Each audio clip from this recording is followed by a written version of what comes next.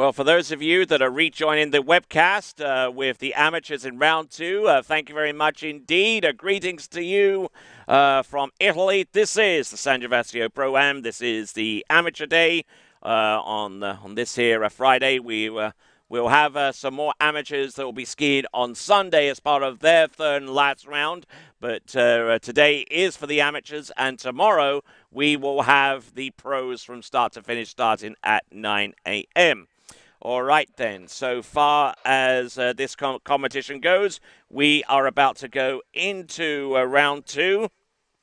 And first skier out is going to be Francesca Pigozzi of the Dominican Republic.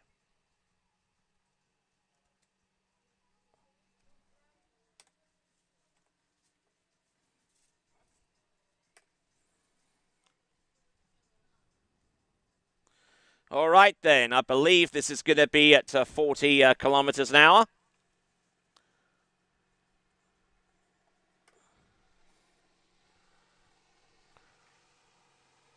Looking good, looking decent. This is on 18.25 meters.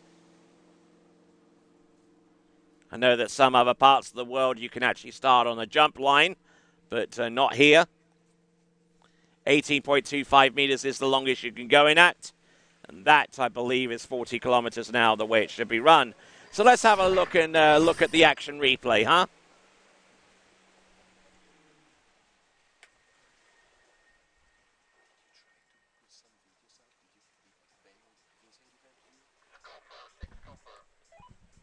What's that?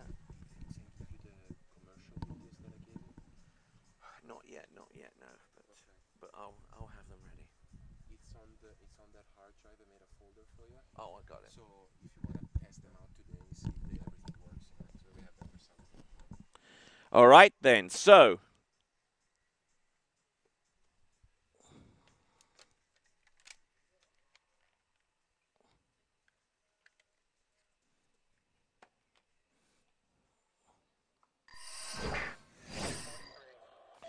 okay, so after starting at 40 kilometers an hour, this is now 43K.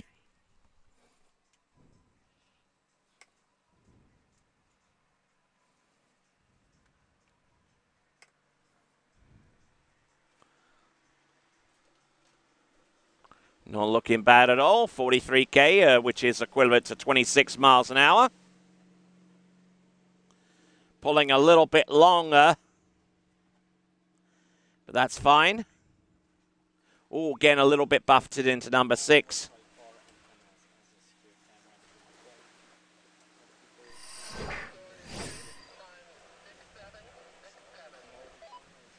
So,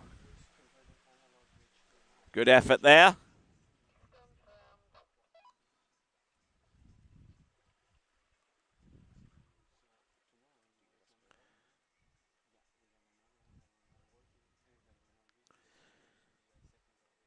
So there, that's Francesca Pigozzi. There is Vince Turp there behind the helm of that Malibu Response TXI.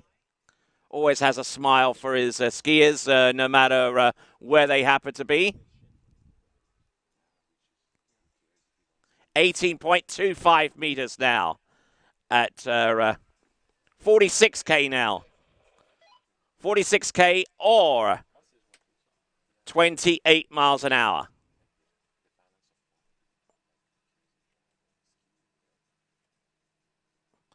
So here we go. 46K.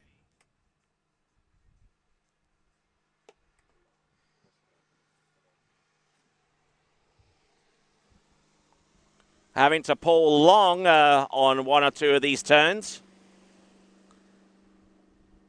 Whee. Double pulling off the second wake. But she's still able to get round. Looking pretty strong in the process. And now it comes up to 49 kilometers an hour, or 30 miles an hour for the next run for Francesca Pigozzi.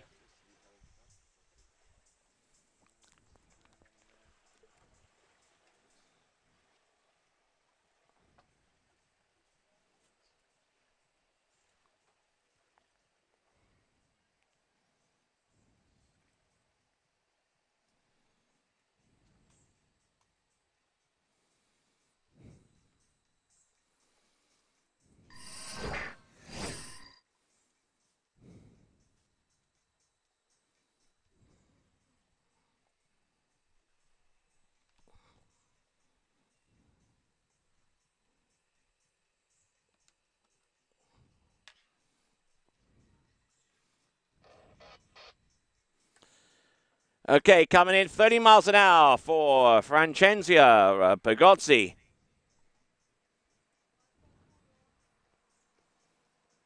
Now the pressure starts to ratchet up a little bit at 30 miles an hour. She can't rely on double pulling off the second wake and still hope to slow that ski down into a turn. She's going to get slack line here and it gets inside number 4. Little on the back of the skis. As a matter of fact, she actually backed off approaching the gates to make sure that she went through it. And gotten the handle a little bit high off number 5 and continue to roll this and not able to get outside number 4. So Francesca Pigozzi.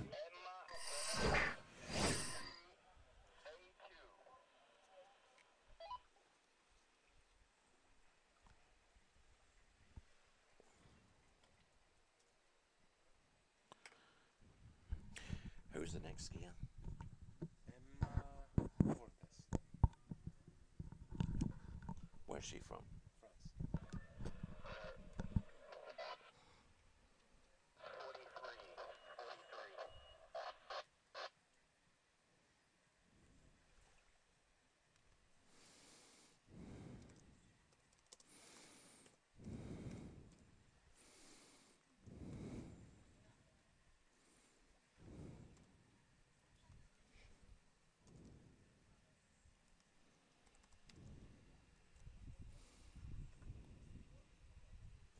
All right then. Now, next competitor up is Emma Cortez of France.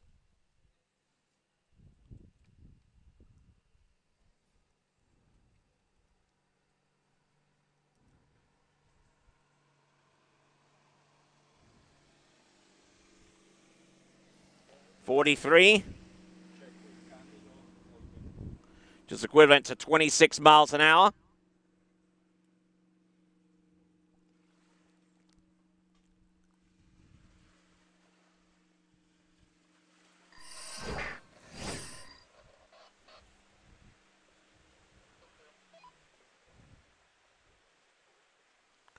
All right then. So there you go. That is Emma Cortez of France.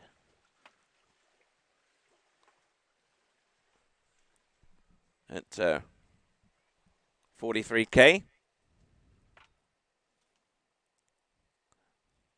And strangely enough, when I actually went to the supermarket last night to grab some supplies on the way back, saw a sign that said Bracia in 43 kilometers and immediately converted that to 26 miles approximately, which rather amazed the person who was driving me at the time at about 200 kilometers an hour. On a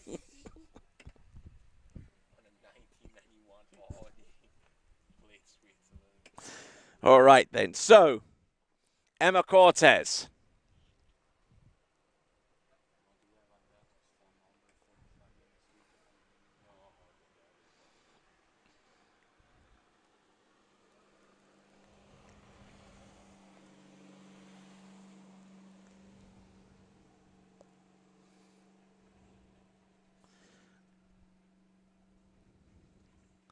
And there we go. There is Emma on that pass. Let's have a look at the instant replay.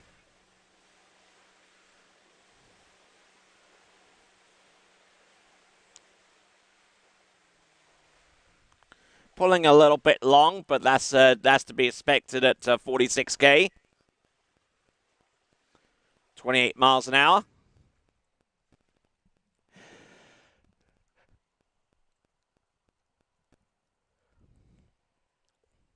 Not looking bad, actually.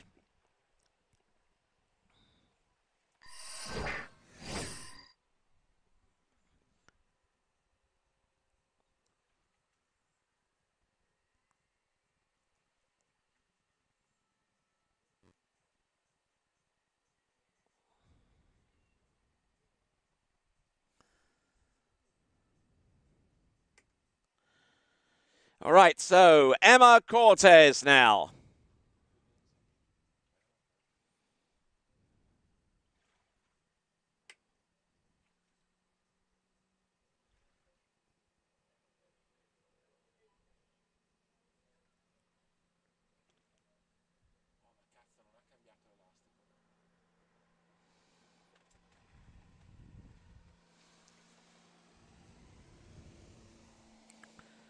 Oh, not bad, and getting pulled a little bit there with that particular run.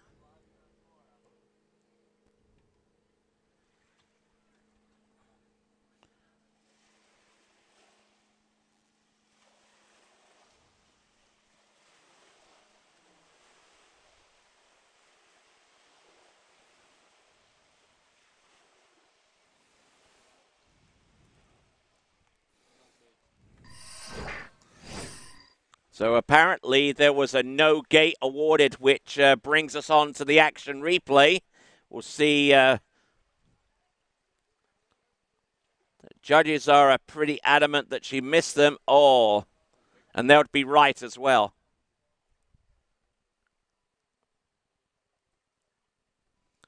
Yeah, so unfortunately there for Emma Cortez, getting the zero gate on that pass, which means that whatever she scored here at 49 would not apply. So it's going to be a six buoy.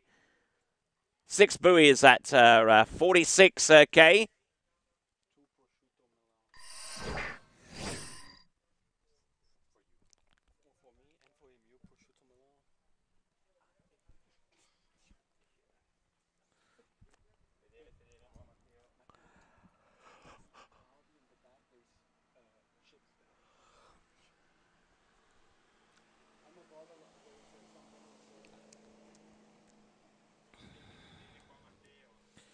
So, as Vince works that response, TXI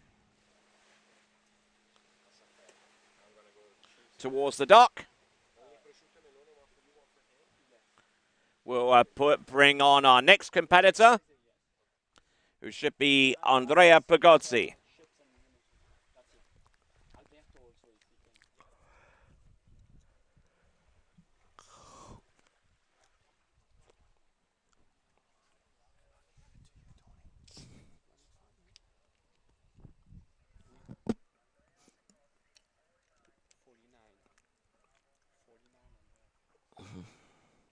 So, Andrea Pagozzi will be our next competitor, 49K.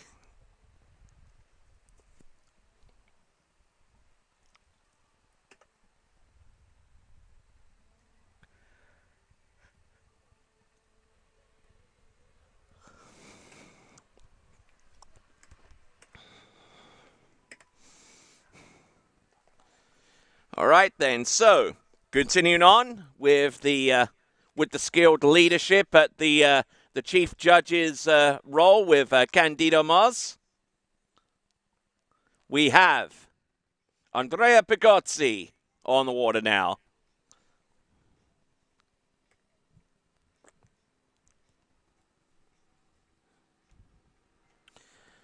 $49K, equivalent to 30 miles an hour.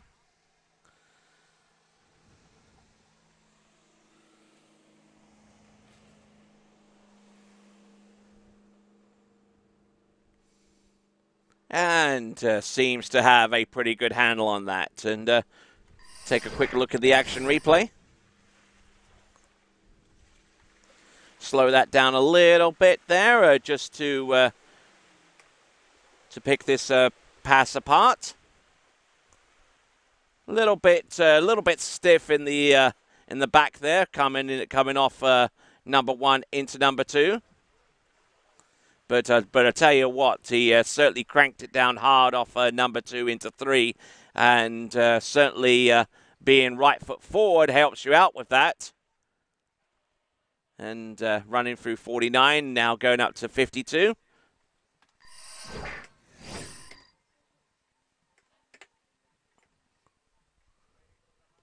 Okay, so Andrea Pagozzi.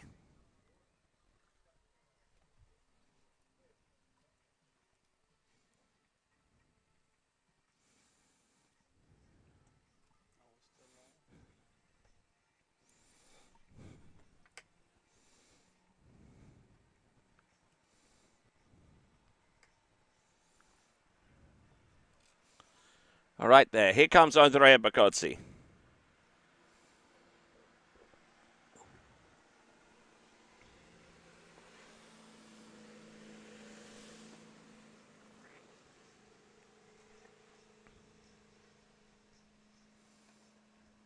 Oh, good cross-course action there. No worries there for Andrea Pagozzi.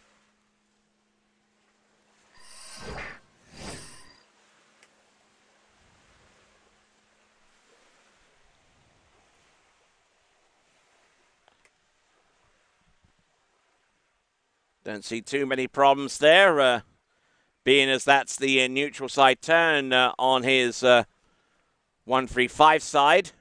Getting a little bit twisted. And as a matter of fact, let's go straight to the dock and see Mario give some pointers of advice. He's only a few feet away from Andrea Pagozzi. And coaching like a true father would in this situation. And there is Vince Turp in the towboat, getting ready to tighten up that line. Still on 18.25 meters. Boat speed now at 55k. Andrea Pagozzi. And there we go. 30 buoys potentially the total upon successful completion of this run.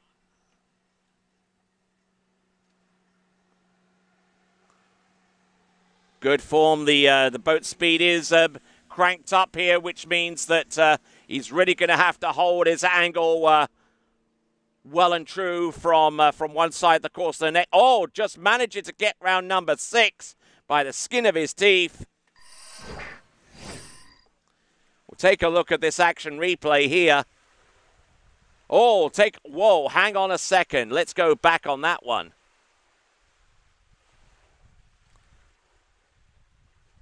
Wow. I tell you what, if he manages to make it through, it will be by a very, very thin margin indeed. But we'll continue to roll this action replay.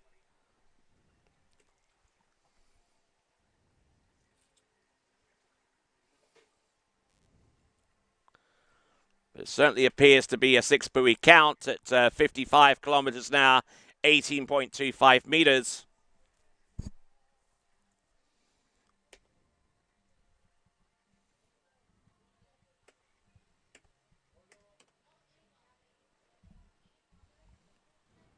All right, then. Now it's 16 meters.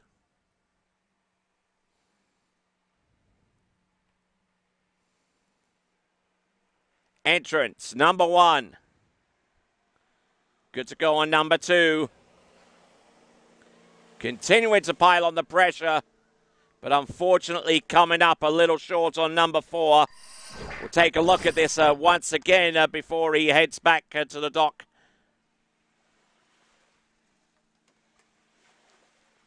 Good effort there through the entrance gates. Good dose of speed, excellent angle. But just couldn't really get it hooked up on time off number 3.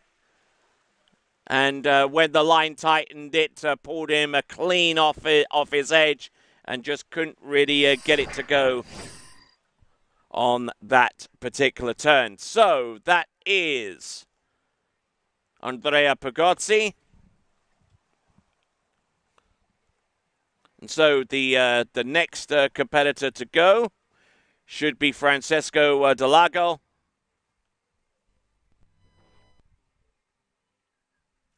Excuse me, what's the name of the next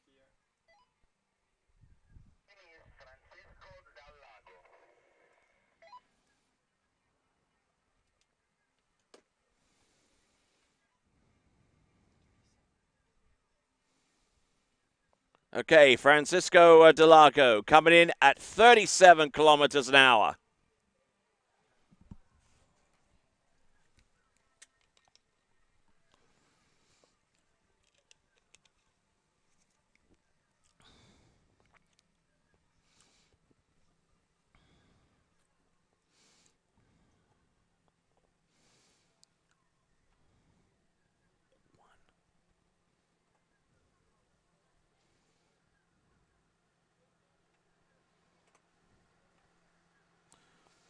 Oh, nice turn off number 1.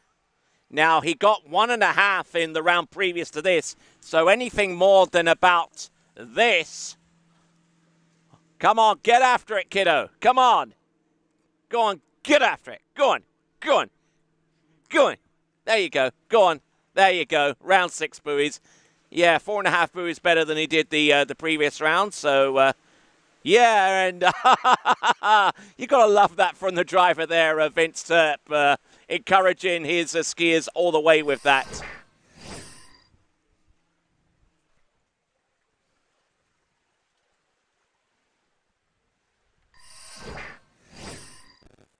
Going to have a look at the instant replay now. We'll put this up at full speed just so you get the full effect. And the line was dragging all over the place there. Now, there's a good reason why in some locations they actually have a kid-friendly slalom line that's a little bit lighter with a few less strands in it.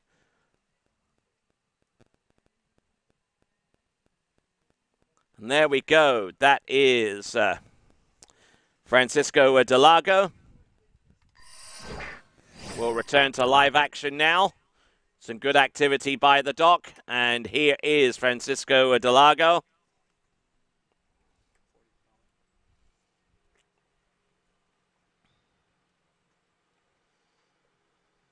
Oh, a little bit shallow on the gate approach. Can't afford to do too much of that.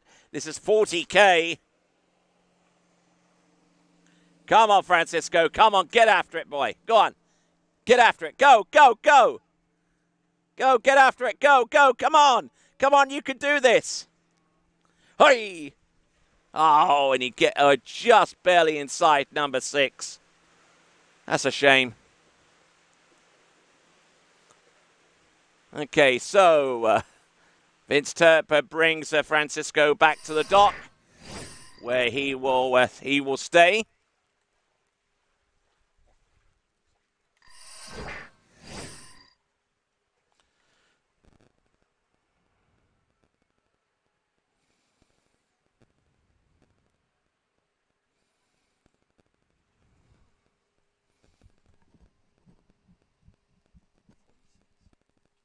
So,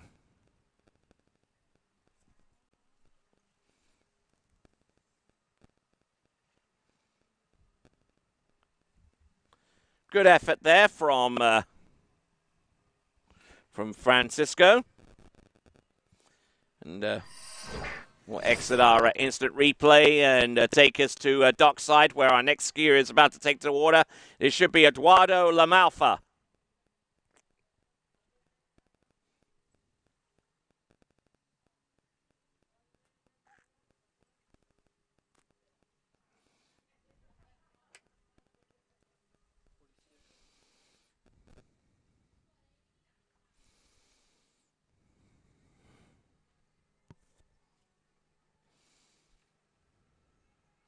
Okay, entrance gates, buoy number 1.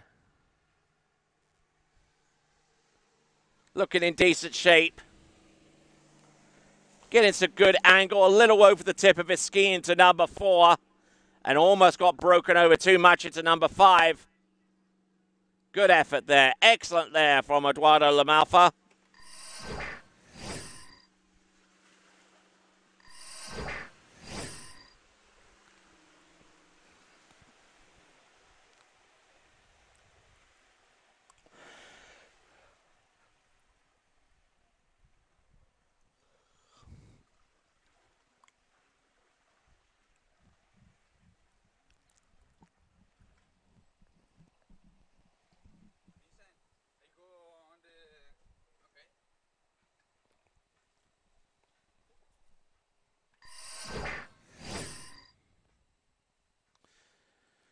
All right then. Hive of activity on dockside right now.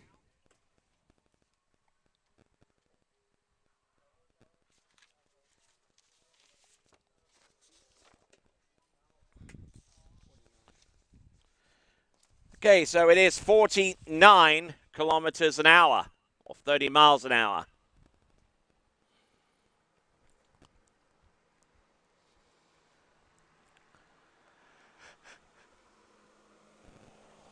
What?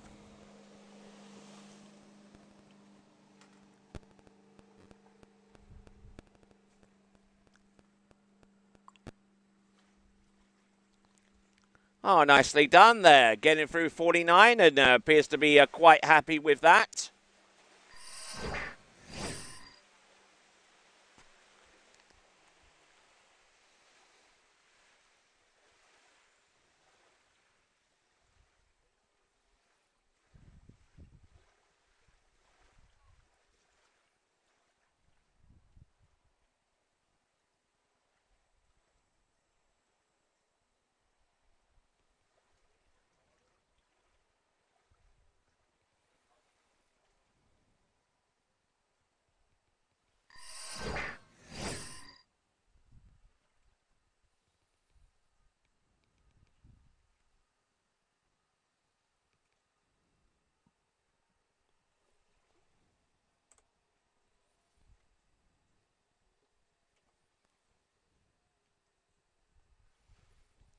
Okay, Eduardo Malfa.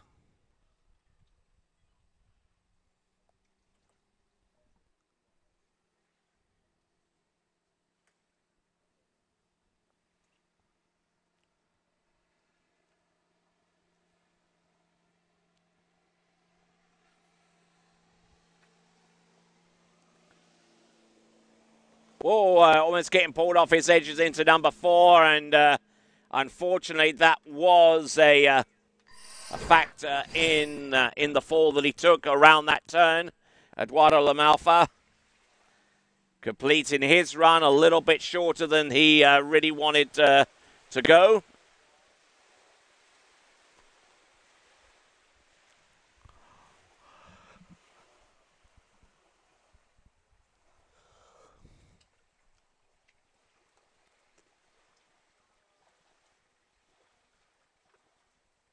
All right, so Eduardo Lamalfa coming up a little bit short on that run. But we'll wait to see who our next competitor is. It should be Michael Hanin from Switzerland, our next combatant. Eduardo. Oh, Roberto, sorry. Do you have one? Hello, hello, hello, hello.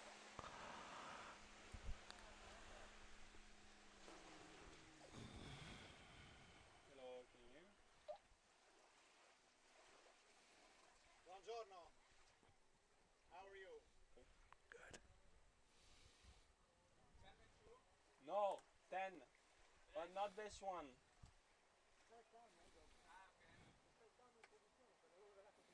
There's not another one?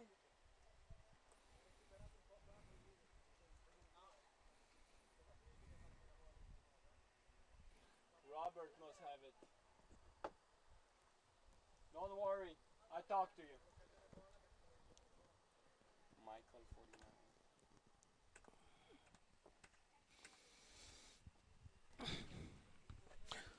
How do we check this out? Right, there we go.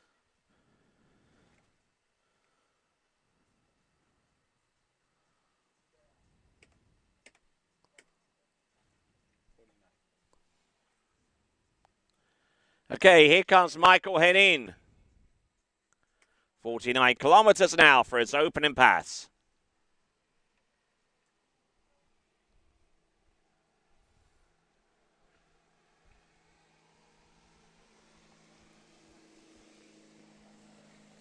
Skiing that turn quite tall on number 3. And number 5 as well, and managing to get all the way through 49K.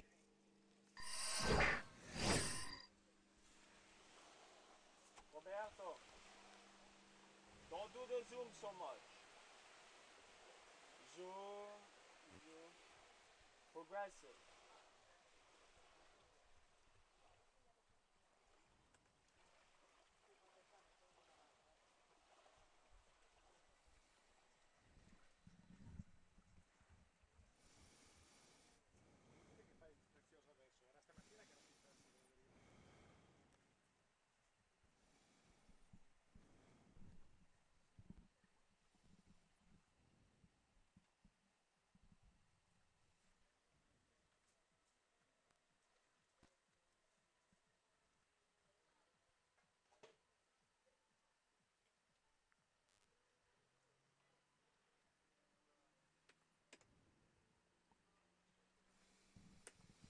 Okay, coming back in, 52K, Michael Henin.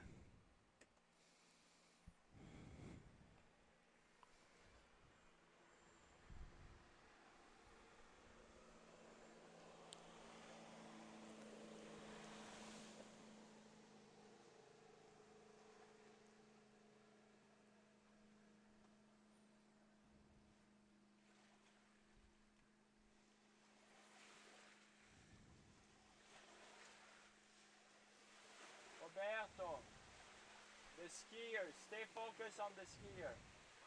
Skier, skier, skier, okay? Okay.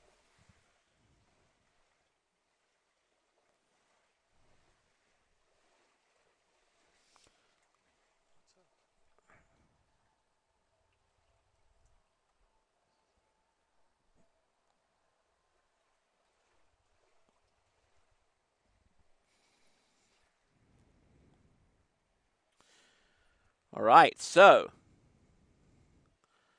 Michael doing a fantastic job out there with 49 and 52.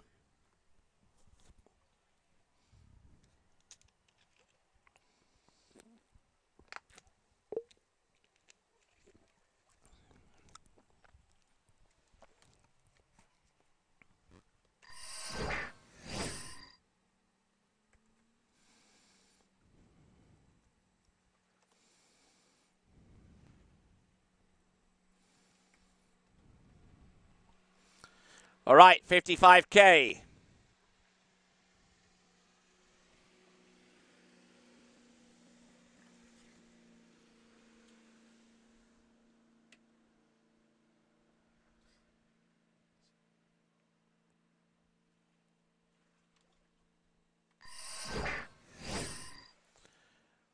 All right, so not a bad effort there from Michael getting through 55K. He should now be shortening down to 60 meters as we have reached the maximum speed for the under 14 slalom competition.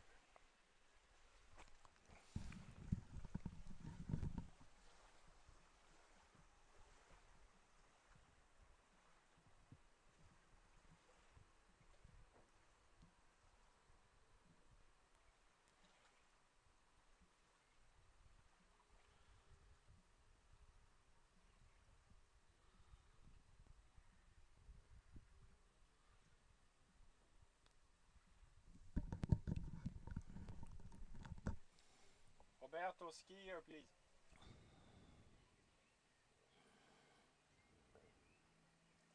Zoom all the way.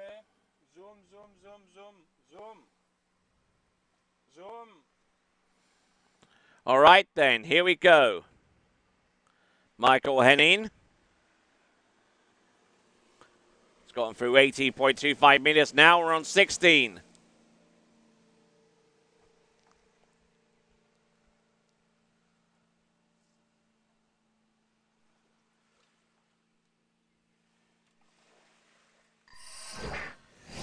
All right, Michael Henin at 16 meters appears to be okay and continuing to run into the deep line length for shortenings, at least starting to.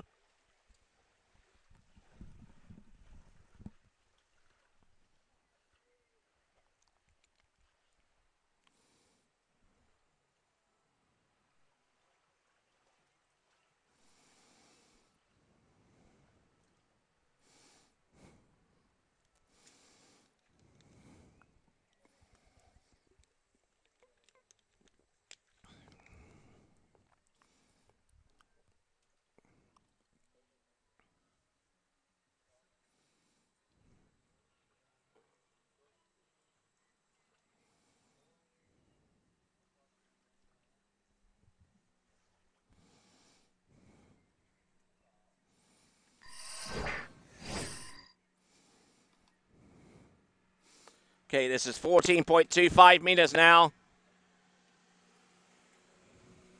All getting pulled all over the show there, and on 14.25 meters coming up a little bit short of the mark.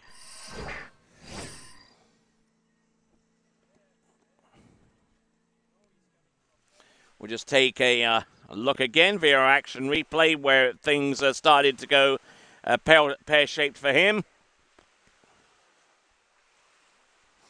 Certainly had the number one that he was looking for. But he just got on the back of the ski and started pulling with his arms, which unfortunately released pressure from the ski. And thus giving him a two buoy count on 14.25 meters. That's Michael Hennin. Two at 14.25 meters.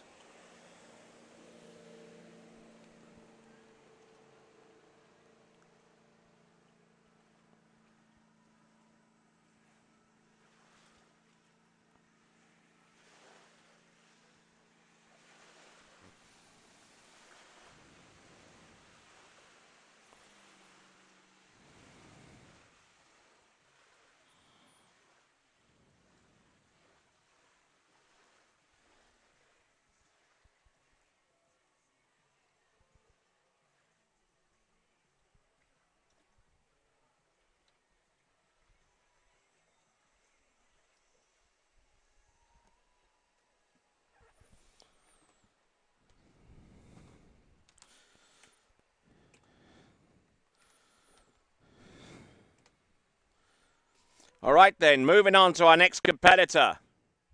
Next competitor should be Jason Stegman. 49. And he'll be coming in at 49 kilometers an hour.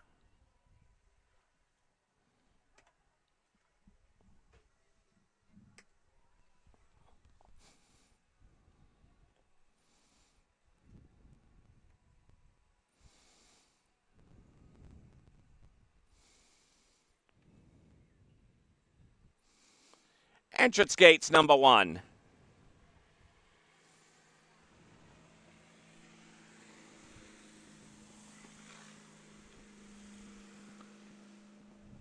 Taking a pretty wide and pretty well thought out path there on that run there. That is Jason Stegman.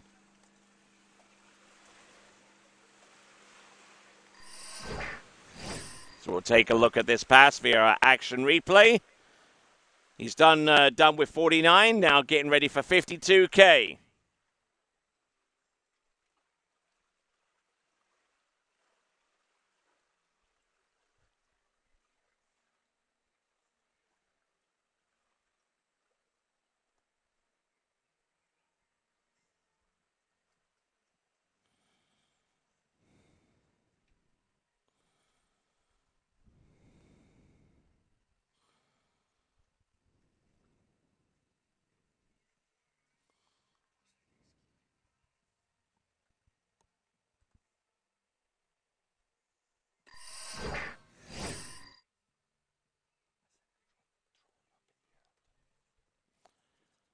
All right, then. Here comes Jason Stegman. He's run through 49.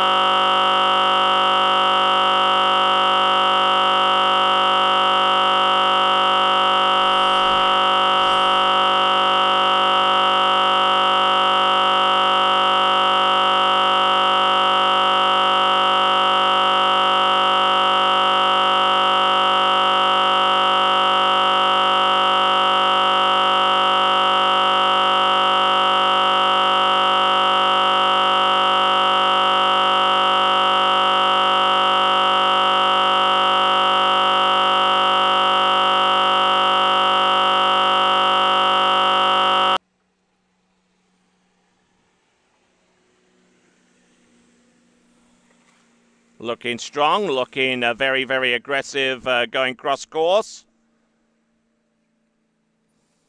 And looking all right, I'll have to say. Jason Stegman.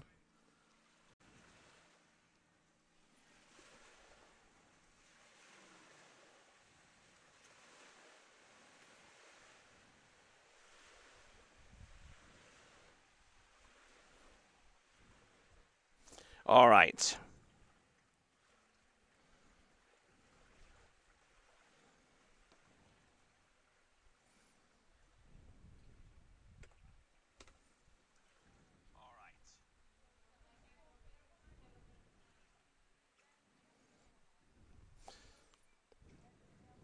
Okay, that's fine. All right, beautiful, beautiful day here at San Gervasio. Great weather. They anticipated that it will be climbing up to around about the 40-degree range. That's 40 degrees in Celsius. Not too sure what that is in Fahrenheit. I believe it's well into the 90s.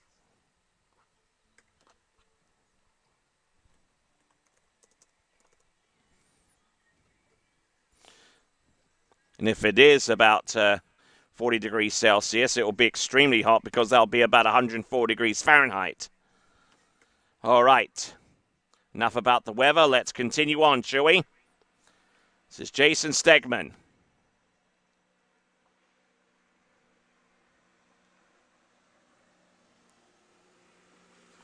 In on 16 meters. Whoa! And getting in a little bit deep there.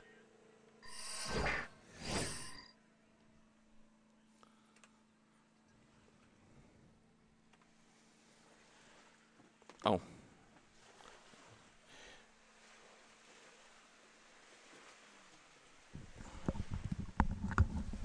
The electricity there. You see that orange one? Is it plugged in all the way?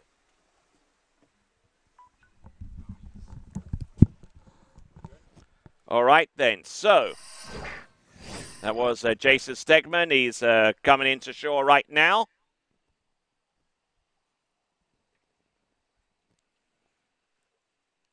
And that, I believe, is going to be a score of 2.5 on 60 meters at 55K. That was Jason Stegman. Now, next competitor up is going to be Paolo Pigozzi.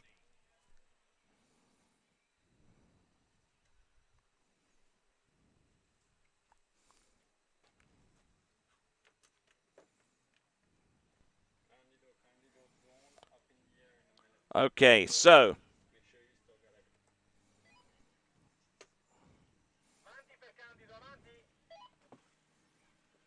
The drone will be up in the air soon, just letting you know in case for its clearance.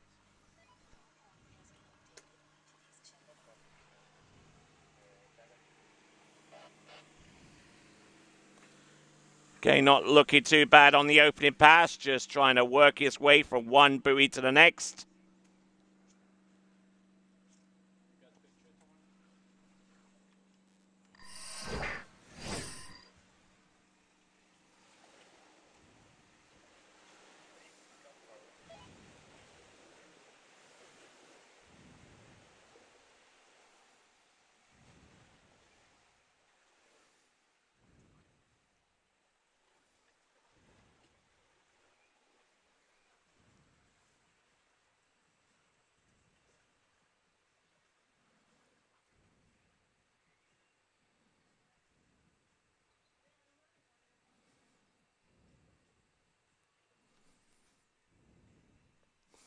So,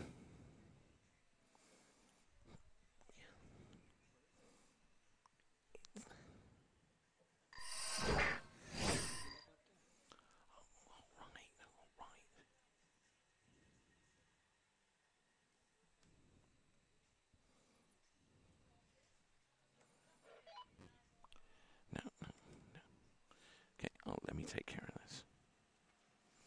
All right, then, here comes Paolo Pigozzi.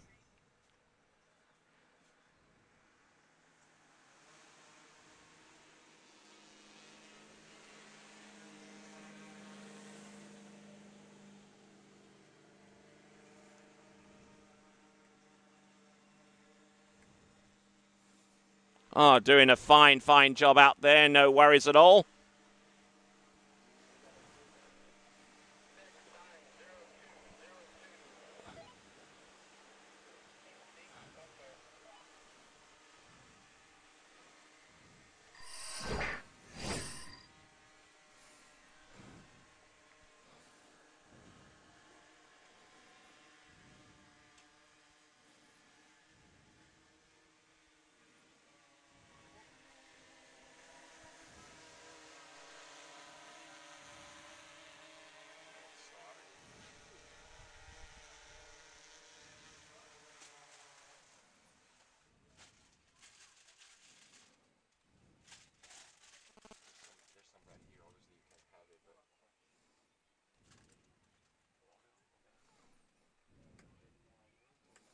So Paolo Pagozzi, 2 passes so far clean.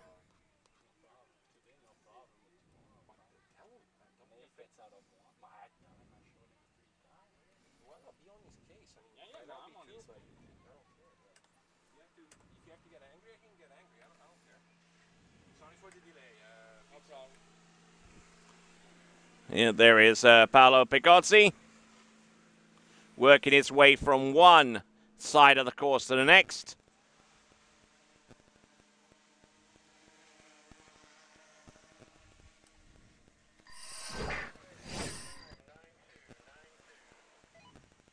Okay, so I believe that that pass was at 52K. So now he's working his way to 55.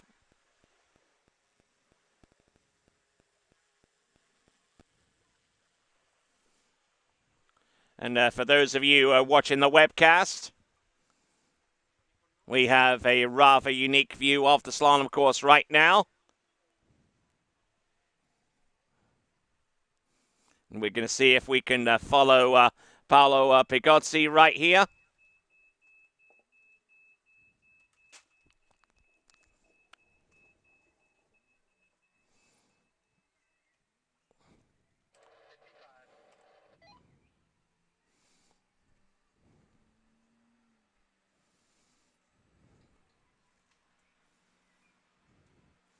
Okay, so 55K.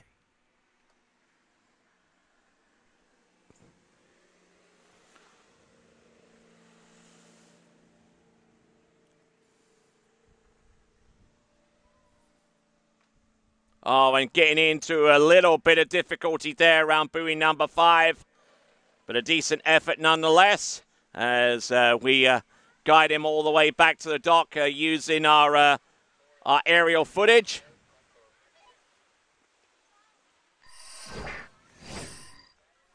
So Paolo Pigozzi at 55K. That was at 18.25 meters.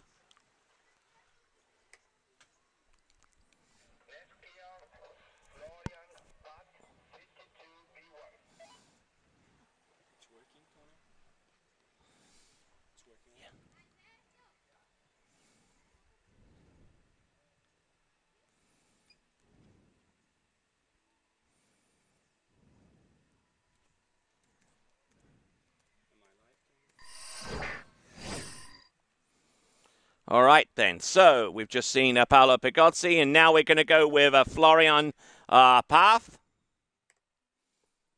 Not too sure what he's going to go in on, but I think it's probably going to be 52.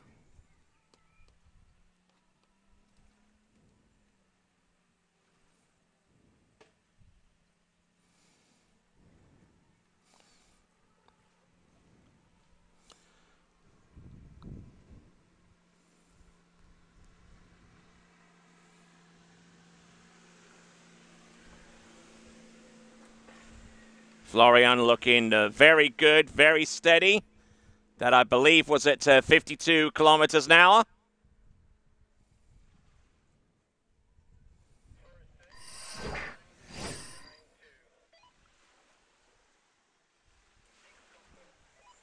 Okay, the time appears to be 9.2, which suggests that that boat was going at 52 kilometers an hour. And doing a fine job with that. As Florian gets ready.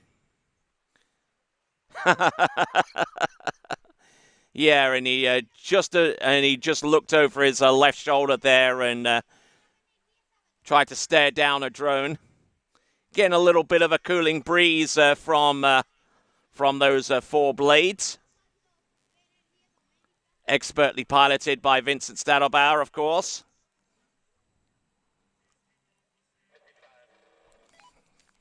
$55K, and we're riding right alongside him.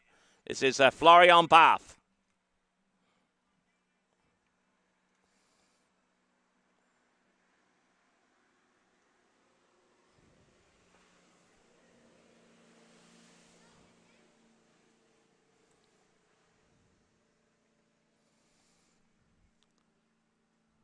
Looking very, very smooth out there with that 55-kilometer-an-hour pass as we have a look at the action replay from the boat.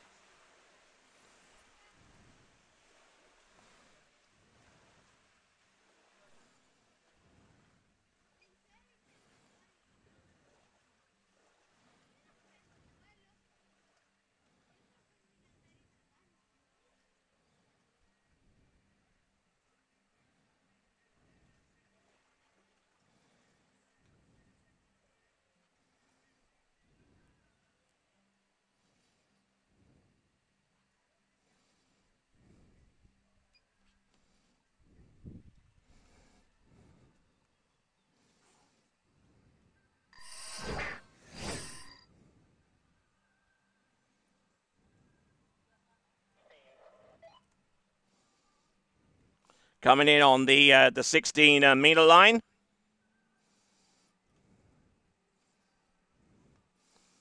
This is Florian Path.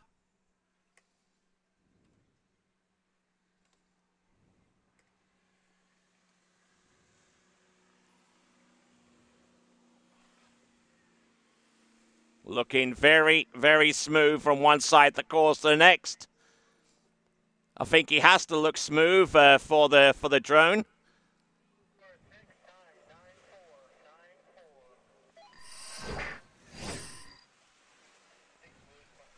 So 6 buoys confirmed there on 16 meters.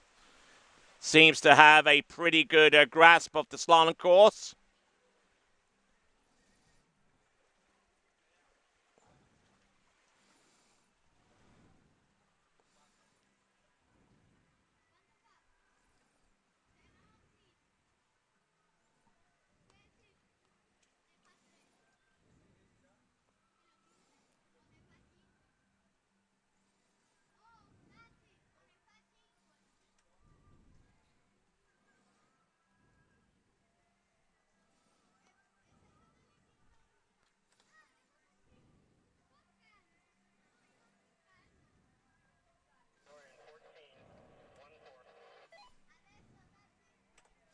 So coming in on 14.25 meters.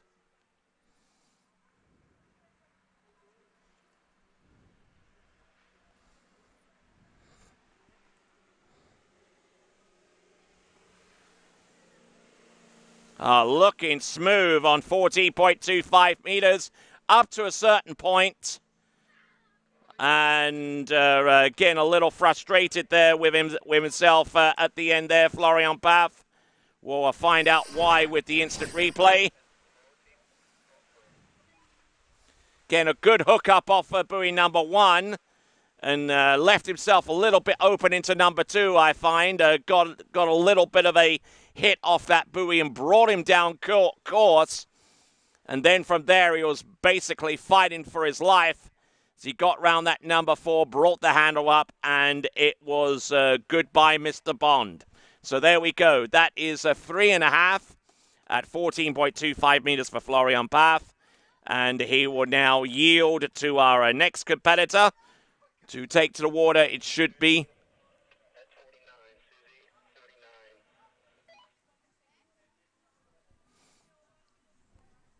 okay, so I believe our next competitor is Benjamin Susie.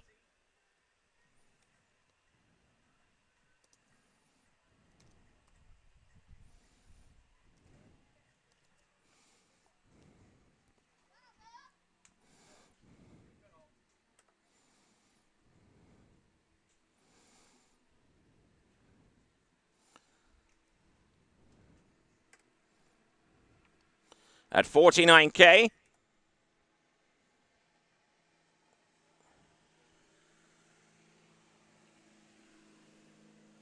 Not looking too bad at all.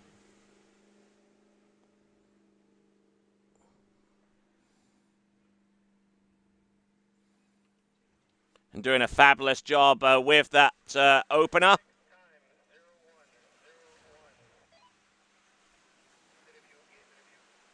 And a gate review is imminent there. Now let's find out why. Oh, It's going to be touch and go with this one. I'm looking at it frame by frame right now. Oy, that is a little close for comfort. But we'll continue to roll the replay anyway at 49K.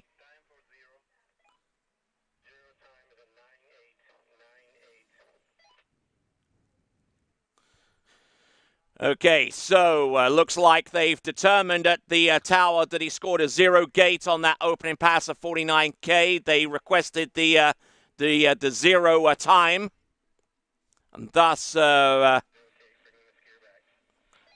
meaning that he has the unfortunate instance of scoring 0 on the opening pass. So a little bit of a disappointment there for him. As we take a look at the facility here at San Gervasio, right from a unique vantage point, it has to be said.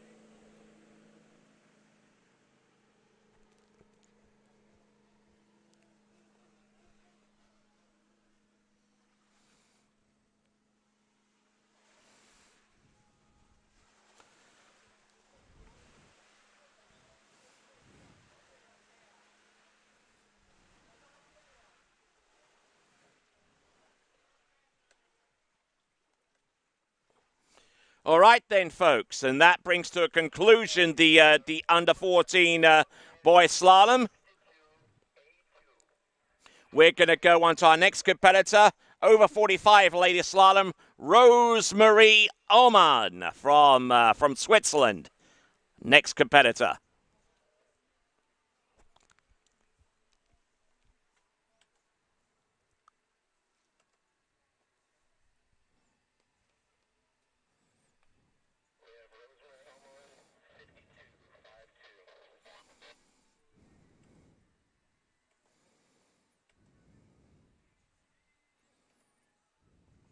Okay, and she's going to be coming into the course at 52 kilometers an hour. And we'll ride with her for this pass using our aerial drone footage. For those of you watching the webcast, thank you very much indeed. Here comes Rosemarie Oman.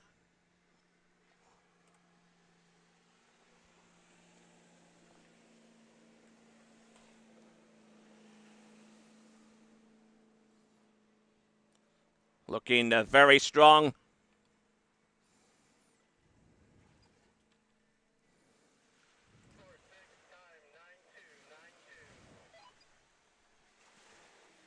All right, so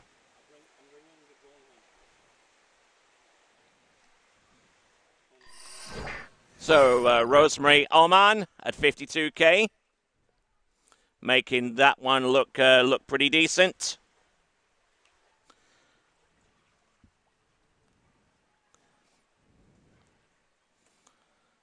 And we'll continue on with the competition. We're about to land our UAV, but we got some brilliant camera angles to work with as well.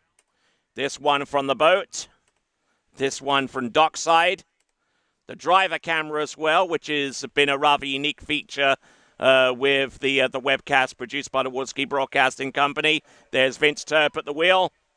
And our shoreside camera, which will bring Rosemarie Oman into the course for this next pass. I believe it's going to be 55K. Here we go.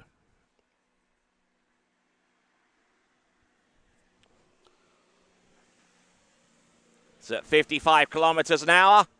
Trying to hold off all the angles she can away from... Oh, man, and she gets in a little deep there and just could not hold on to the ball. Frustrated with herself at the end. It's going to be 4.5, according to our officials.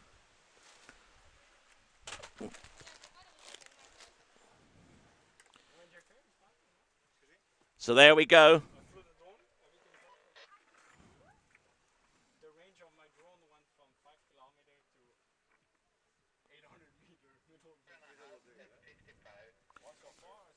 So that was at 55K. So that represents the end of this section of the competition, round 2. So we're putting some LPG into that boat. Vince is going to pretty much stay where he is whilst they dump the LPG in there. No, he's gone. He's going to let Mario Pagozzi take the wheel. But he's done an exceptional job at the helm of that towboat. And there, Mario getting ready for his stint at the wheel.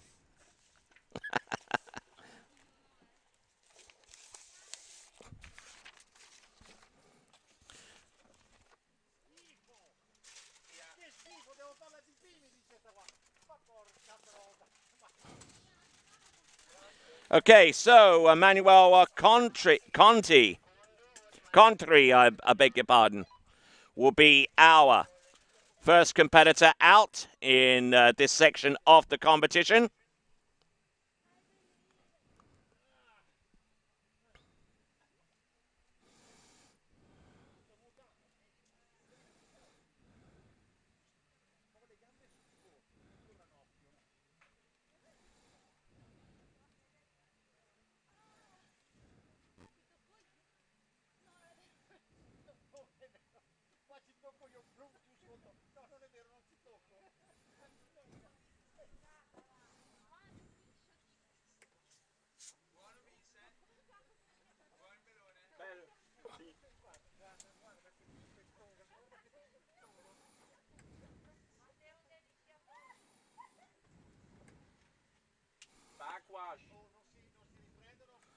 Okay, Emmanuel Contri on the dock right here as we continue on with round number 2 in the amateur competition.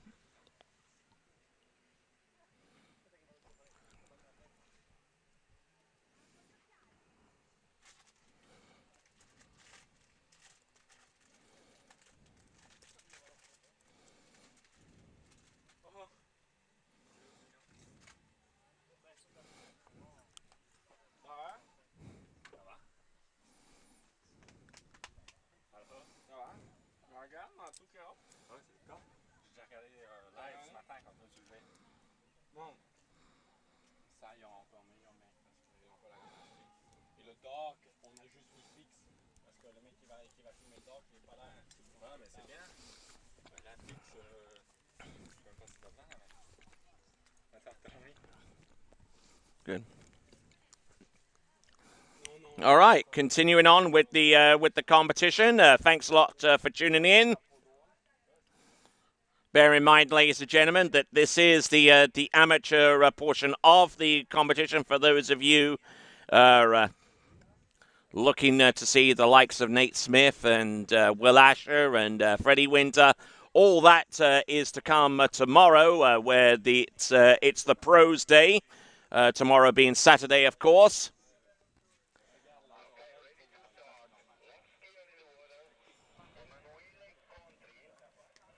Emanuele Contri.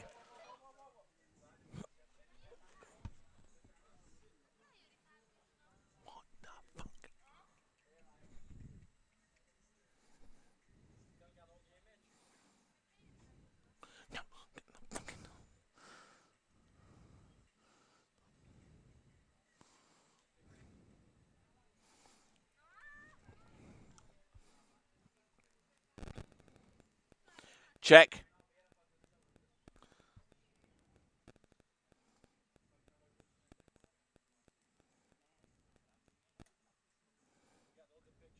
Yeah.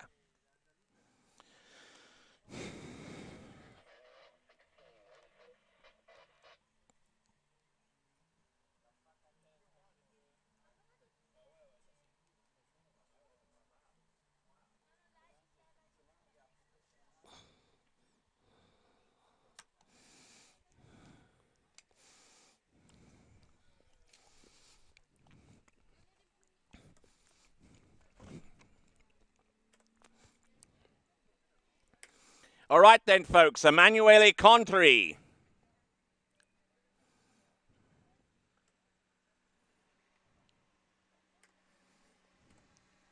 This is at 16 meters.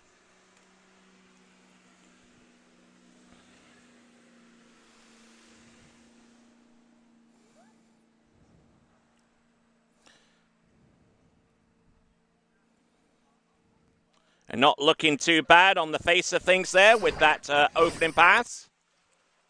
Although did get a little bit of a hit going through the entrance gates into number 1.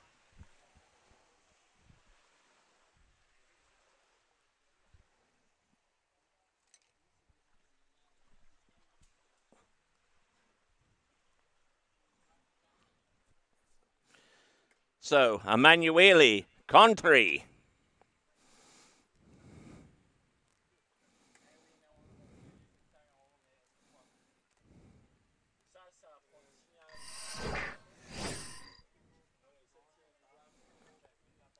Little bit of activity around the dock. Our next, one of our next competitors to go is Gennady Gorelia from Georgia. So 14.25 meters for Emanuele Contri.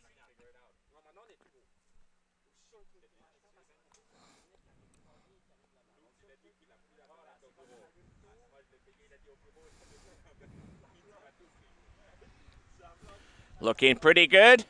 A little bit of a delay off for number 2, but still managing to hold his angle. Whoa! Oh, getting broken over off number 4 into 5. Oh, my word. How did he run that pass? That is absolutely incredible. We're going to take a look at the action replay now. And seemed to be in a position where he was more holding the pole away from the boat rather than trying to increase the angle upon it. And that led to him being pushed down course after every single turn. As a matter of fact, he got so far down course, I wasn't even too sure whether he was going to make it into number 5, but he took a bit of a headshot there. But round number 5, he just let the ski come underneath to get round number 6. And that is Emanuele Contri. And now he's going to get ready for, 13 meters now.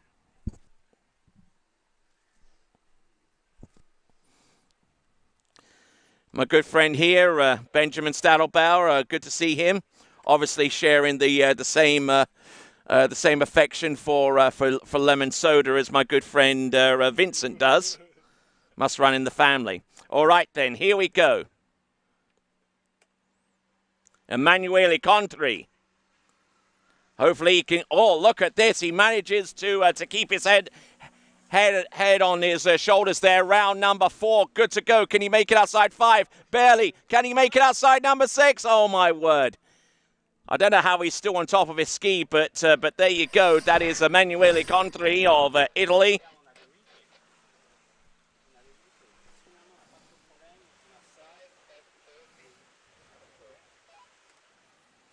Emanuele Contri was down course every step of the way, even as far back as 16 meters.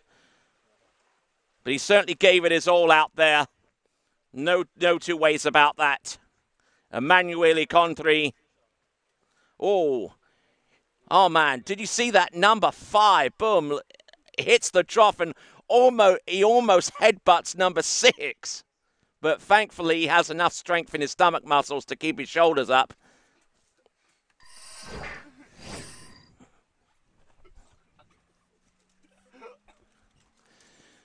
But there you go. That was Emanuele Contri. As we follow him back to the dock from the shoreline camera. Being pulled behind that Malibu TXI response.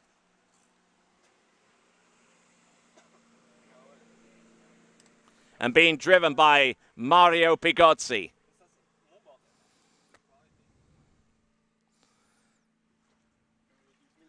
He should be modeling for Malibu.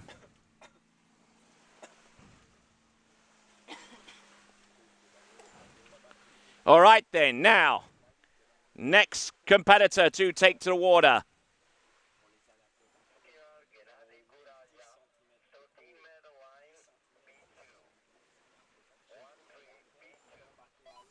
All right, then. Next competitor. He'll be coming in at 32 off. It's going to be Gennady Gorelia. Comes to us from the Republic of Georgia.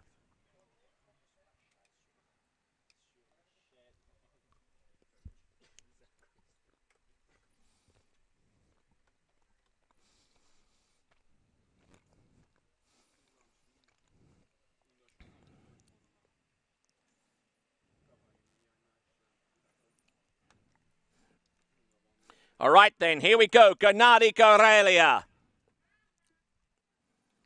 32 off or 30-meter start.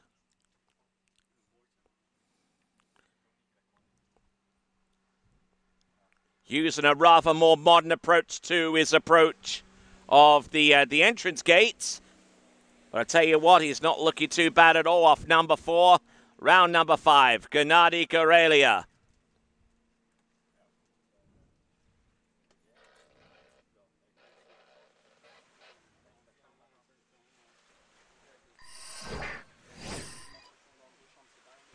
And there we go. Gennady Gorelia from the Republic of Georgia. He's run through 30 meters. He'll now come back on 12.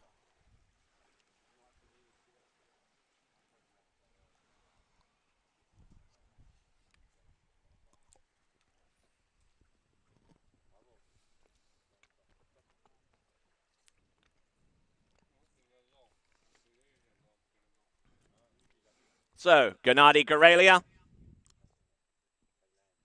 who's based here in San Gervasio, where he's a pretty well sought after coach. He's pretty well sought out the world over because he's traveled as far as Kuala Lumpur in Malaysia to coach the Young family over in over at Putrajaya. Here he comes, Gennady Gorelia. Entrance gates number 1 and number 2 on 12 meters. Keeping the flow going from one side of the course to the next. Keeping the handle down. Oh, nice load off number 5. He was all over that pass from start to finish.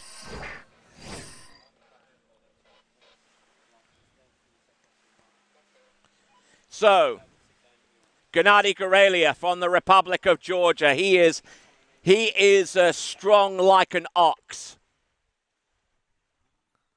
Probably one of the strongest skiers that you'll ever meet, and he's been multiple-time world champion in the over 35 and even over 45 category of skiing at world level.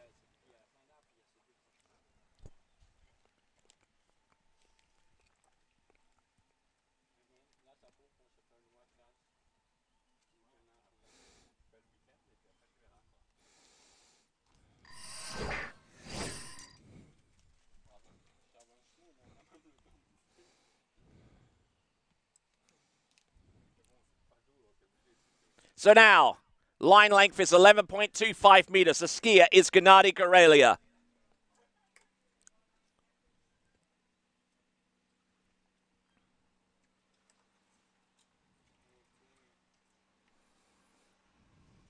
Entrance gates, buoy number 1.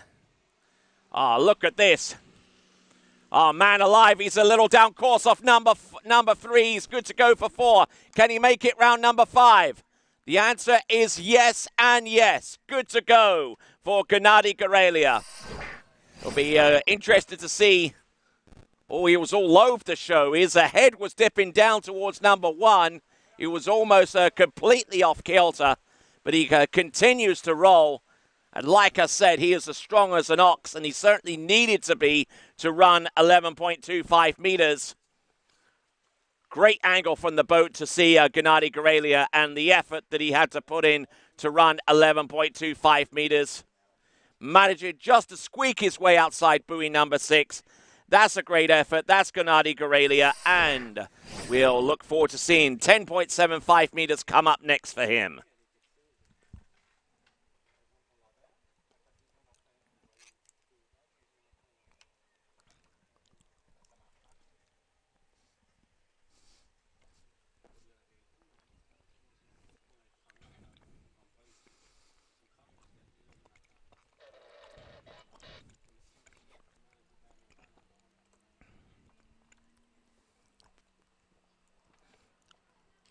So, Gennady Gorelia already on 60 buoys. Let's see what he's got. Round now. Oh, look at that hook up off number one. Round number two, that's even better. Good to go round number three. Can he get this to go? Round number four. Oh, he knew he had it. Oh, man alive. Gennady Gorelia frustrated with himself in the water, but certainly a great effort there on 10.75 meters, 39 and a half off. We'll take a look at this frame by frame.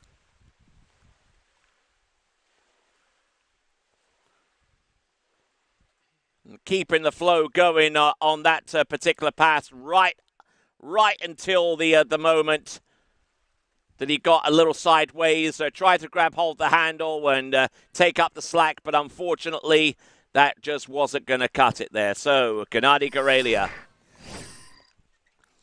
a decent effort.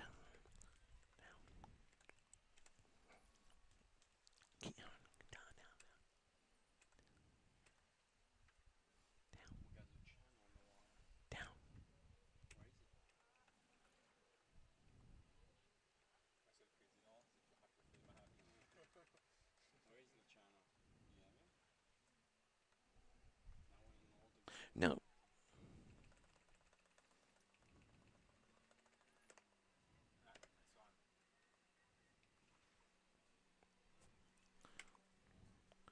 All right, then. Our next competitor on the water should be Luciano Serafika.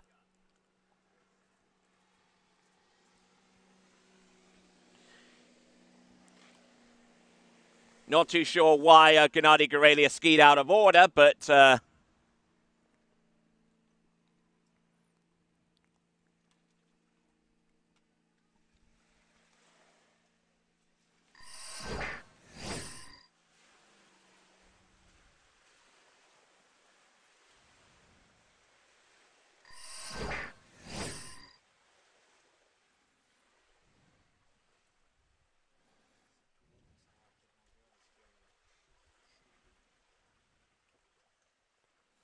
Okay, so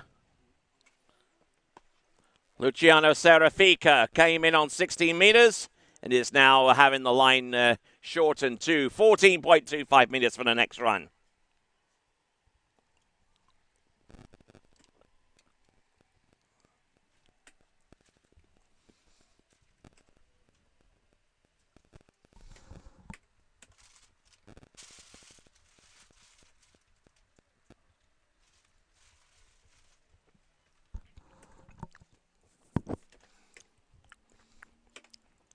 All right, here comes Luciano.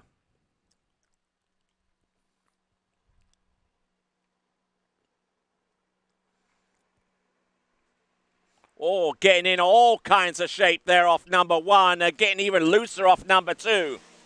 This is Luciano Serafika.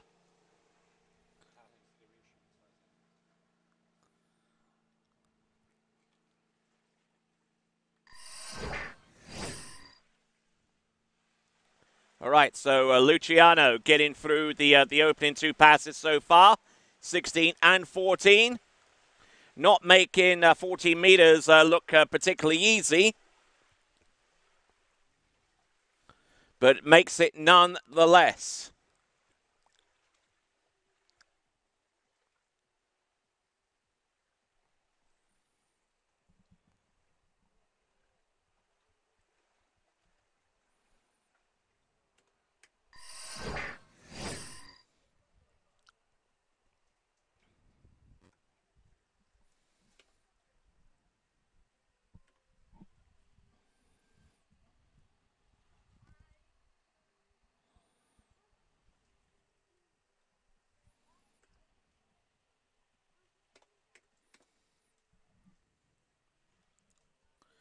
All right, here we go. Luciano Serafika.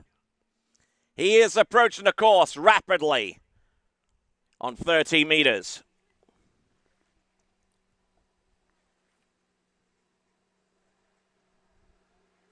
Little bit of a slam dunk approach into number one, but managing to keep his, big old slam off number three. Continues to roll. Let's see what he does with five. Oh, elbow in the water, everything there on number 6. And he killed that pass, I know that. Now let's see his approach into number 1. Boom, that is Mike Shadelander reincarnated. Bring it up to full speed a little bit here, but bring it down frame by frame. Let's take a look at this number 3. Oh, man, look at that. He just dropped his locks in the water on number 3, Luciano. Oh, my word. I don't know how he recovers from that, because you know I wouldn't. Full-on entertainment. Yes, indeed. Luciano Serrafica, the best ticket value in town.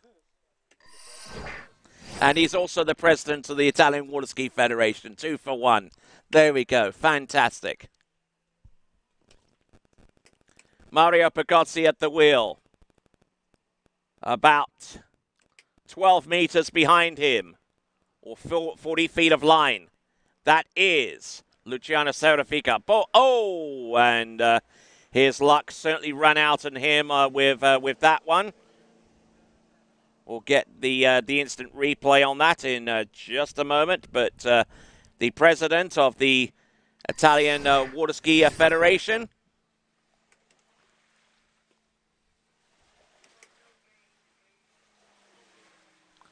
Whoa, he said there was the judges have come through and said that there was no gate. Let's see what grounds they have. Oh, look at that. You can actually see the right-hand gate ball in between the ski and the boat. So there certainly had every justification for calling that. I'm not too sure how happy Luciano would be under that proviso, but I don't think the powers of the of president of the Italian Water Ski Federation extends to overpowering judges on gate calls.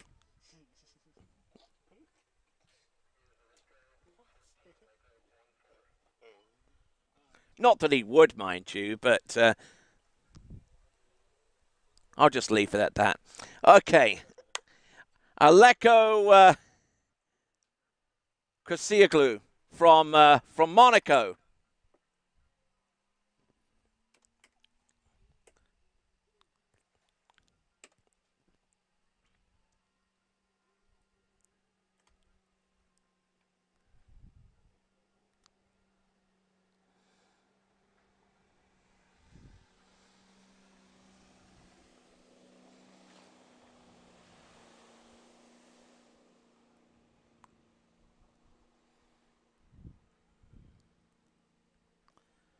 All right, not a bad looking pass there for Aleko Kosioglu of Monaco.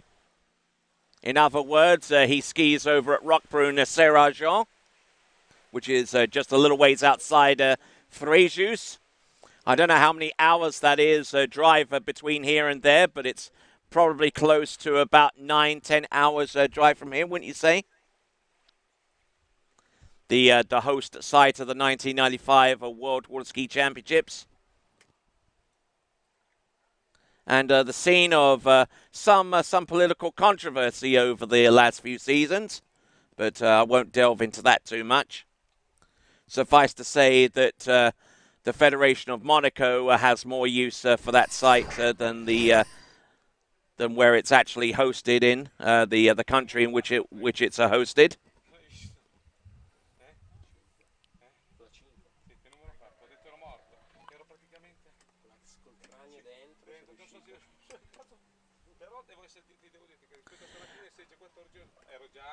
Okay, here's Aleko Kosioglu from the Principality of Monaco.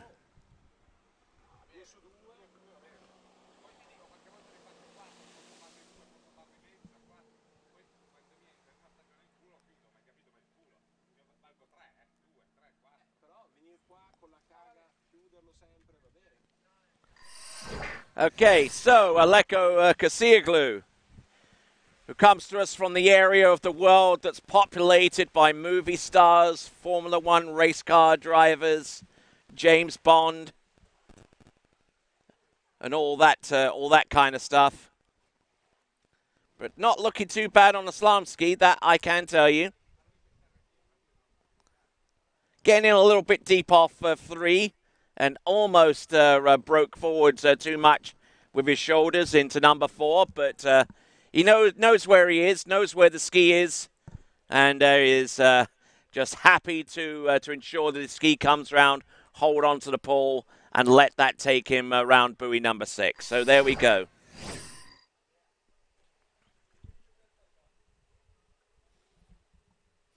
All right, then, a little bit of activity by the dock. I'm not too good with names or identities of some of our skiers.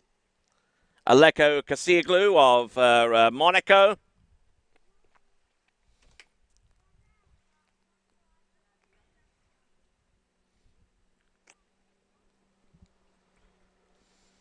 Not looking bad. Whoa, around number 2. Continuing to roll from one side to the next. But the steam run out of his boiler around buoy number 4. And he scored a 3.5 as a result. We'll take a look at the action replay of that pass in just a moment. Now, the gate shot didn't look particularly bad. But his shoulders kind of got separated from his hips, and he kept a lot of his speed into number 1 and not too much tension on the line.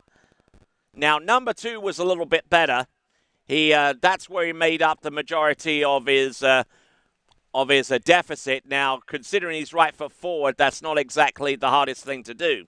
But round number 4, it was all too late. He tried to grab hold the line, and unfortunately, I don't think the strength for Samson was enough to hold that much slack. So there we go. That is Aleko Kasioglu of the Principality of Monaco. And now we'll find out who our next athlete is going to be. If the list is accurate, it will be Roberto Sabbiani.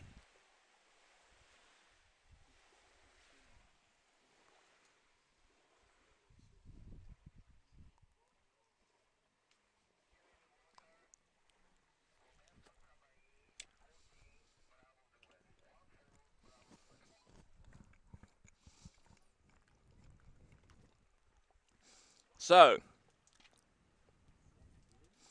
Roberto Sabbiani decides to go in on 14.25 meters. And it's always interesting to hear on the radio what kind of zero-off settings our skiers typically use. I mean, they're all over the place. It could be C1, can be A1, but he's going straight down the middle. Bravo, Due. In other words, that's B2. All right, then, here we go.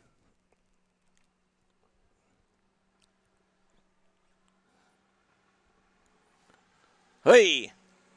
And it may have been a mistake to go in on 14.25 meters, and he proved that point, unfortunately, with a fall around number 3. Let's take a look at this pass, this effort for as long as it lasted. Getting around buoy number 1, already in big trouble. You can see the amount of angle coming off number 1, nowhere near enough to continue on with the effort. And he was late, and he was narrow into number 2. And unfortunately, when you're that late and that narrow and you're exposed to the boat as much as that, it only means one thing. That.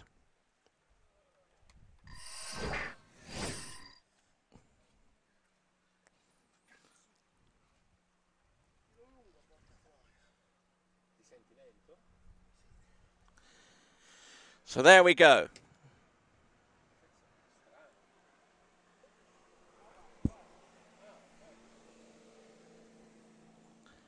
So Mario Pagozzi at the helm of that towboat, the Malibu Response TXI.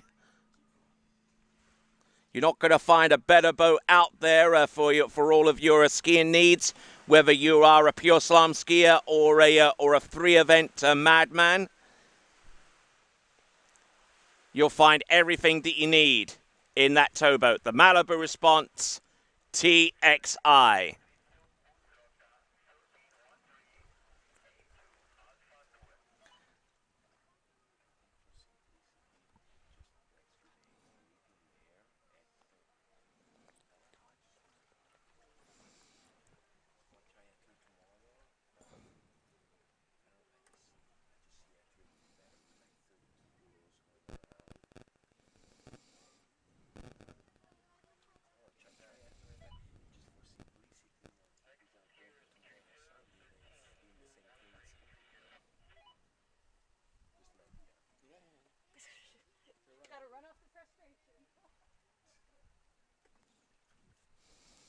All right, then, here we go.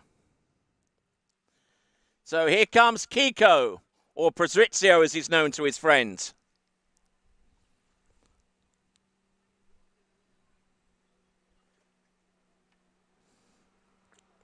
Coming in on, 13 meters?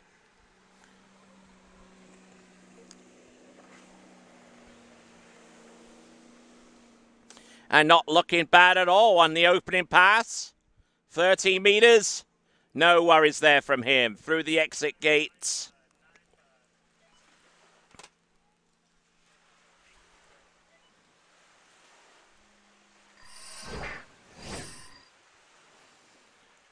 And looking pretty clean through the entrance gates. At 30 meters. No worries there at all. Alberto. The zoom, more progressive. When you're there, you... Does he see the screen? Like, does he see the screen? Yeah, yeah, he sees what he's recording. Why? 30 grand and no little screen.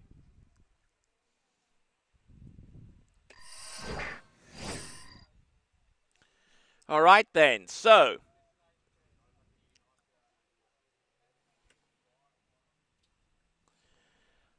okay, Patrizio Bazzotta now.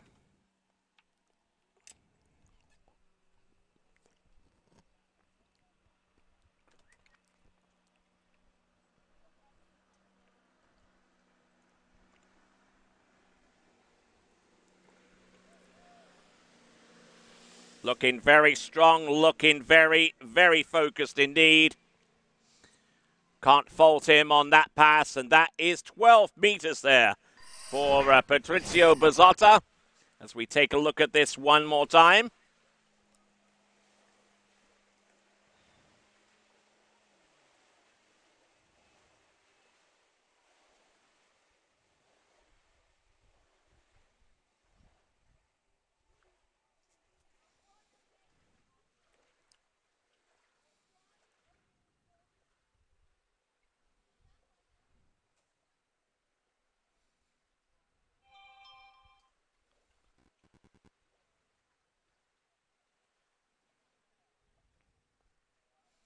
Not looking too bad. There we go. That is Patrizio Bazzotta.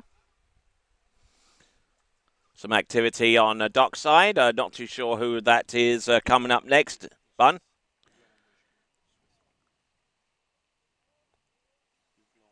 Yves Laurent Bruchbu on the dock. Okay, we've gone through 12 meters now. 11.25 meters is next.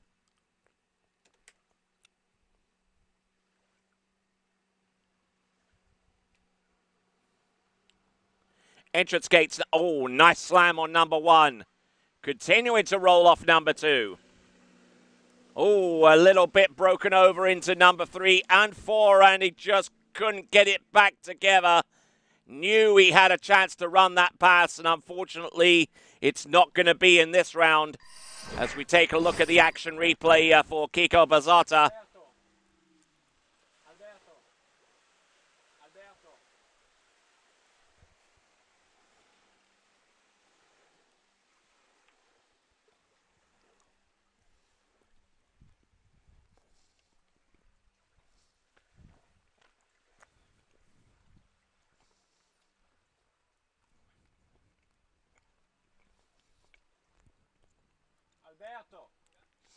So there we go. That is Kiko Berzata. So a decent effort there from him. I'm not too sure why the boat is stopping short at that end of the lake.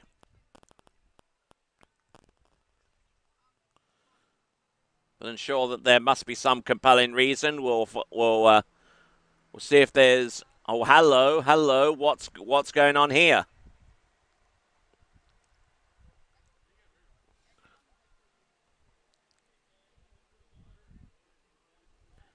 Did Kiko protest? Okay, so looks like the reason for them stopping is a little bit more simple than that. The exit gate is missing.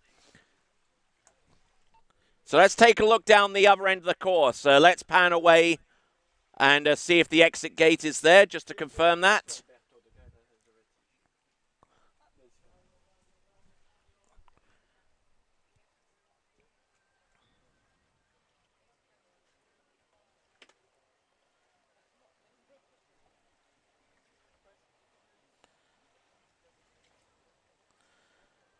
Okay, Kiko Berzata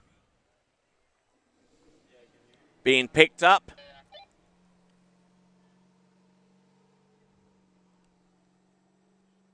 Can you please pan to the exit gate of the first pass?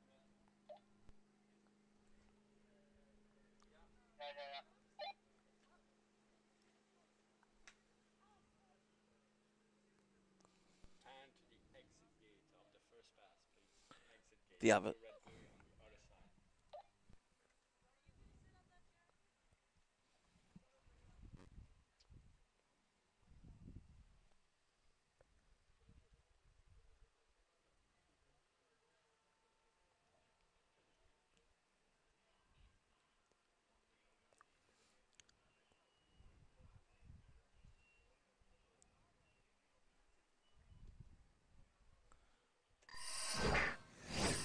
Okay, so we're about to put a replacement gate buoy in there.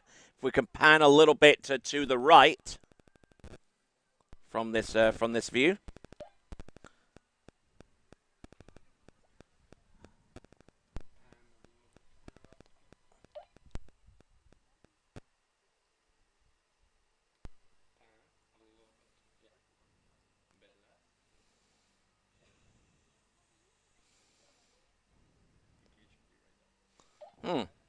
Okay.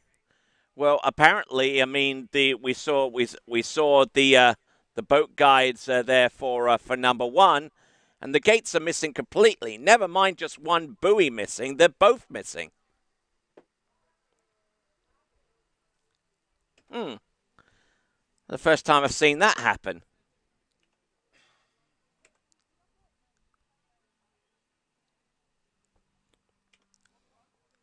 Now, I don't know how this course is constructed, but this will typically the boat the both entrance gates for both entrance gates to be missing at once.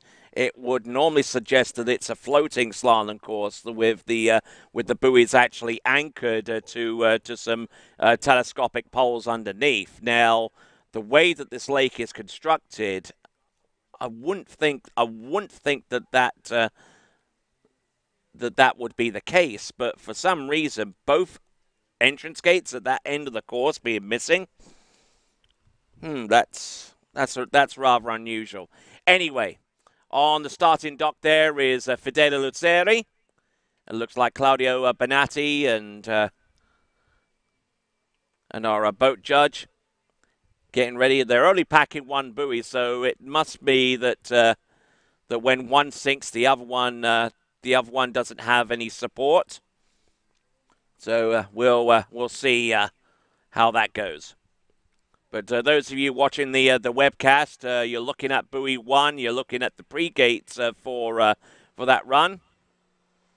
As Mario Pagozzi brings our official homologator, who I believe is Claudio Benatti, and it's his typical responsibility to ensure that all the buoys and all of the stuff that requires measurement and homologation is up to standard.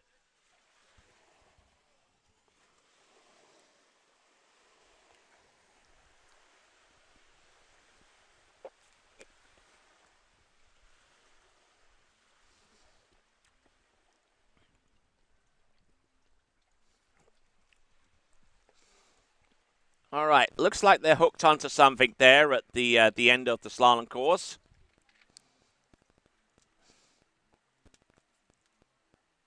Now they're pulling. Okay, I see how this goes.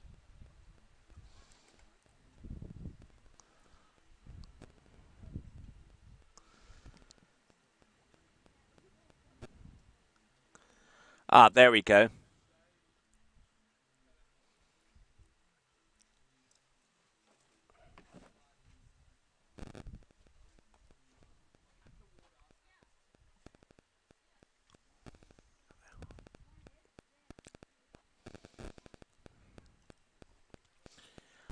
Looks like the reason why the other gate buoy disappeared. Looks like the one of the buoys was one of the gate buoys was punctured, and so it just progressively started to sink. And now we're replacing that punctured buoy with a fully inflated one, which should mean that the slalom course is all well and good from here on out. So there we go. Well done, guys. We'll continue on with the competition. Yves Laurent Brechpu. I'll never get the pronunciation right, even as hard as I try. Yves Laurent Brechpu from Switzerland. Next competitor.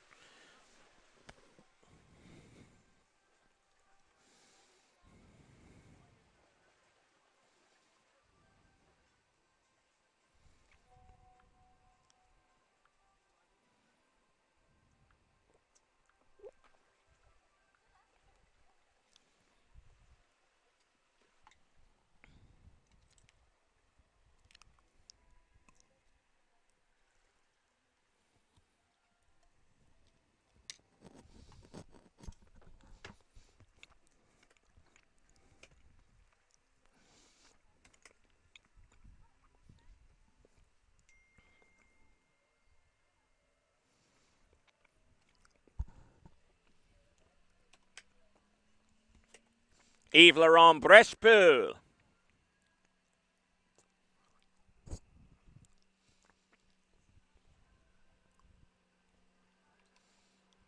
$16 meters.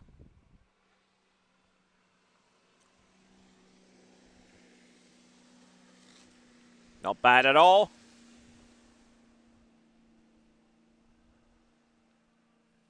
And not bad at all with the opening pass of 16 meters. Take a quick look at the action replay.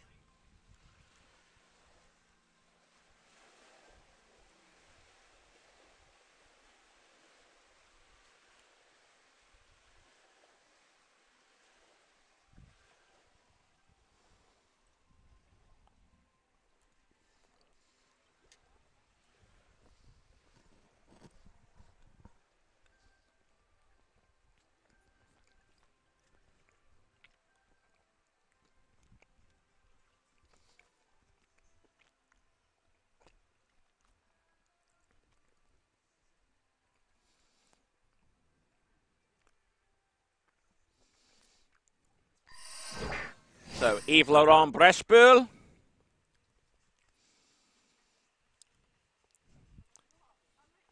Getting ready to go into the course, getting ready on the dock for his turn. We'll see who that is in just a moment.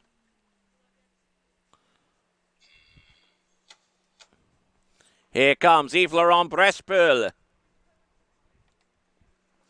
This is 14.25 meters.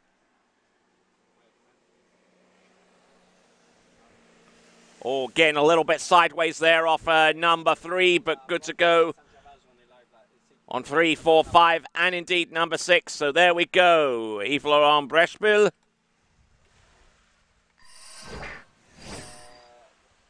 pourrait avoir des trainings mercredi? Parfait, je prends. Ouais, moi, je Nothing too much wrong with that particular effort. That's Yves Laurent Brechbuhl. Ouais, c'est parfait. C'est parfait, on part mercredi et en plus on peut practice. Ok? Pas de problème, pas de problème. Pas de problème. Moi, allez, je fais pas trop longtemps, mais là, ciao, ciao, ciao. Ciao, ciao. Practice what you can. Let's give it up some rock and roll music for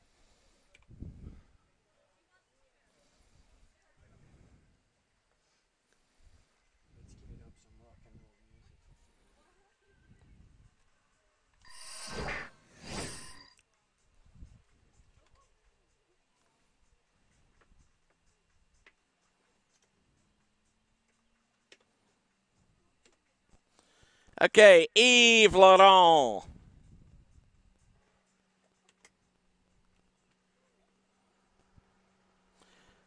Good to go around that number 1. Excellent. And about to compliment him fully on number 2, but unfortunately couldn't quite get the hookup that he needed to continue on with that run.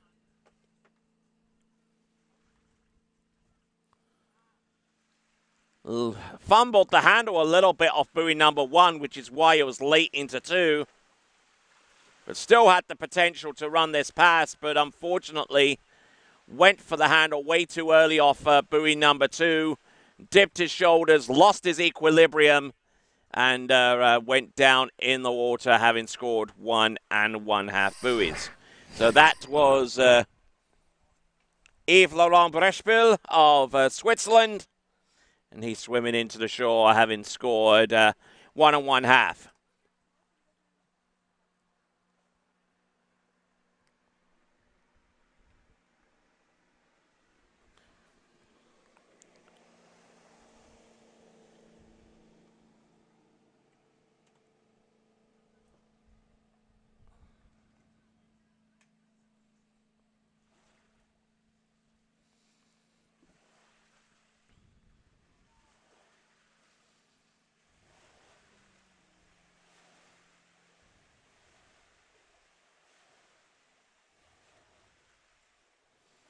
All right, then. So, next gear up should be Fidele Lazzeri.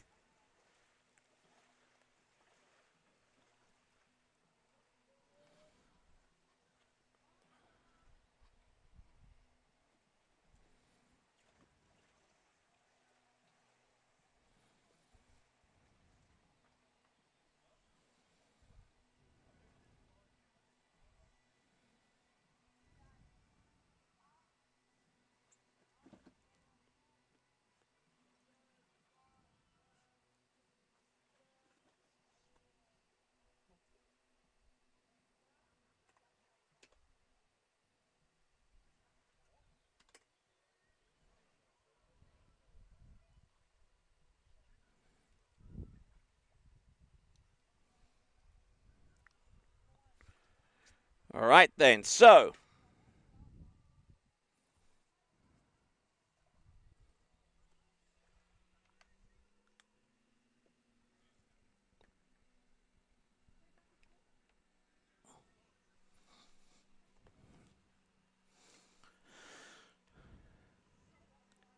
here comes Fidele Lazzeri.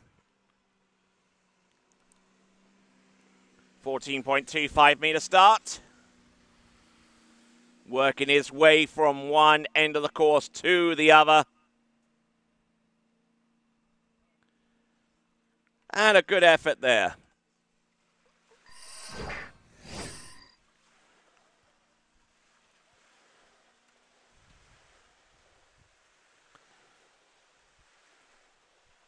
So getting good width, good angle preceding that. Not an awful lot to say that's of a major criticism of Fidele Luteri's run out there looked very, very neat indeed.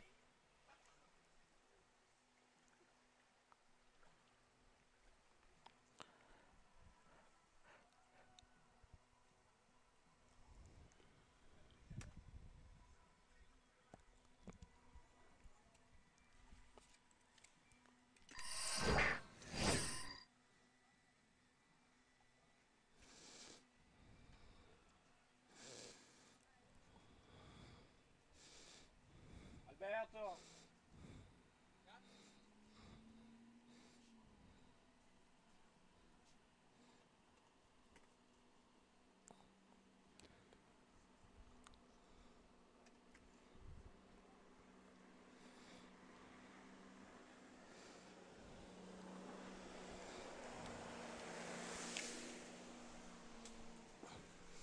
All right, not bad, Fidele Luteri. Whoa, and almost getting into the same position that he did in the round previous to this. In fact, that is 5 buoys, exactly the same score he did in the round previous. So just not getting away from that 5 buoy monster, so to speak. We'll pick this action replay up from about number 3. And he got really pitched forward into number 4, which didn't exactly help matters there. And, oh yeah, look at that. After number 4, he was basically in survival mode, getting really, really strung out into number 5. Just couldn't get anything right from that point onwards.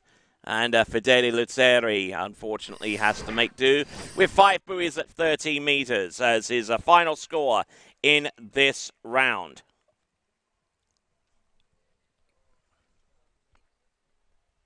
Alberto, please, skier, not speaking. Your job is to film.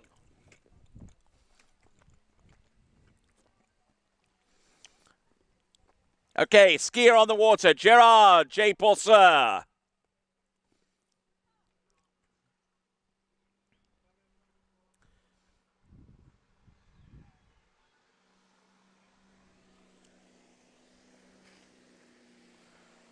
Doing okay. Excellent.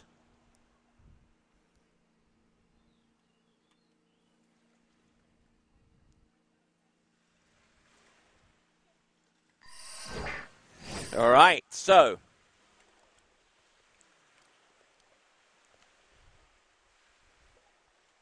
Gerard Jean-Paul Sir. Have a look at him on that pass.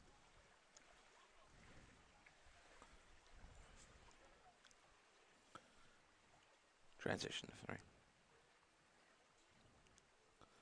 Okay, so Gerard Jean-Paul Sir.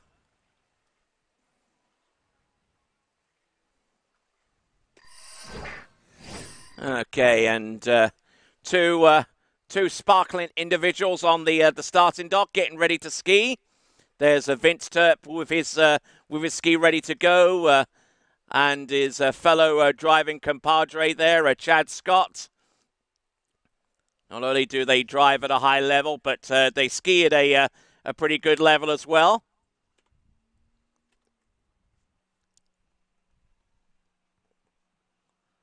Interesting to be interested to find out what conversation they're having on the dock. Here we go. This is Gerard Jean-Paul Sir. Oh, and getting in a little bit deep. Gerard Jean-Paul Sir just managing to scrape his way around buoy number 6 to run that pass. We'll take a look at this once again. It was almost slam dunk style except for the dunk.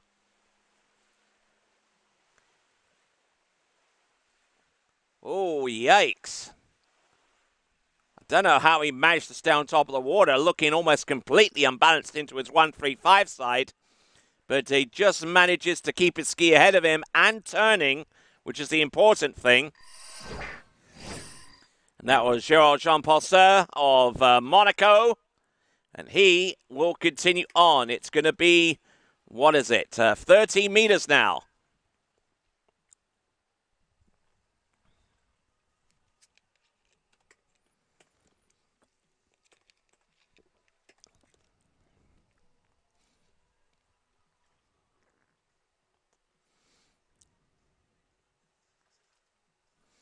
All right then, folks.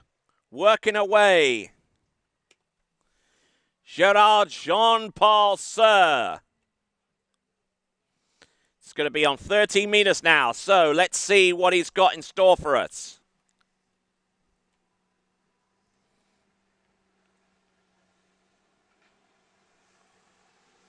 Hey, the handle going up way too high on those first two turns on the that pass of 13 meters. Can't afford to do that. Round number one. Grabs onto handle, comes up a little bit high to take off the slack. But from here on out, and the handle going up above his head on buoy number two in a vain effort to take the slack out the line. Unfortunately, unable to get round three, which will mean that his best score is going to be 2 on that particular line length of 13 meters. That is Gerard Jean-Paul Sir of Monaco. All right, next skier to go from Great Britain. It's going to be Vince Turp.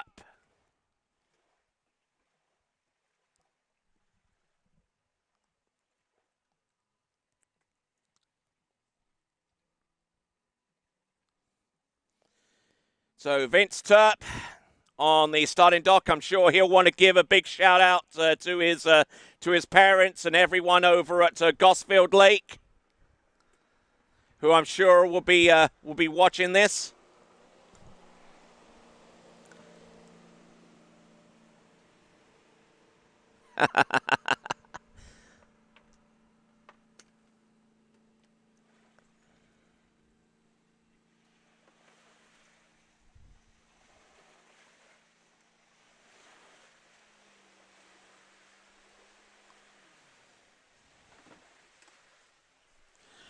All right, then, getting ready to take to the water.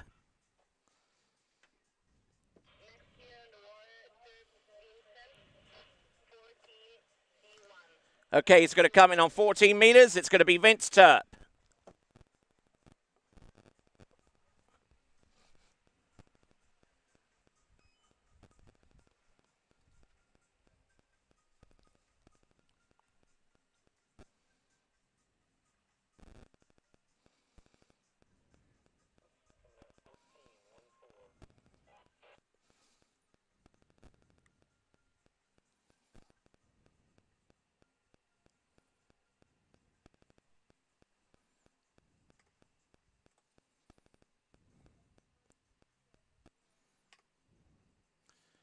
All right, approaching the course now, 14.25 meters.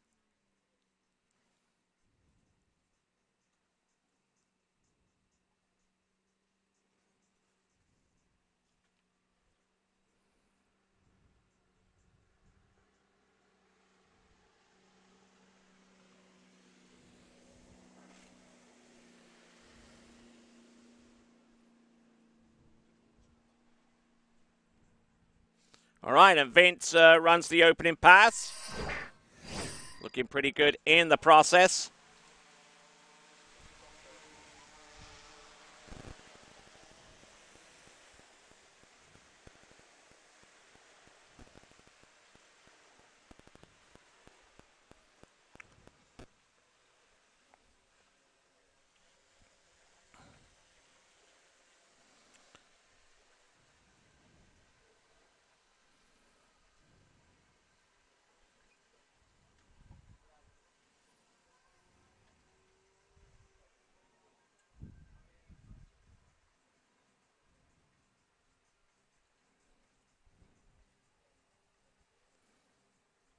All right, then. So excellent stuff there from Vince Turp.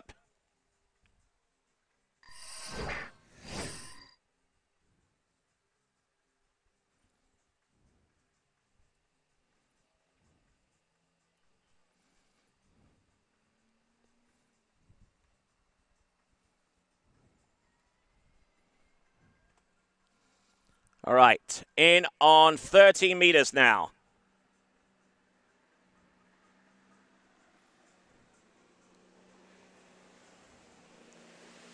Looking in very, very good shape indeed.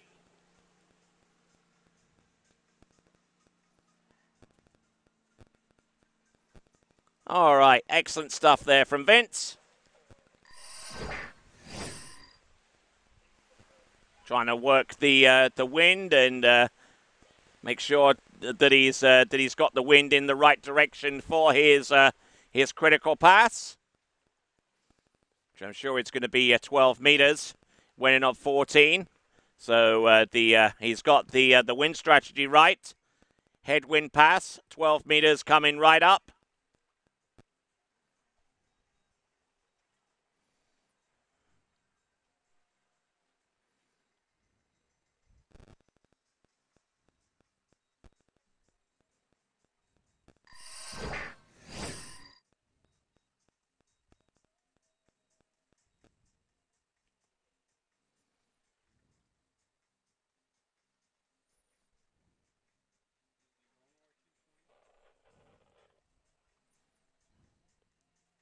Yeah. All right then, here we go. This is Vince Turp.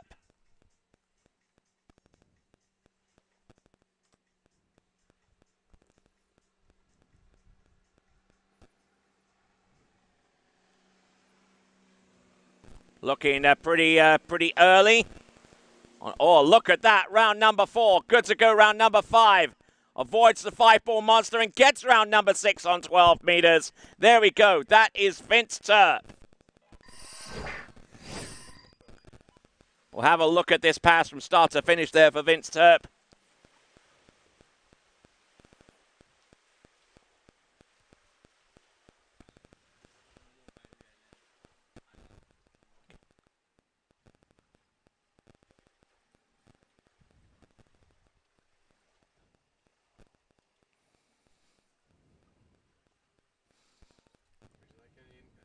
Backup, Tony, or you prefer to go it solo? I'm good for the moment. Thank you, though. Appreciate it. Yep. All right, then. So, there's 12 meters there, and that is Vince Turp. You're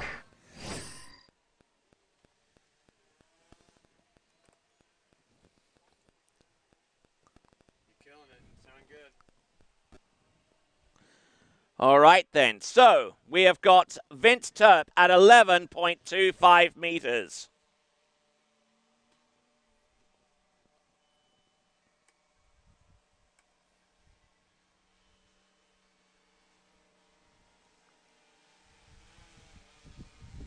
Oh, Slam Dunks number 1. Does likewise on number 2. Continuing to roll on number 3. Oh, look at that, round number 4. Can he continue? Look at him go. Oh, my word. Beautiful looking pass there from Vince Turp. We'll try and get confirmation on that line length shortening.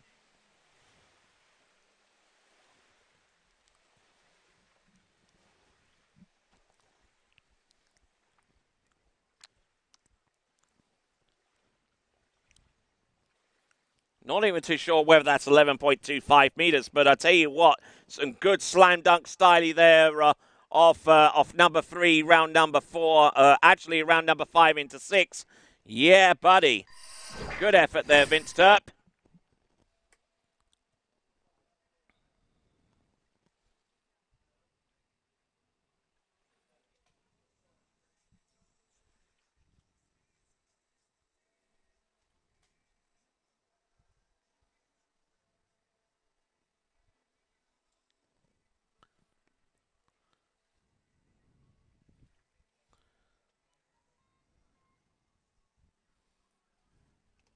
All right, then. Here comes Vince Turp.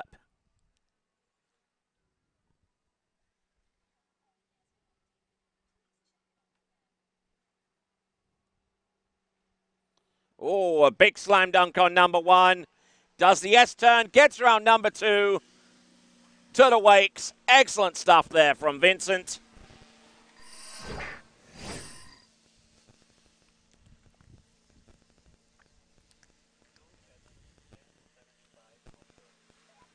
Okay, so we got a confirmation on the score. It is 2 at 10.75 meters there for Vince Turp. Excellent stuff there from him.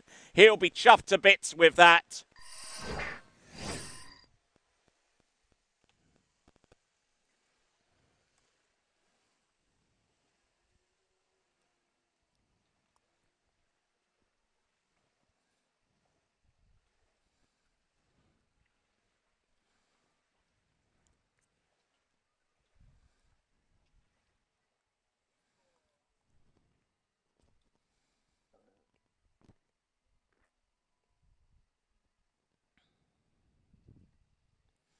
All right then. So Vince Turp making his way back to the dock.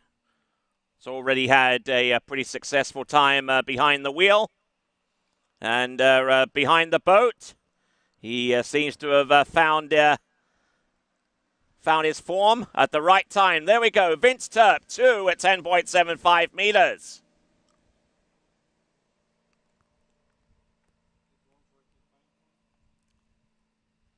So a beautiful drone shot there by Vincent Stadelbauer. I'm sure that Vince Turp rather can hear that buzzing in his ears. It's not because of some insect that's crawled in there. It's because Vince Stadelbauer was following within about 20 feet of his head.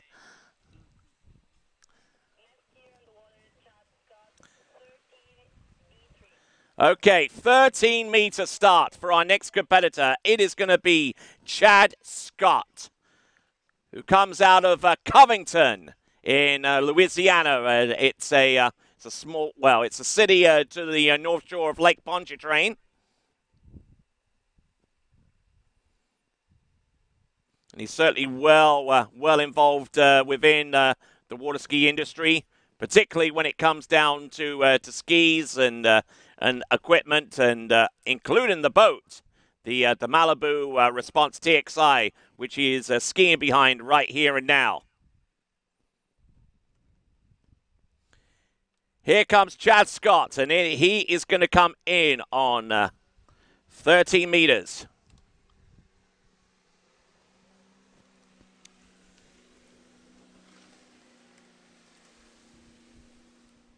Decent effort to start off with. There you go. That is a 13-meter run.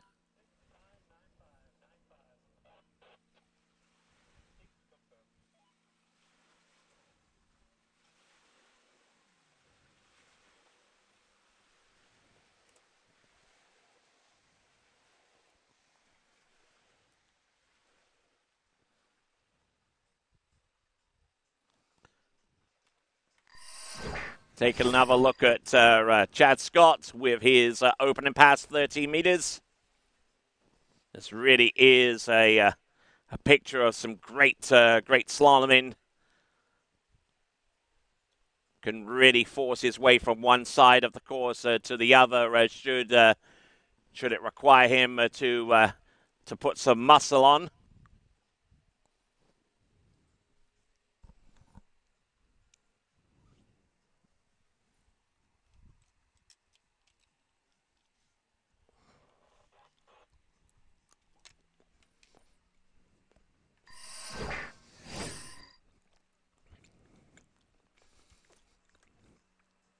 Here comes Chad Scott. This is going to be 12 meters now. Gets a good hook up on number 1. Round number 2. Getting a good flow going. And there you go. That is a successful 12-meter pass.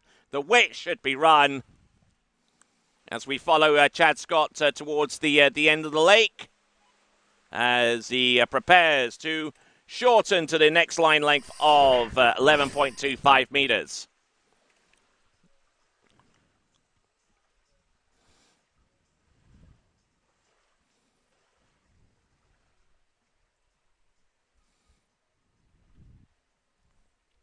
So, good effort there for Chad Scott.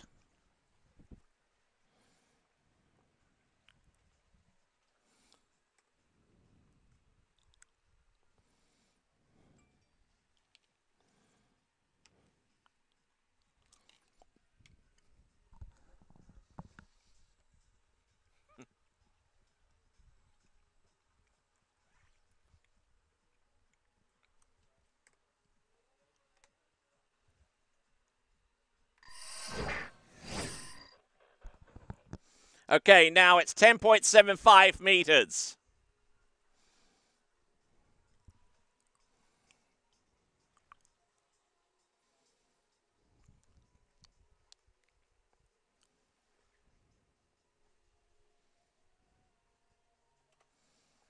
All right, here we go. This is going to be 10.75 meters. He's definitely played the wind strategy right. If, in fact, he's looking for 10.75 into the wind, he's got it.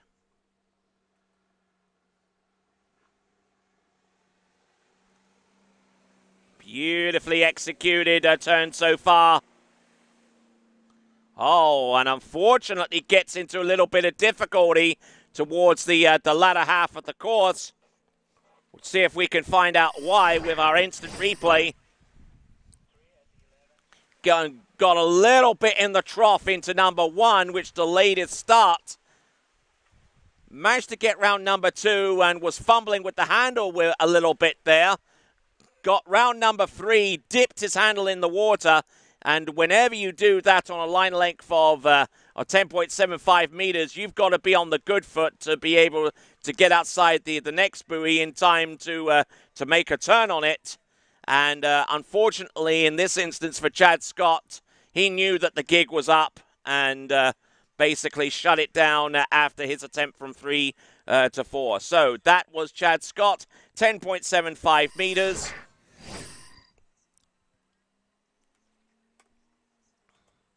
And we'll bring him back to the dock. Behind that, Malibu Response, TXI.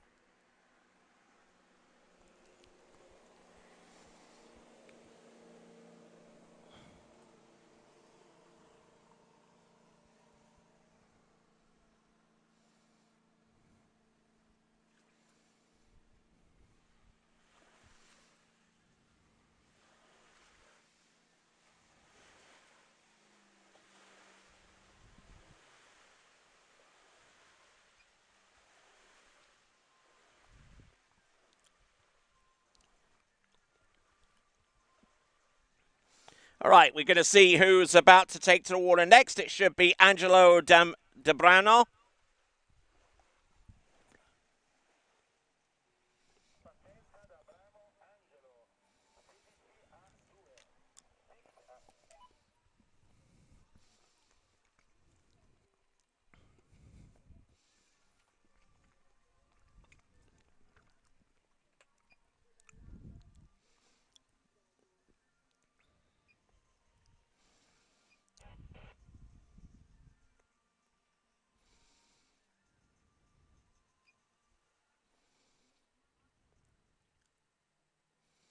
Okay, here we go. Angelo Debramo.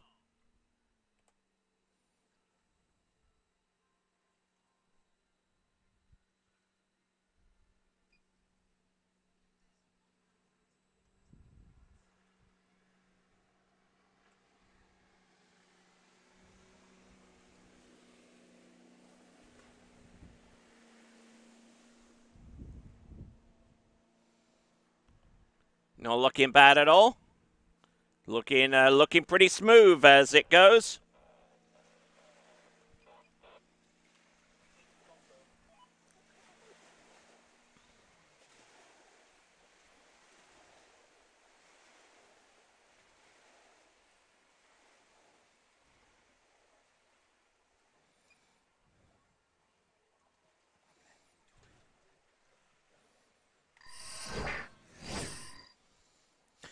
So that was on 60 meters for Angelo Debramo.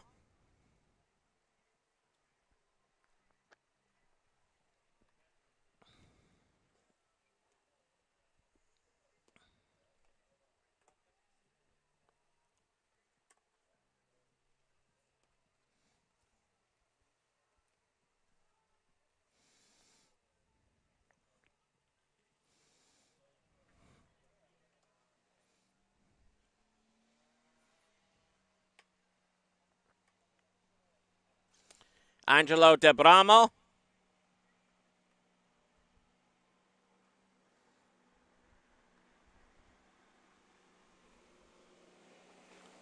Not looking too bad. But up to a certain point, he kind of lost the plot a little bit. We'll find out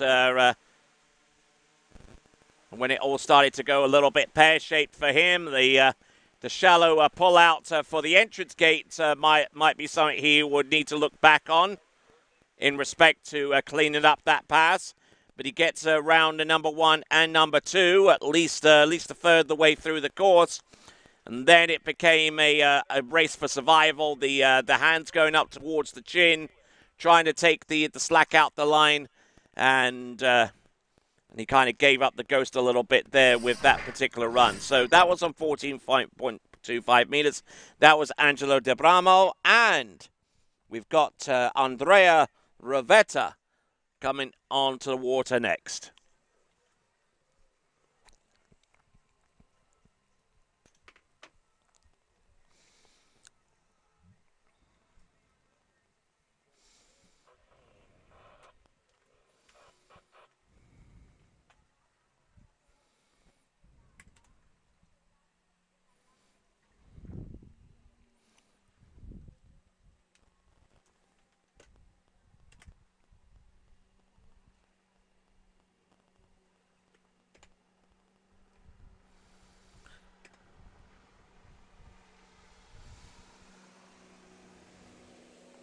Little bit of a slam dunk there on 3, but still managing to work his way through this pass little by little, bit by bit. And there is a 6 buoy count, I believe. So now let's have a look.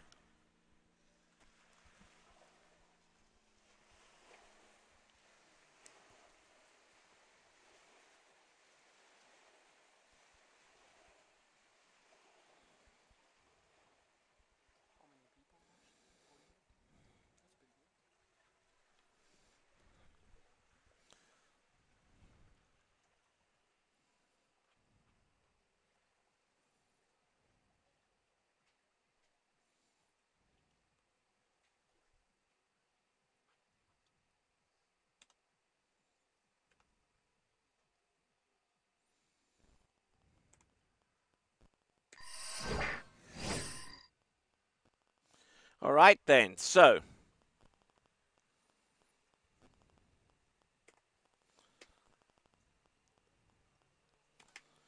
Angelo. So actually, this is Andrea Ravetta.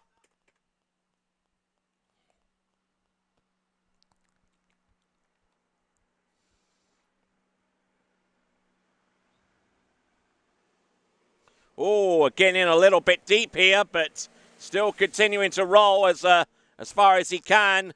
And another one who scored 3 after getting into a little bit of difficulty from the start.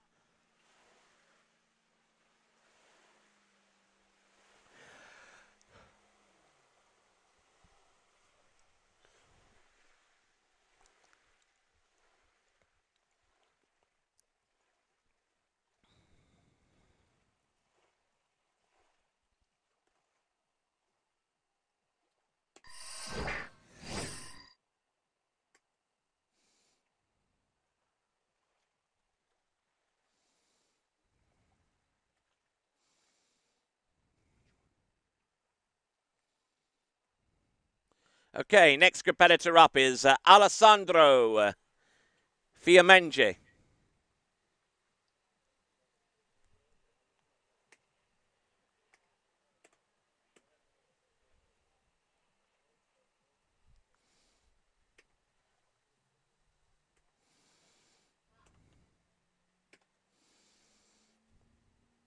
Here he comes, Alessandro. I believe he's going to come in on 14.25 meters.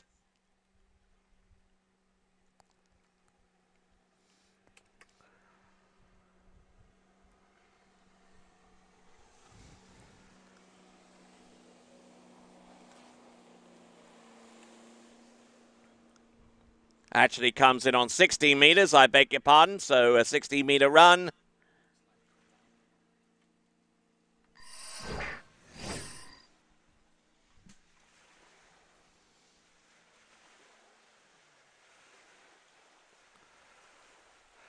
Please, can we have a confirmation of the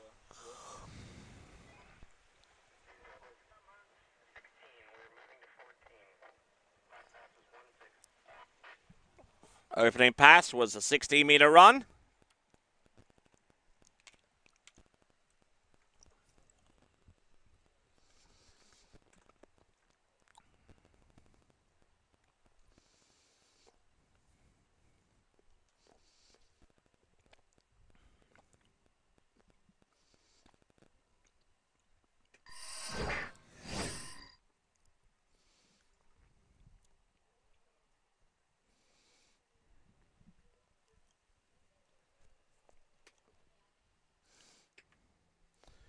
All right, here we go. Andrea. Alessandra Fiamenci. I beg your pardon. It's been one of those days, I'm afraid. Here we go. Round the first, round the second. Getting broken over. Coming into number 4, but still managing to hold on to this. Can he get round number 5 and 6 on 14? Yeah. Let's take a look at this replay. Certainly it's a case of brute force and ignorance here by Alessandro Fiamenci.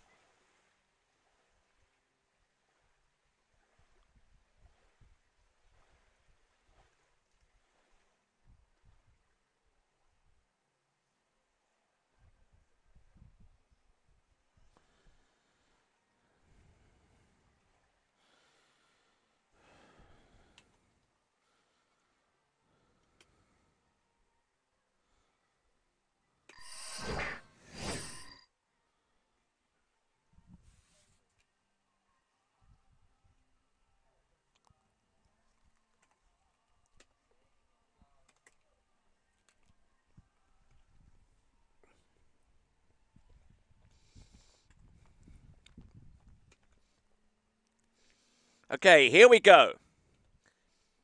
Alessandro Fiamenci.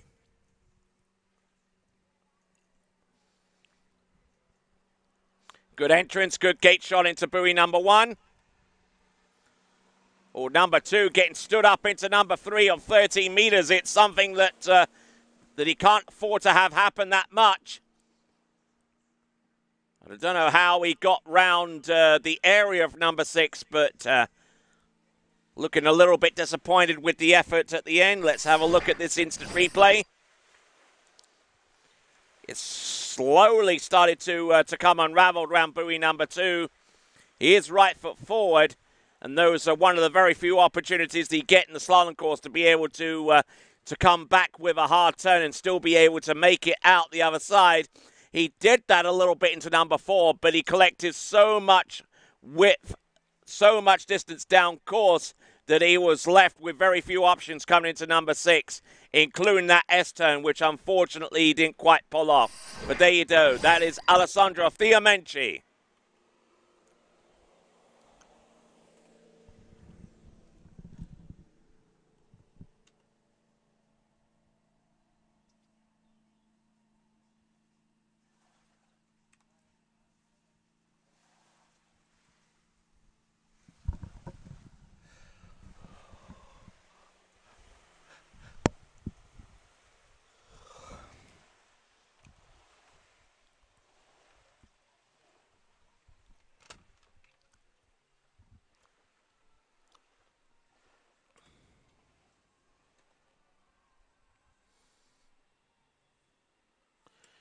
All right then. Looks like the boat is docking for a little bit.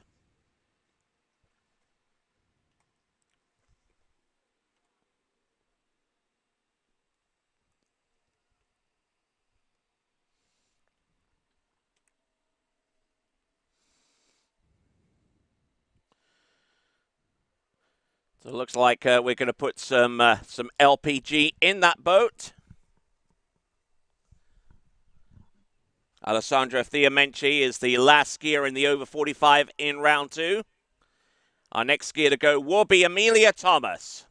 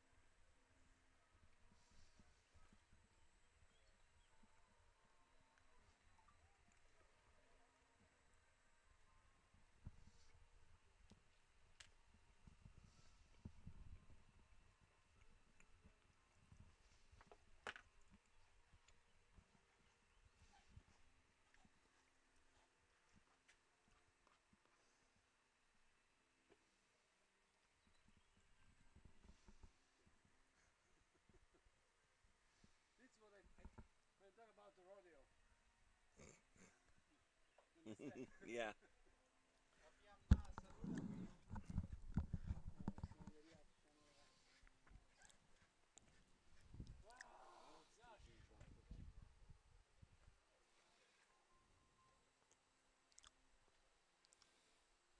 Why I love so much this sport that is so greedy.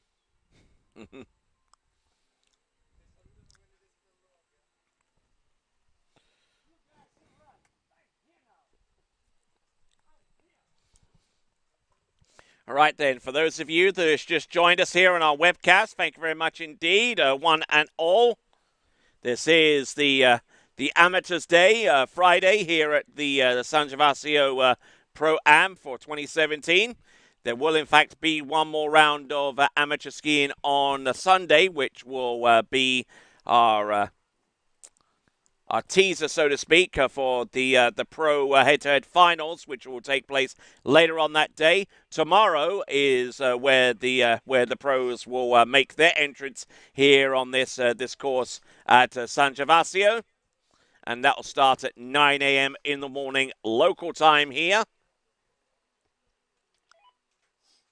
Guys, no electricity in the boat.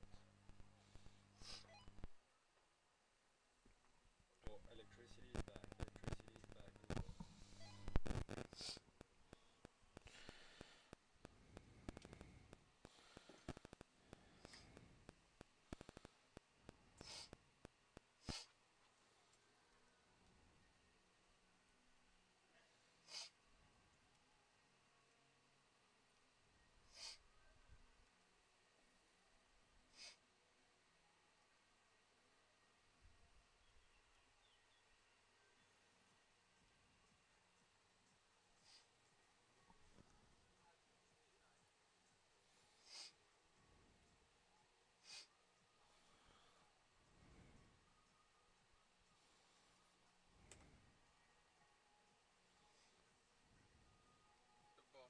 Sì.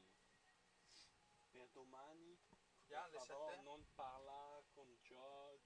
Yeah, yeah. Domani, camera, camera, camera, Yeah, camera. yeah, yeah.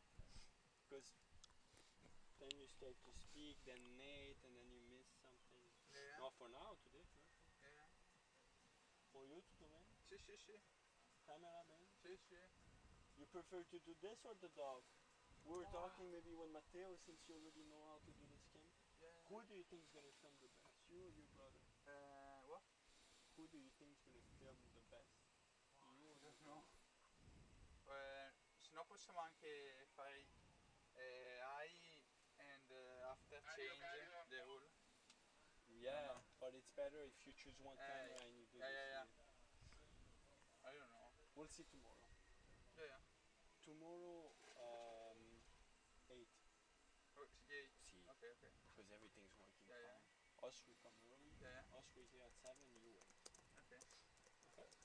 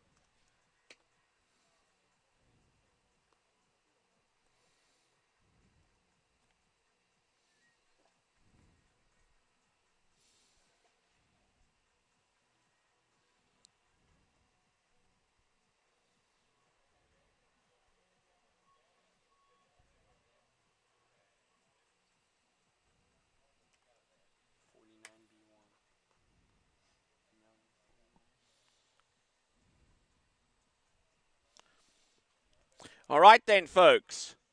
Next competitor up From the United States of America, this is Amelia Thomas, and coming in at 49K, 18.25 meters.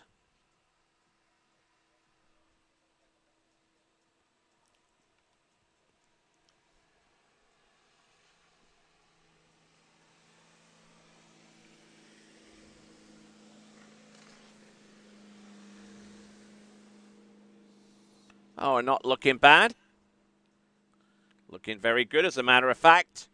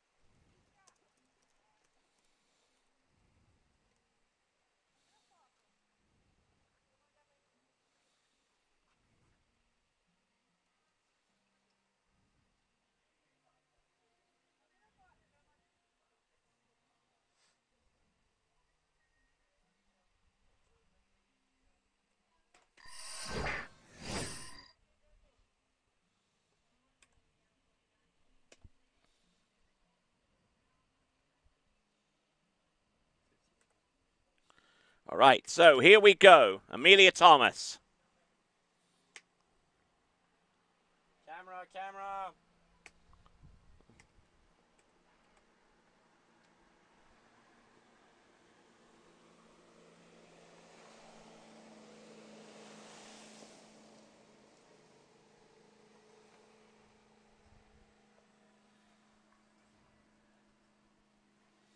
All right, looking okay, looking good. Take a look at that pass once again. Seem to be in a pretty good shape from the get-go. This is at 52 kilometers an hour.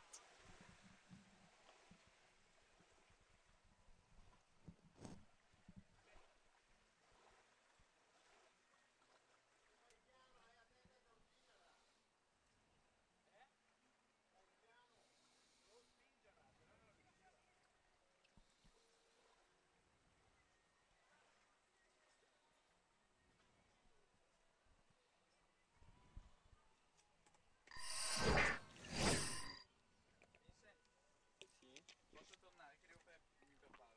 Ok. Se trovo qualcuno dico di venire.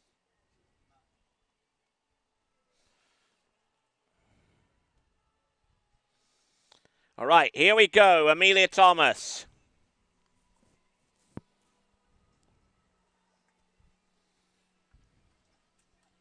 Matteo, Matteo, lo zero dei capi.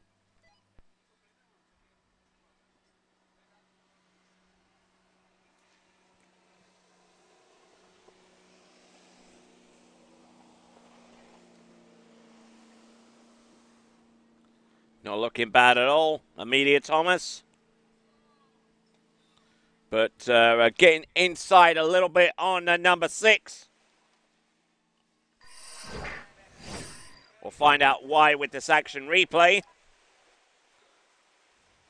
And looks like she kind of lost a little bit due to the timing on her entrance gates. Came in rather shallow, which meant that she didn't have enough residual angle off the end of that number 1 turn to really sustain too many more turns beyond that in terms of trying to complete the pass. Getting round number 4 looked pretty decent, but at this point she was kind of struggling and trying to battle for survival at this point, and came up short on number 6. So there we go. That is Amelia Thomas.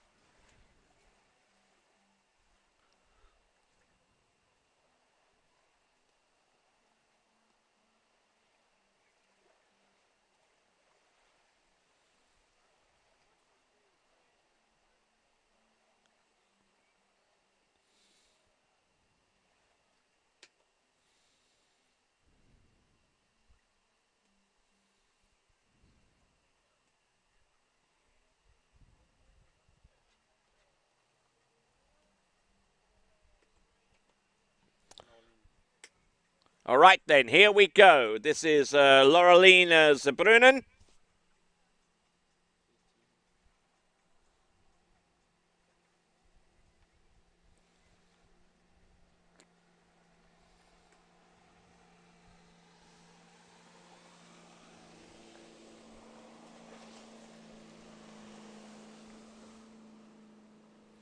All right.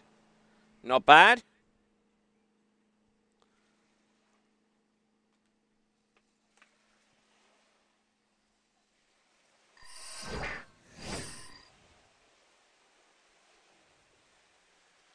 All right. Looking very, very good with pass number one.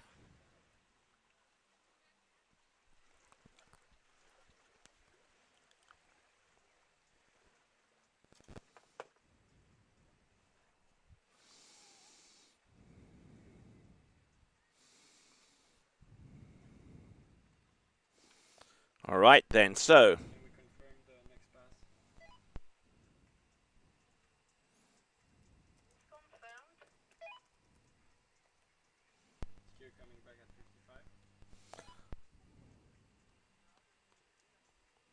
Skier coming back at 55. okay, coming back at 55 kilometers an hour. Will be Laureline Zabrunen. 80.25 meters now. Let's see what she's got.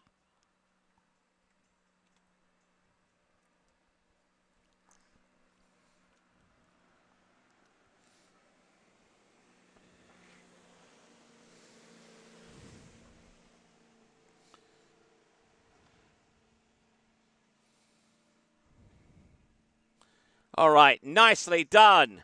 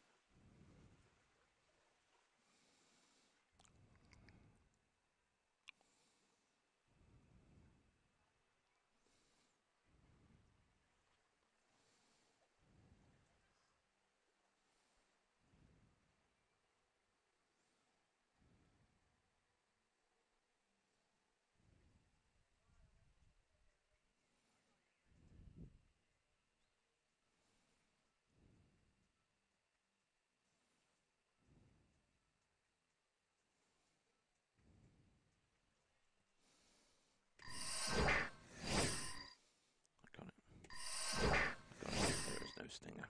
I don't know why. All right, then. So here we go. This is Laureline Zabrunen.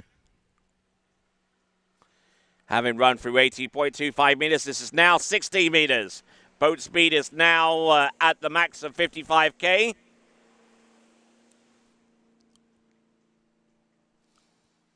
And looking very, very sharp with that particular run. I don't know why.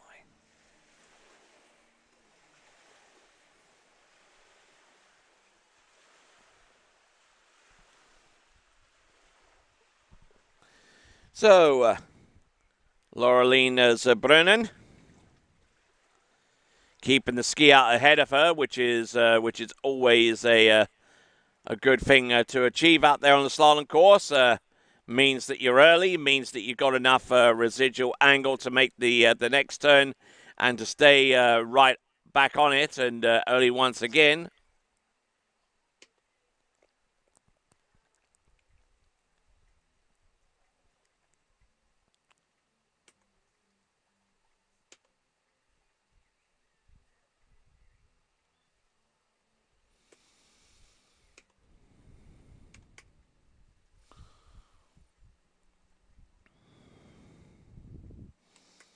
Okay, Laureline Zabrunen.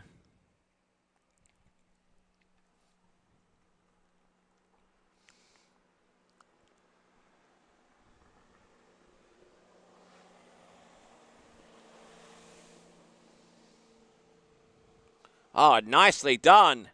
And really keeping that ski out ahead of her, especially into number 6, where she just hikes that buoy, hikes that ski around the buoy for that final turn before she heads out through the exit gates.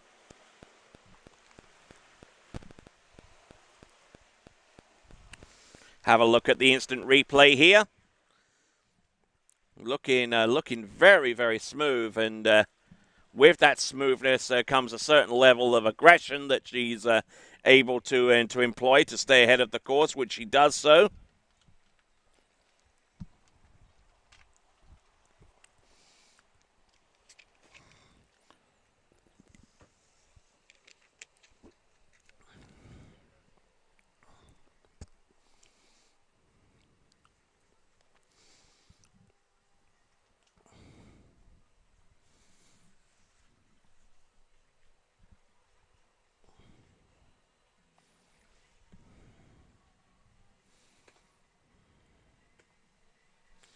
All right there, here comes Laureline Sabrunen.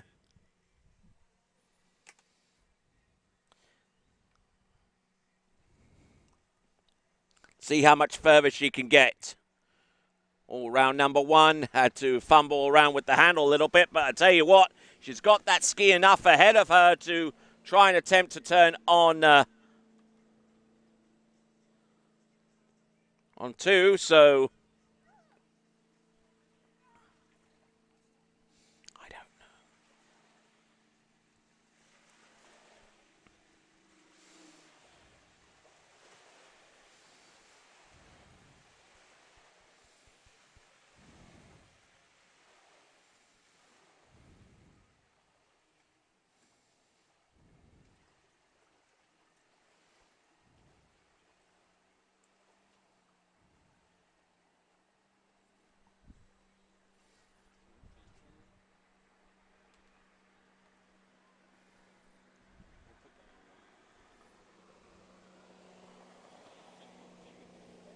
Yeah, I don't know why. I don't know why it's doing it.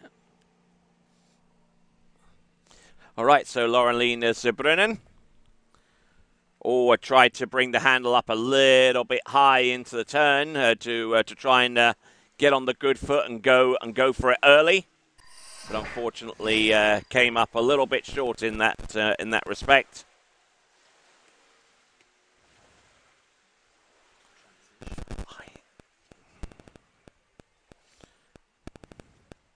Okay, let me quickly.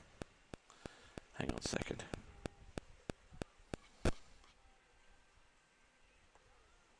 Hang on a second. Okay, the skier on the water.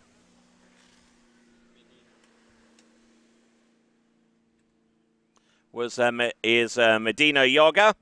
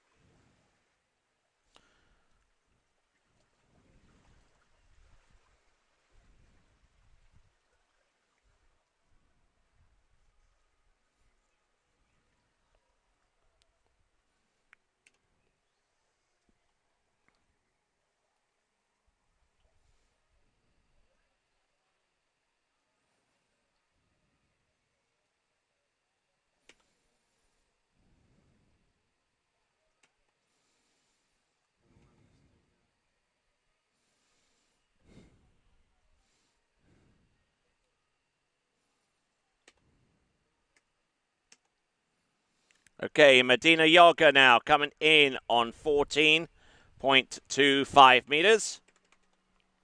Don't hit the stinger button, okay?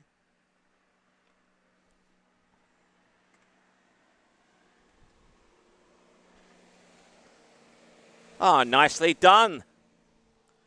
A little bit of slack off number 4, but she's able to handle it. And Medina Yoga getting through all 6 buoys on that particular run. Getting some good width there on both sides of the course.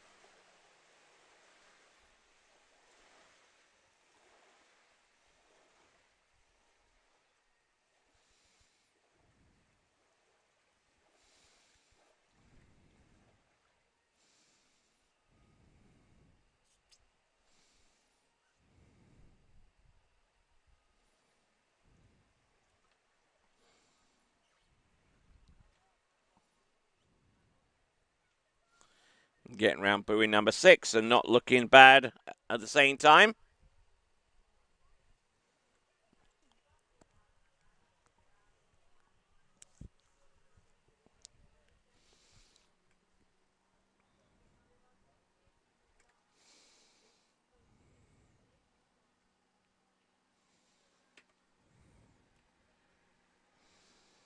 Once again, Medina into the course. Oh, and tried to get a decent start on buoy number 1, and it wasn't going to take there for her. That was, I believe, on 13 meters.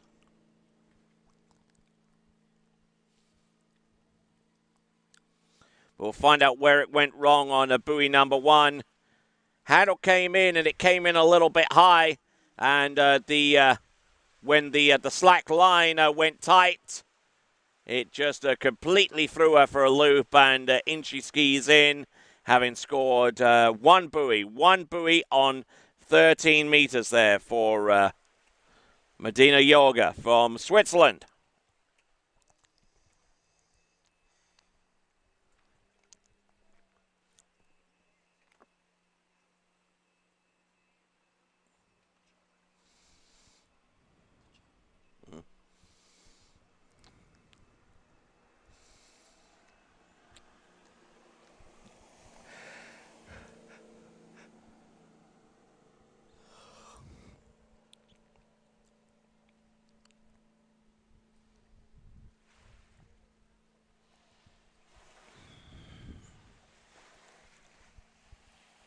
All right, let's see who's coming up next. It's going to be Lena Patorel.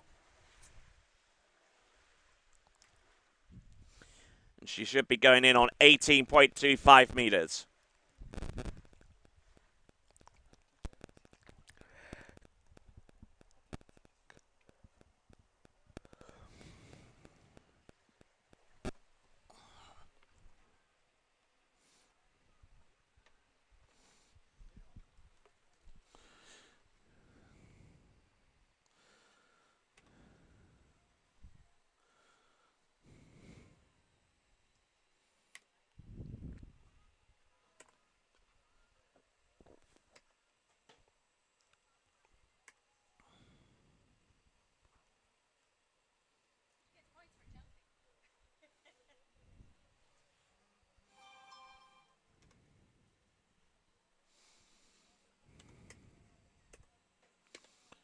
All right, here we go. This is Lena Patorel.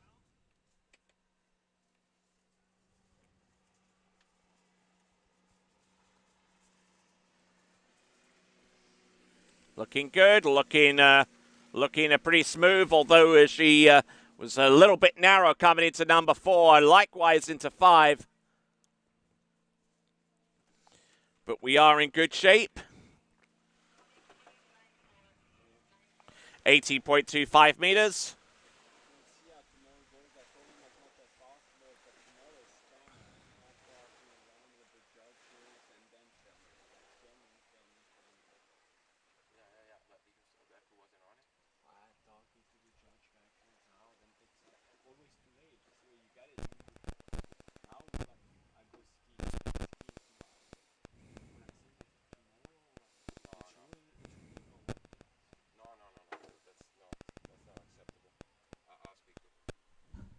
What's wrong? No, I'm just saying tomorrow that shoreline camera. What did you think about that shoreline camera? I don't know how much experience he's had with it, so I don't know. Yeah, but it's not just a question of experience. When he's on it, it's alright. It's like he needs to be on. All right, then. So here we go. This is Lena Patorel. She's going to come in on the 16-meter line.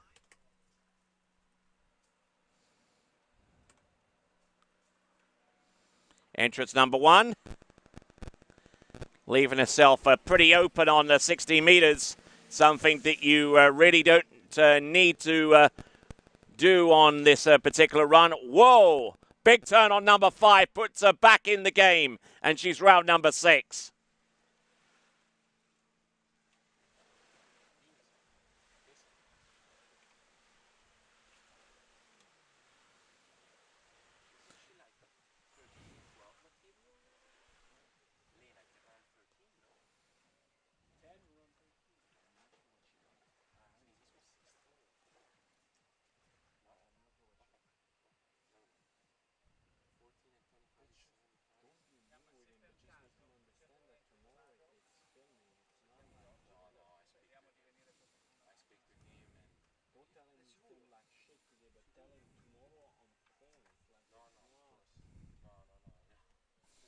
All right, so that's Lena Patarel, and that is the 60-meter line.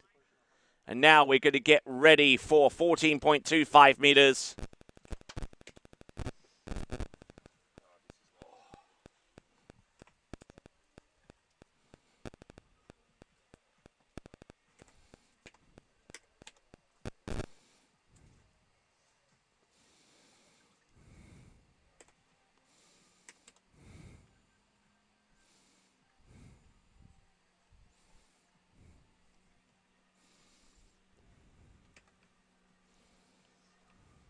All right, here we go. 14.25 meters. Oh, a little narrow on number 2, though, but she's trying to make up the distance, and unfortunately that ain't going to happen with the kind of turn she had off number 2. Going to take a look at this with the action replay.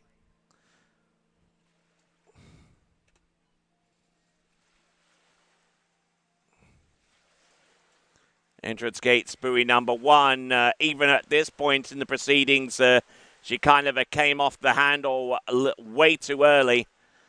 I mean, you only have to scroll back a little bit at the wakes. You see the handle is right off the second wake, which meant that the ski was never going to get much beyond buoy width. And when you're at 14.25 meters and that happens, then you're really battling against the elements here. And that being the case, Lena Patarel is lucky to get 2 buoys on this particular line length. So there she is, Lena Patarel.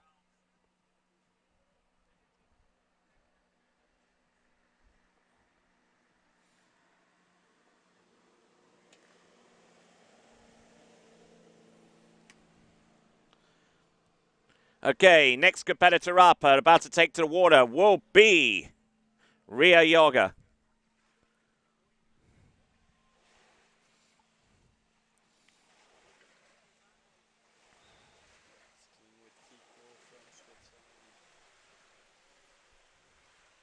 Ria Jorger, that actually she's the leader of this section of this group. At least after round number 1, anyway. Correct. So and number 1, she did 3 boys at 12, and let's see now if she is able to increase her score. Okay. All right, then, coming to you live from San Gervasio. I've got Alessandro Fiamenci. There we are, guys. There we are from all over the world. My friends, South Africa, Aussie, and down under, always there. Yeah, we got all sorts here this weekend. And my name is Tony Lightfoot from Eagle 98.1 WDGL in Baton Rouge with the Overnight Invasion, airing every overnight during the week. Okay, here we go. This is Ria Yoga.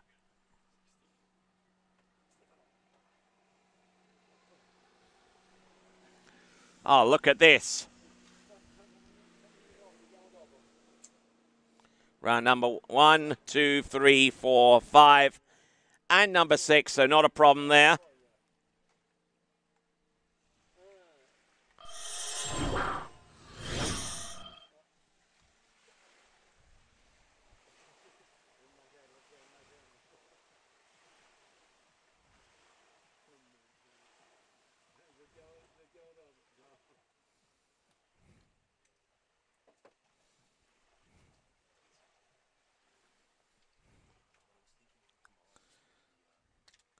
So Ria Yoga on 60 meters.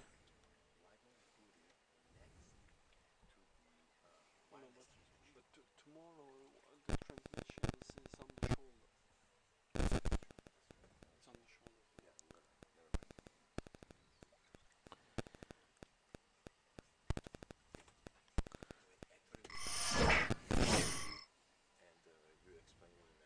I had a nice talk with Kiko Buzzotta before. He's the one who is a coach of this bunch of Swiss girls. Uh-huh. And he told me that they're actually living in a camper in Recetto. Oh, very nice. It looks like a vintage water ski. Way back in the day. Okay, Ria Yoga.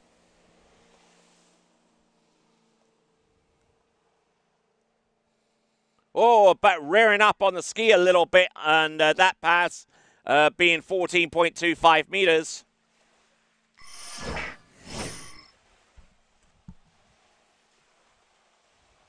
So it's nice anyway to hear people that love so much this sport to spend the day, the weeks in a place with friends and living in a camper. Yes, indeed, the kind of sacrifices one has to make to succeed in this sport, I guess. It's true. It's true. All right, so that is Ria Yoga, getting through 14.25 meters. In the Was States, it's quite common to see a situation like this, that families are running the slalom course and spending some time there, or not much. It differs. It differs from different parts of the country. You know, Florida. I can only speak for the scene in the AWSA South Central, but yeah, there are quite a few people that will travel around and will actually camp in order to be in a position where they can train effectively. Here comes Ria Yoga.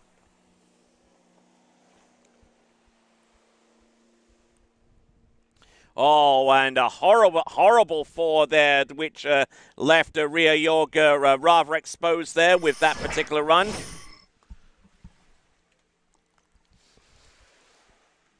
So let's see where it all started to go pear-shaped for her. That was actually buoy number 2. And up to about this point, she was okay, although she did take a hard snap off number 3 and skied directly into number 4 and tried to get that ski to convince it to turn, and unfortunately, that was not going to be the case. So that is Ria seeing the number 4 go past her on the outside of her ski, and she will get 4 buoys for that effort.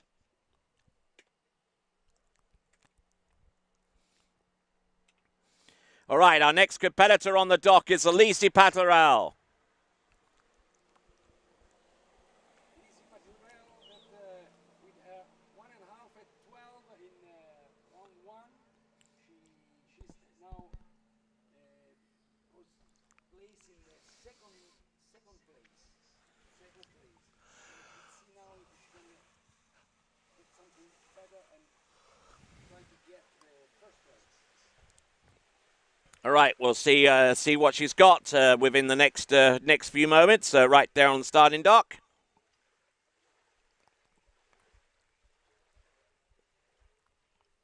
The image from the dock are really, really nice. You looks like you have a look of the skier before he starts. It's something like getting more familiar with the person.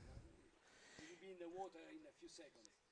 Yes, and that's one way you can look at it, I suppose. It's just gives a little bit of depth to the event. Rather than just seeing them out on top of the water, you see what happens beforehand as well.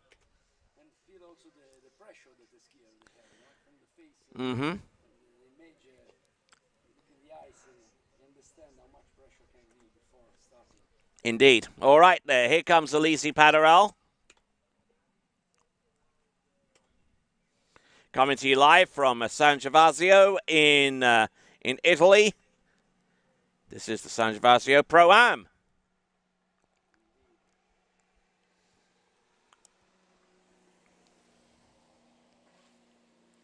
Good counter rotation there into number 4. Staying well on top of the ski and well wide of these turns. Nicely done there, Elise Pateral.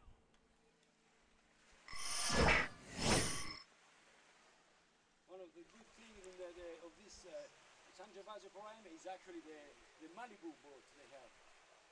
This year the Malibu is the new one, new boat. I talked with the driver. He said that it's really easy to drive compared to the one that was used in the past. Uh-huh. So it's nice to know that they made up this boat also to a good drive and a good feeling for the driver, and gives a good sensation to Yes, indeed. It makes an average driver good, and it makes a good driver great. Exactly. Good one.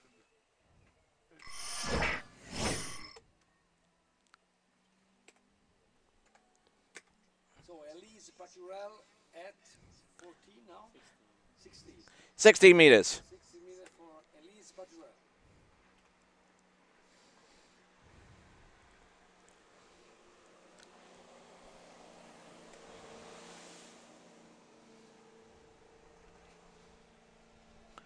Okay, so this is a 60-meter run, and she absolutely stomps on it like an unwanted bug. Nice and easy. You could say that, definitely. Exactly the opposite of what I did. Yeah. So we see Elise and 16 meters. You see something that is really typically the case with a lightweight skier. The rooster around about 60 meters away does tend to throw some skiers for a loop or sends them airborne more often than not. But a skier who is experienced as Elise is should be able to cope with that without too many problems.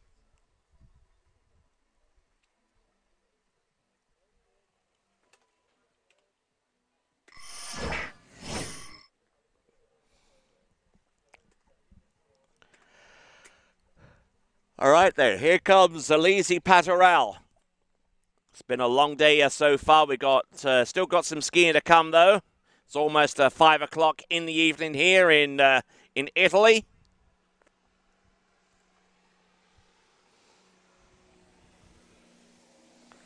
Keeping it going. Keep it's a good counter rotation here. Round number 5, well early and wide. And there we go. That is 14.25 meters the way it should be run.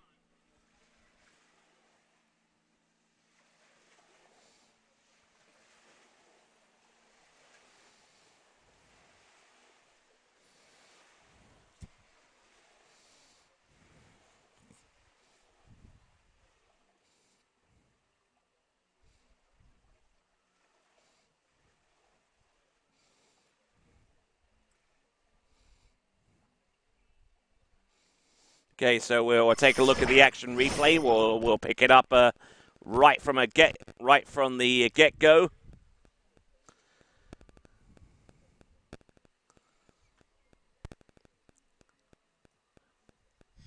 I wish that the picture was a little clearer because it looked like Elise was very close to that right hand gate ball. Let's have a look and see what we've got. 13 meters for Elise Paturel. Indeed it is. Entrance gate, buoy number 1. Takes a good shot there and continues to roll from one side of the course to the next.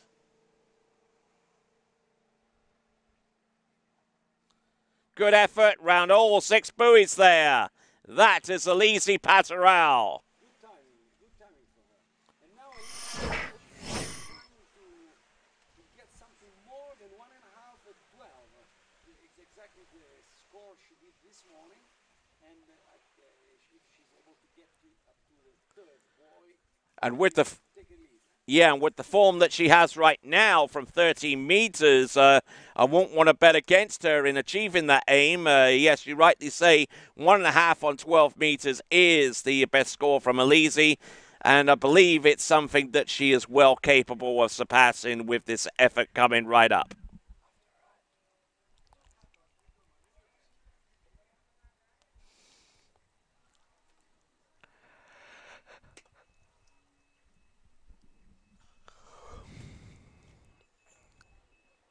So the next one will be Anna Kovalenko after Elise Paturel.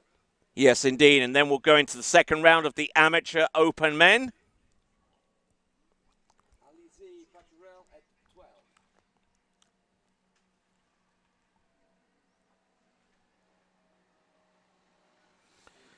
Oh, nicely done, round number 1 and 2.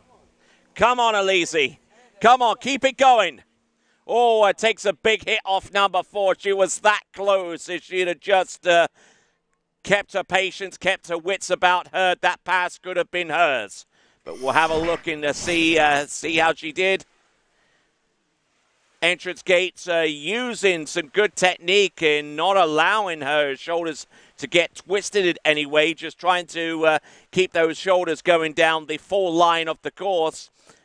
A technique very, very akin to snow ski slalom, where all the motion is below your waist and almost none of it is above the waist. A bit the one skier that I remember in the day that could do something like that and very effectively is a one Alberto Tomba La Bomba. Malabomba, yeah. The guy was able to jump almost 1 meter with 100 kilos on his shoulder. Oh wow. 100 with 2 feet. But he's astonished many people about this. So you could see him on the pole, so what he was able to do. Uh-huh. All right then. So So now Elisa Bertrand, she actually leading her series. yes, indeed, and she's definitely better than she did in the round before. So with a 4 buoy count there, that's Elise Padaral. And now our next competitor to go from the Russian Federation, it's going to be Anna Kovalenko.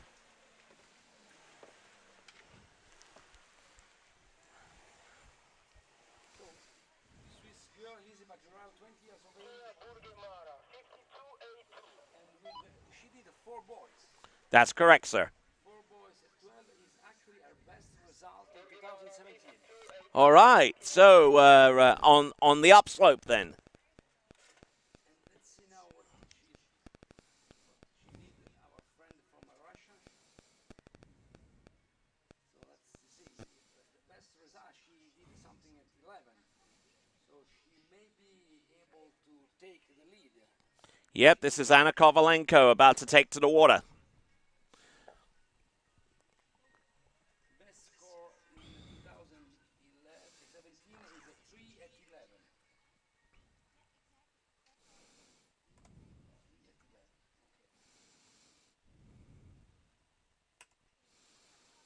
3 at 11. Mara?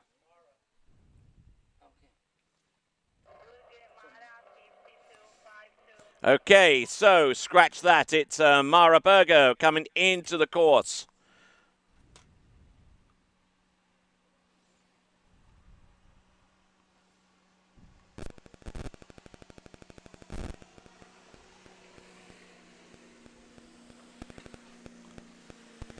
Meters for her. Yep.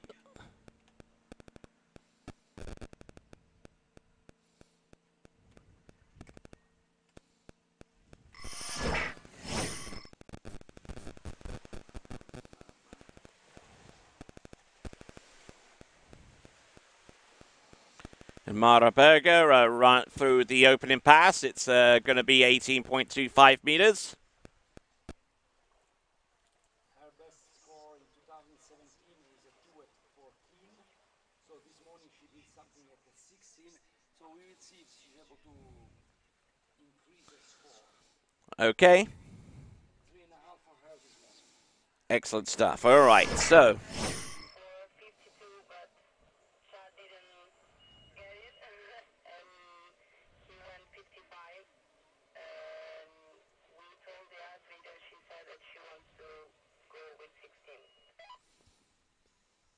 okay, looks like Mara Berger requested 52 kilometers an hour for a start. She actually got 55 kilometers an hour instead, which means that this next pass is going to be 16 meters.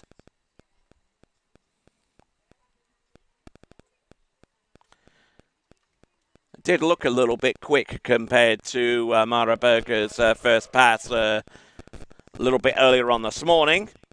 But Mara is thinking, oh, okay, let's go with the flow here.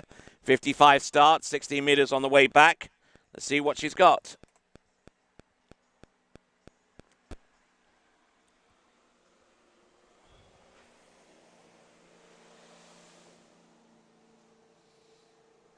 Not looking bad at all there. That might just be the ticket for Mara Berger. And now trying to find her best results 2016. So let's see if she's able to increase two boys at 14:25 that she did here exactly a month ago.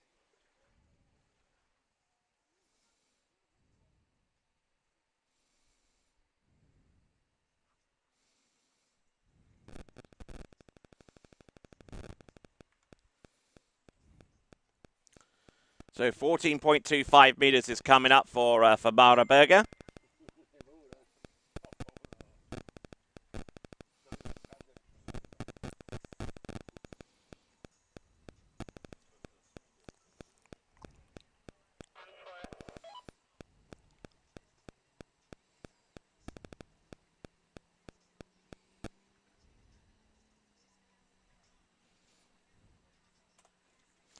All right, here comes Mara Berger.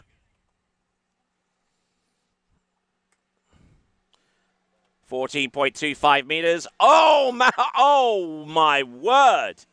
I don't know what the heck happened there, but it's certainly worthy of a little bit of replay action here. Going to go frame by frame here to see where it all decided to go horribly wrong. Came off number one, looked in pretty decent shape.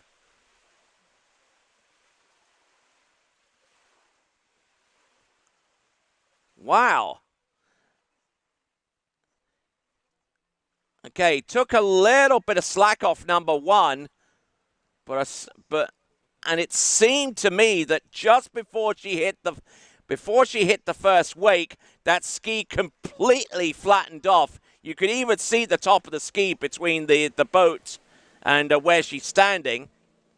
And then she just absolutely launched and just boom hits the water completely with her shoulder to provide us with a really dramatic ending to Mara Berger's effort out there on 14.25 meters. She did everything to get her best score, and that's nice. So you like this attitude? Yes, certainly. But I think that she's well capable of running 14.25 meters, though. I mean, she definitely got the turn and she got the edge, and I don't know why that ski flattened off the way that it did, but. Yeah, this probably the acceleration. You should get used to the acceleration. What do you think? What can happen in that moment? It seems that everything is under control, and in a certain moment, you get this big crash.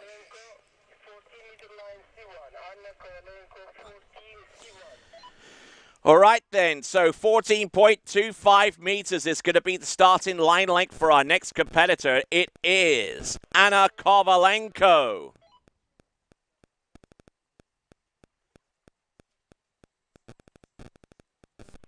As we said, best score for her is 3:11, so she can be tried to get the lead. She can try to do this, and 14:25 meters starting line is already something for us. Yes, indeed. Look at this. Anna Kovalenko, 14.25 meters. Hasn't been able to train all that much within the last few weeks due to an injury and the delay of getting hold of her skiing equipment again, which she left in Lafayette, thinking that she may not be able to use it when she got back in Russia due to a diagnosis of a knee injury she sustained earlier in the season.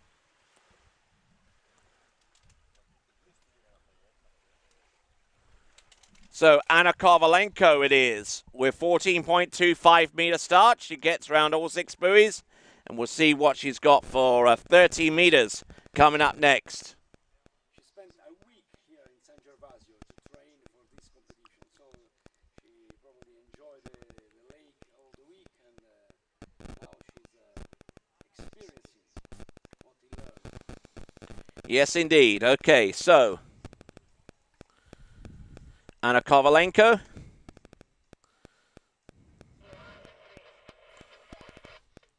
All right, 1-3, which is 13 meters then for Anna Kovalenko.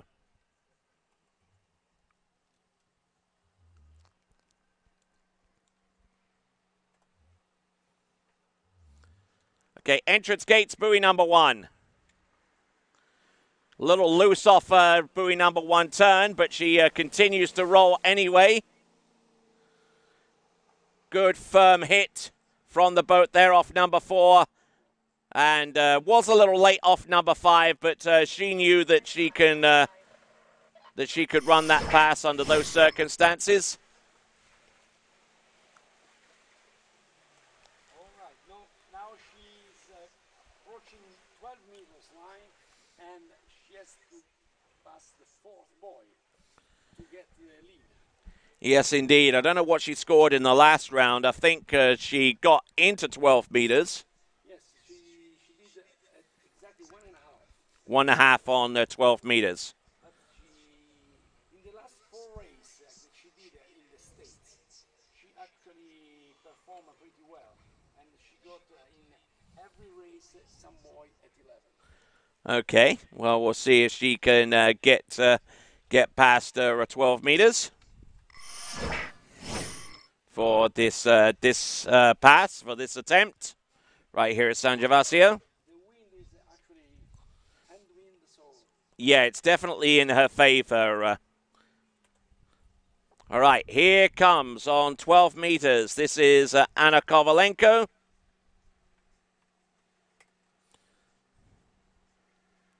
All very loose off number 1. Now she's going to really battle here. Now she's got a fight on her hands to run this pass and gets inside buoy number 4. Didn't exactly have the best start that she could have hoped for on 12 meters. In fact, she was actually quite narrow for the entrance gate and was continually trying to stretch to get outside number 1. And it didn't exactly help that she stood up off number 2. She is a right foot forward skier, which meant that she missed an opportunity there to get back on track. Neutral side turn didn't exactly help her out, and she was inside number 4, and that is all she wrote. There we go. That's Anna Kovalenko with 3 on 12 meters. so same score than Georgia that 3 boy at 12.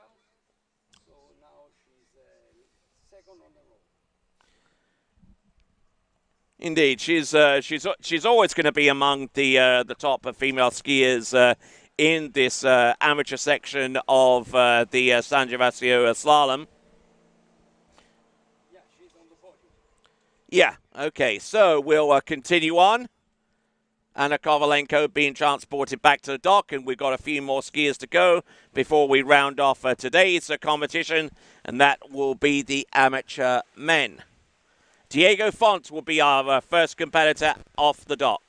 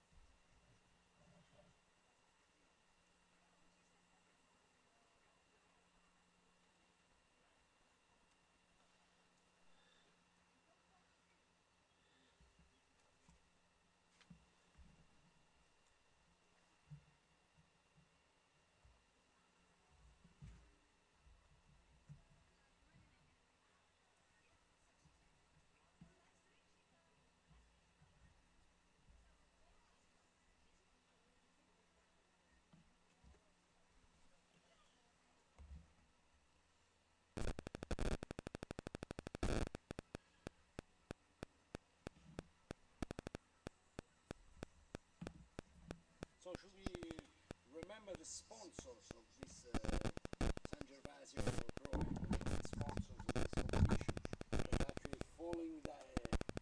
care of this competition since 3 years. In 3 years, that San Gervasio became one of the most important slalom course in Europe, thanks to this help that sponsors like Tony. Yes, indeed. We got Malibu Boats of Italy providing us with the boats and support that goes along with them. We've got Barker. They're providing us with some great support as well. Just trying to think of the other sponsors. I'll naturally have a list by the time this event takes the water tomorrow. Jolly water ski also. Of course, yes, of course. The main ski school here at San Gervasio as well. So they actually you are able to give us this big opportunity to see the best skiers that tomorrow and Sunday we will see in this San Gervasio Pro Am. That is an opportunity for all the skiers around the southern Europe to see them. Really, now what it will be? You have this San Gervasio Pro Am, and then there is another Pro Am in England. Is it true? Yes, indeed. There's actually the Andy Maple Pro-Am, which will be taking place next weekend. And I think in between this tournament and that one, there's going to be the Wyoming Slalom Pro-Am as well. So we got a lot of slalom events coming up within the next few days. And of course, there are the events coming up in the United States, Malibu Open, the California Pro-Am, of course. So the slalomers will find themselves traveling quite a bit in order to stay competitive. Sure, it's good to hear that also they are moving from the States, where actually there is a natural site, into Europe, that we are really also fond of having these big skiers here with us.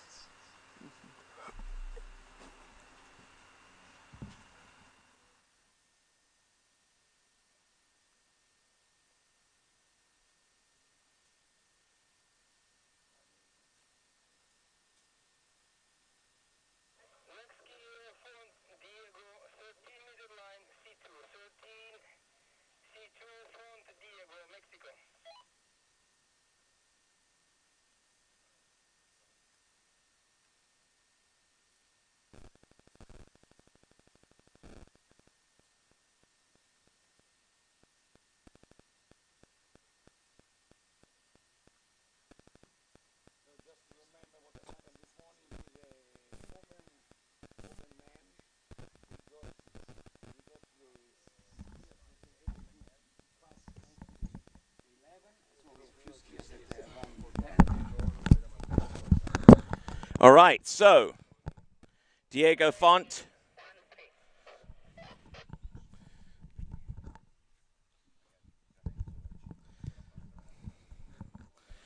All right, here we go. Diego Font.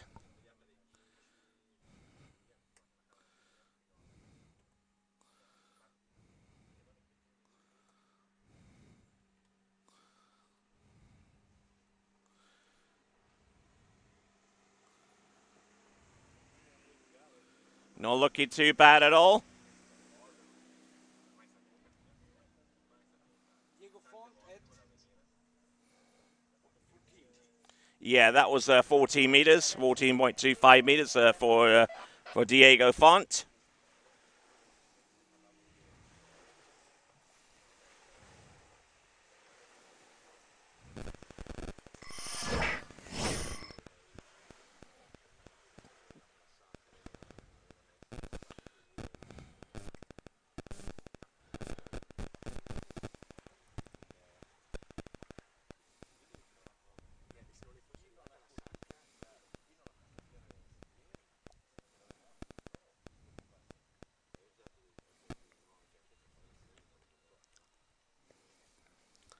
All right, so Diego Font, very little I can find of a fault on that particular run.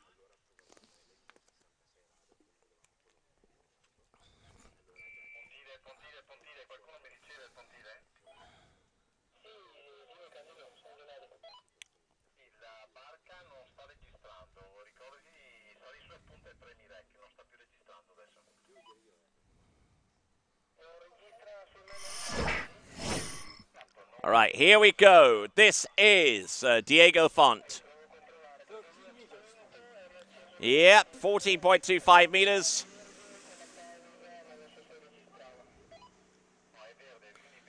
Actually, 13 meters, as a matter of fact. That is a good looking run there from Diego.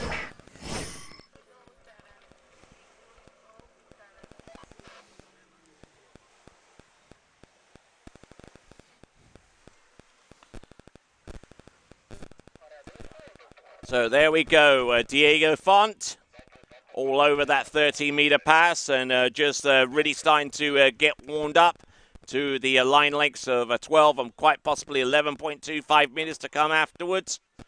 But certainly would need an excellent start in both cases if he is to run either pass one after the other.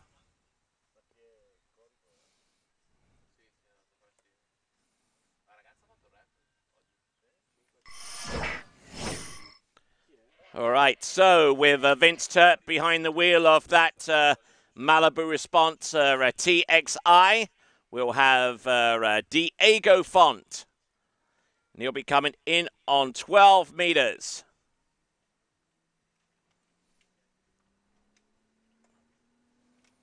Roaring up to speed to 58 kilometers an hour.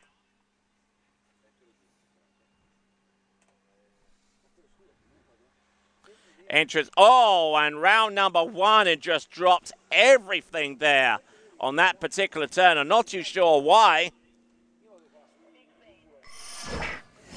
We'll have a look via the action replay, but didn't appear to be too much wrong with the entrance gates. Kept his shoulders up nice and high.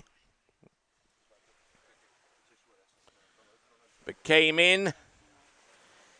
Oh, and I see exactly why he did a show. He performed a little bit of a shoulder charge into the that turn of number one, and reared up on the back of the ski and just couldn't get it to go anything more beyond that. So it is going to be half a buoy on 12 meters. Half a buoy on 12 meters, and that is the final score for Diego Font.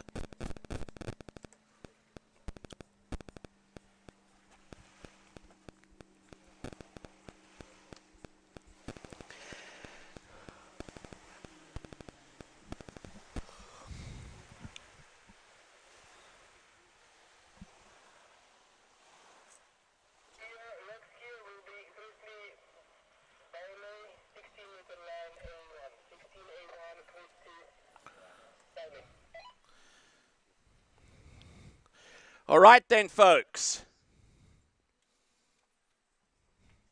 Next competitor to take to the water will be Bailey Christie from Australia.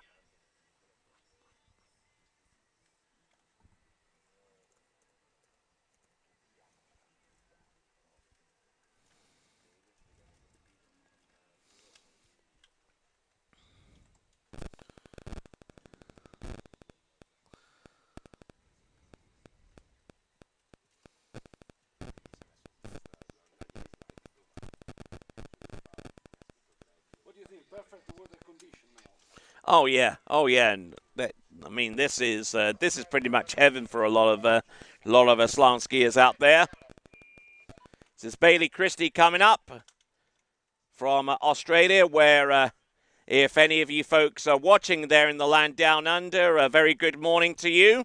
It is 1:15 in the morning on Saturday for those of you watching us live.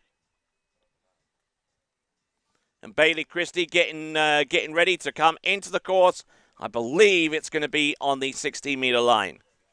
So, friends from Aussie, stop barbecuing now, BBQing, and get back to the videos to see your.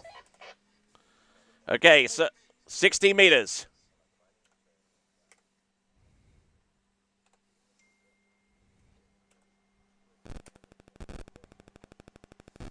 Entrance gates, buoy number one.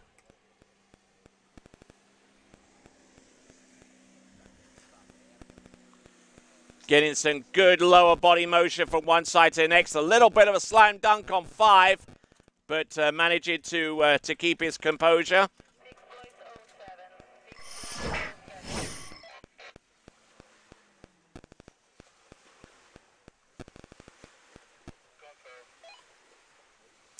So confirming that he scored 6 buoys there on the opening pass. That is Bailey Christie.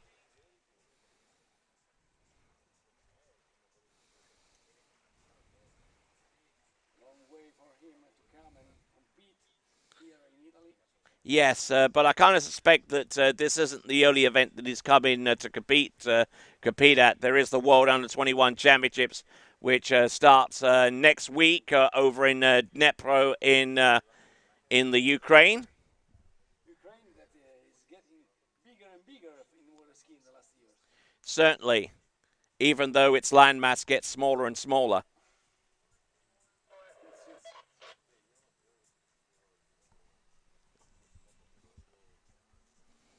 I don't think I need to tell you what I'm hinting at. Okay, here we go. This is Bailey Christie.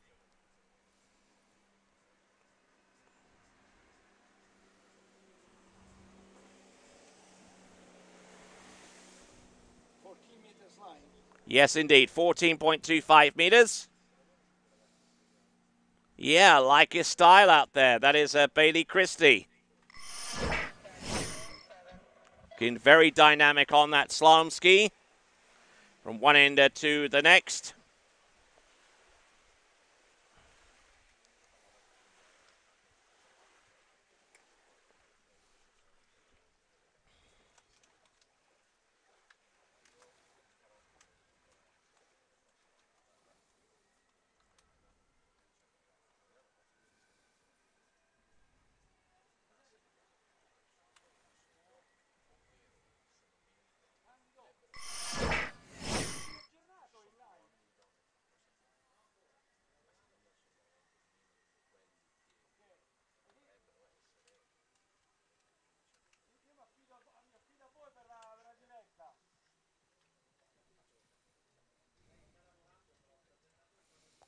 All right then, so Bailey Christie. He's got 14.25 meters under his belt. He'll now come into the course on 13.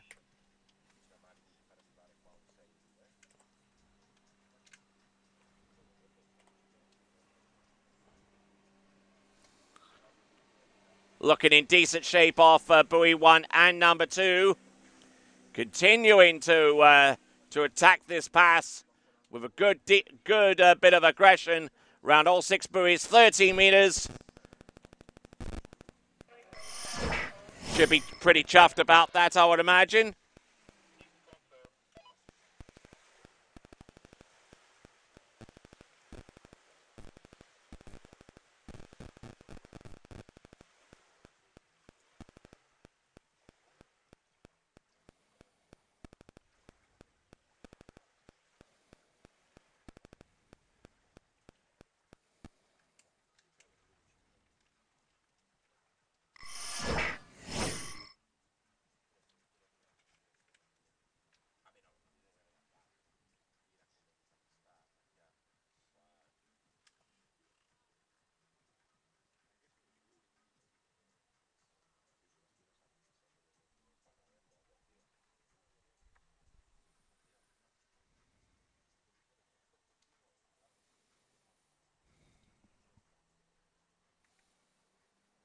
All right, here comes Bailey Christie. This morning, two and a half at 13, so let's see if he's able to go ahead.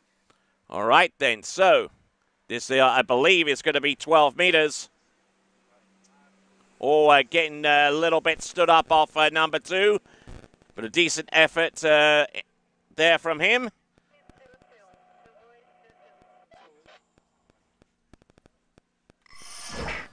So have a quick look at Bailey Christie once again.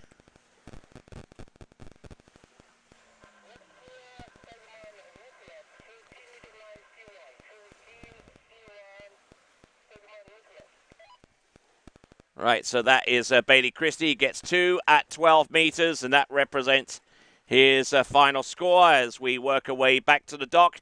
And we'll see our next competitor, who is Nicholas Stegman, who will be coming into the course, I believe, on 14.25 meters. Fifth position for years since so far, and 4.5 at 12 this morning. So let's see if he's able to do something better now.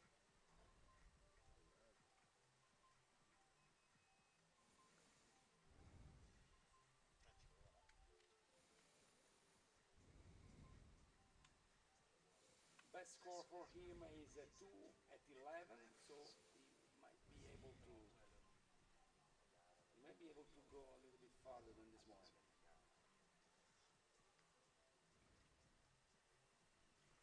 From South Africa, That's correct, sir. Mr. Stigman. Also him on his way to the young under 21. Yep, 14.25 meter start. Let's see what he's got.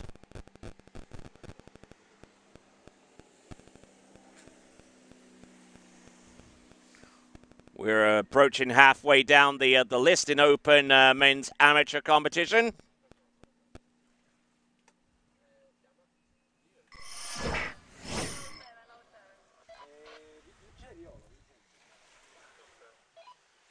Allora c'è Oara,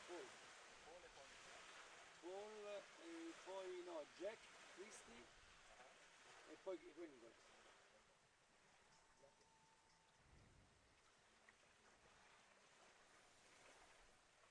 Dov'è che Riolo è venuto? Non lo so. Questo è l'ultimo di dopo. Sì. No, finiamo per le 6, va bene, così riusciamo a fare sto quello che doveva fare. Mettiamo là il cartellone bene. Ma adesso c'è qualcuno che sceglie quelli grossi? Tu che facevi? No, no, non sciamo oggi. Ah, nessuno? Gli allenamenti ufficiali erano ieri. Quando finiscono questo, l'ago è... Te come ti senti? Lavori così alla fine Cioè... troppa organizzazione. No, ma è per... Io organizzo la gara per organizzare. Poi si fa dare. Sì, sì. Sì, che ci vuole concentrazione di un certo tipo. Esatto. All right, then. Here comes Nicholas Stegman. Non organizzo la gara. No, va bene, sono contento. È casa tua, eh? È casa tua. This, I believe, is on 13 meters. All right, not bad at all. Running all the way through that pass. So Nicholas Stegman seems to be pretty much equal to the task on 30 meters. Now it remains to see if he's ready for the 12-meter line.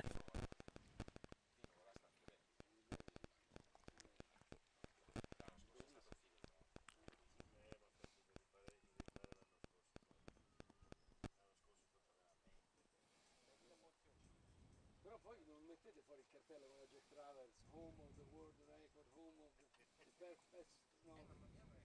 No, però il record della casa, cioè comunque sia del lago, chi ce l'ha il nome e cognome Vogliamo di... farlo? No, no, lo vogliamo fare a che fine anno cavolo. un pannello con i record, come i master, con i record del lago Esatto. e metti... Sì, sì, esatto, quello è carino proprio, che arrivi vedi... Cioè il record del lago. Sì, ma pure quello Meta 10-25. ci potresti pure mettere... Right, here comes Nicholas Stegman. Here comes 12 meters. Getting a little bit strung out. Oh, broken forward off by number 3. Can he make it outside 4? Oh, come on, get after it. Yeah, just about makes it round number 6. All right. From South Africa, that is Nicholas Stegman. So a 6 buoys confirmed, although he certainly made it look pretty darn hard. 12 meters isn't exactly an easy pass to run, I grant you. But and he actually passed this 12 meter only twice this year. And his best score is a 3 boy at 11 that he did in somewhere in South Africa, in the Satellite Dam. Okay. Now, Satellite Dam, as far as I can recall, is somewhere near Port Elizabeth, which is on the western, actually the eastern side of South Africa. And our friend Tony, who knows? Did you also compete there? All right, so It's going to be 11.25 meters now for Nicholas Stegman.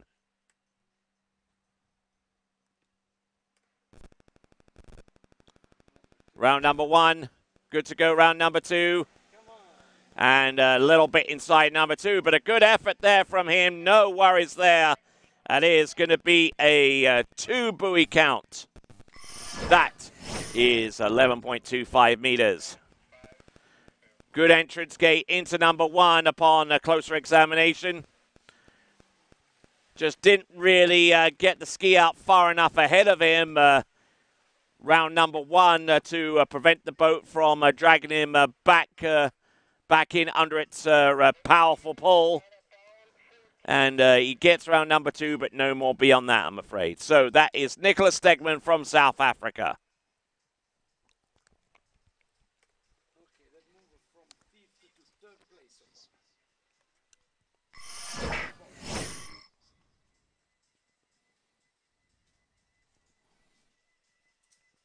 Next year, our friend Paul Hara from the States. Yes, Paul O'Hara. Paul Hara that's actually second so far with the three boy at 11.25.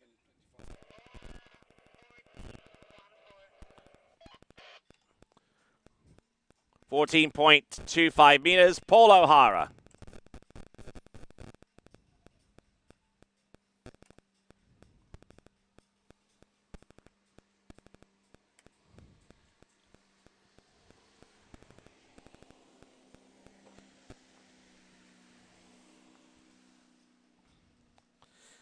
Certainly like his lower body motion from one side to the next, and that is Paul O'Hara.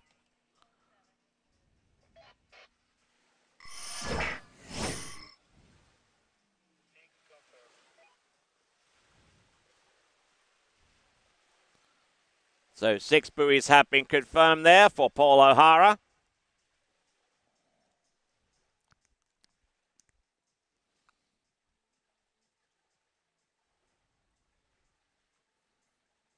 When do you start thinking about short line, my friend? When you start, they start. Okay, you're asking me from a coach's perspective, when would be the instance that I would start putting them on short line? Way before they hit maximum speed. Yeah, absolutely. I mean, one of the objectives of slalom is to ski the most amount of buoys on the least amount of line. So that being the primary objective, have them get used to some shorter line a little bit sooner before they hit the max speed. Don't let the whole theory of hitting the maximum speed before you shorten the line put you get in the way of some good slalom skiing.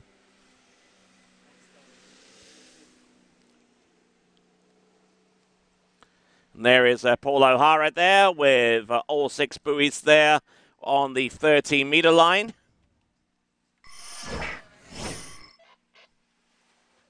And good edge changes. In fact, had so much angle across the wake that he started his edge change pretty much on the second wake.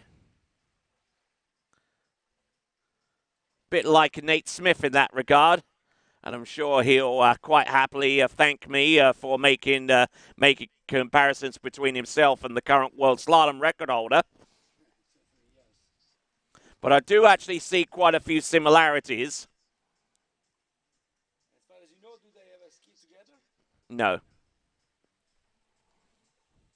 All right, then. We've just seen Paul O'Hara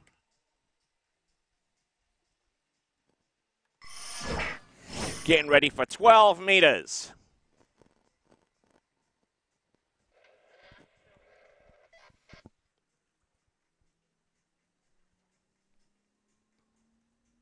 Headwind for him, so Yes, indeed. This is where he wants to be.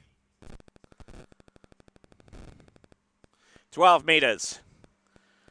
Good to go, round number 1. And indeed, number 2. Oh, a head dip on number 3. Let's see if he can make this. Oh, round number 4 and 5. He's quite tenacious out there, and great effort there from Paul O'Hara.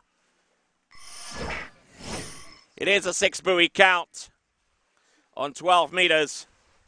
That's right, and see what he's able to do at 11 this morning with the 3.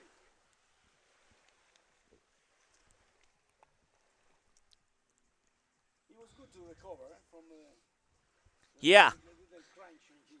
Oh, yeah. Oh, man alive. I mean, we have to go back on that because we're looking at the action replay right now, and he was almost down and out for the count. He was this close to popping the fin around number 3, but he just held on for dear life, and he continued to roll his way through that pass.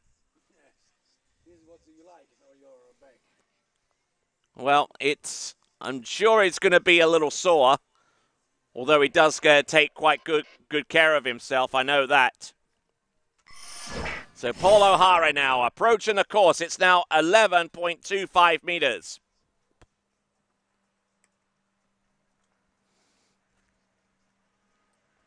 Entrance number 1. Oh, breaks forward again. Round number 2. Can he stay with the pass? He gets round number 3. And the fin and the thing that almost happened on 12 meters does happen here on buoy number 3. Pops the fin on that turn, and unlike the 12-meter pass in which he was able to get away with it on 11.25 meters, So it's going to be 2 1/2, 2 1/2 buoys, 11.25 meters for Paul O'Hara as we take a quick frame by frame right there. Came into the turn into buoy number 3, was trying to get back ahead of the course and tried actually too hard, as a matter of fact. Came over with his outside arm to grab onto the handle, and that immediately shifted his weight to the front of the ski, therefore forcing the fin to pop clean out the water. And there he goes with 2 1/2 at 11.25 meters. So Paul O'Hara,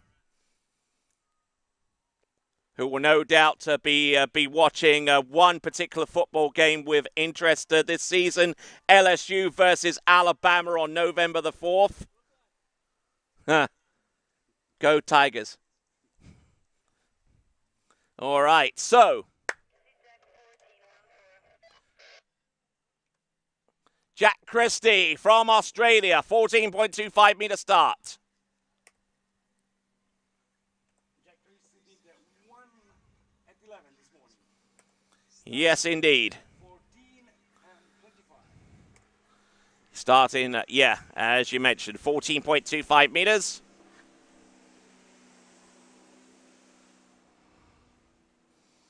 Not looking bad at all. Jack Christie. We'll have a look at this again.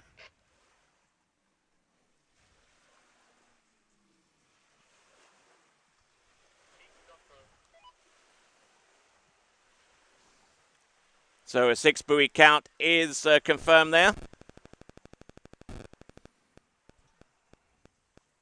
Second skier from Australia. Yes, and part of the same family as the first skier that we saw from Australia a little bit earlier on, Bailey Christie.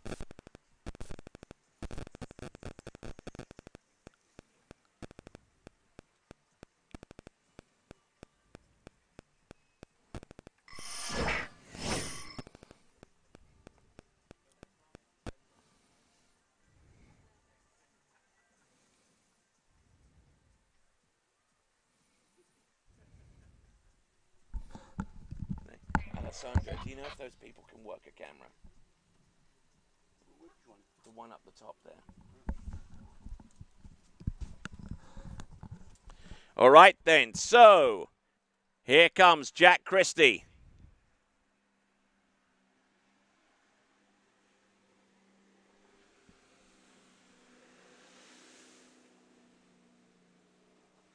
Not bad effort there. Little bit narrow off 5 into number 6, but a decent effort again. That was 13 meters.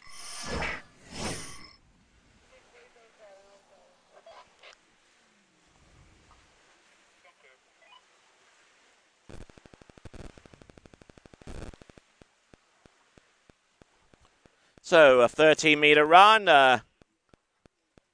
got real settled in early and continued to roll. As I mentioned, a little narrow off 5 into 6, but for all intents and purposes, he had that pass run, so he just wanted to trim it down a little bit and just get focused on the next pass in hand, 12 meters, and trying to conserve a little bit of energy out there.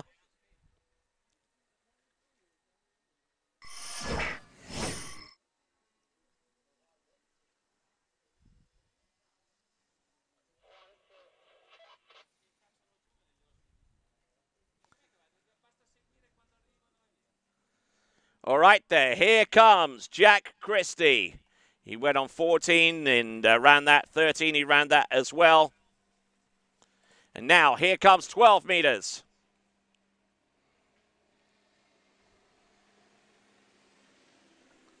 Looking impressive out there.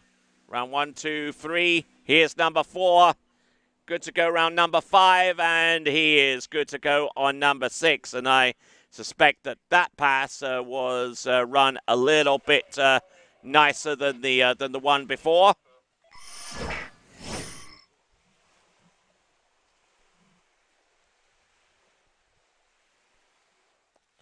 So, Alessandro, how many skiers do we have left?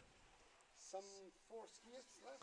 4 skiers left, okay. The next one is actually the leading skiers of this series, Mr. Nicolas Benatti. Oh, yeah, he got into 11.25 meters in the previous round. Exactly, with his brand new ski, actually, the D3 yellow one. Yes, indeed. And we've just seen Jack Christie there getting through 12 meters, so he's going to have an opportunity to try 11.25 meters next. He did one boy this morning at 11.25. Let's see if he's able to go ahead. And if he gets 2, would be on the podium. Yes, all right, let's see what he's got. So, of course, there's one more round of amateur to come on Sunday before we determine places. Oh, man alive, that ski pops right out the water on 11.25 meters. That is Jack Christie. We'll have a look at that again. We'll slow it down frame by frame. Now, the sun's kind of working against us here. Now, the reason why the ski popped out this time around is not because his outside arm came over to the handle too early.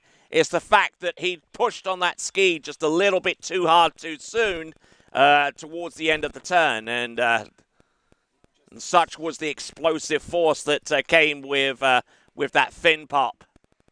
So there we go. That was Jack Christie. As we continue to roll along, Nicolas Benatti is next. You have actually the impression of exactly where the ski is when the skier are crashing, because when they are skiing smoothly and any speed, it looks like easy. And when you see the crashing, you see how fast, how much pressure they have on their legs. Yes, indeed. That's why we have instant replay on the system that we use. And Nicolas Benatti is going to take his run from the dock very, very soon.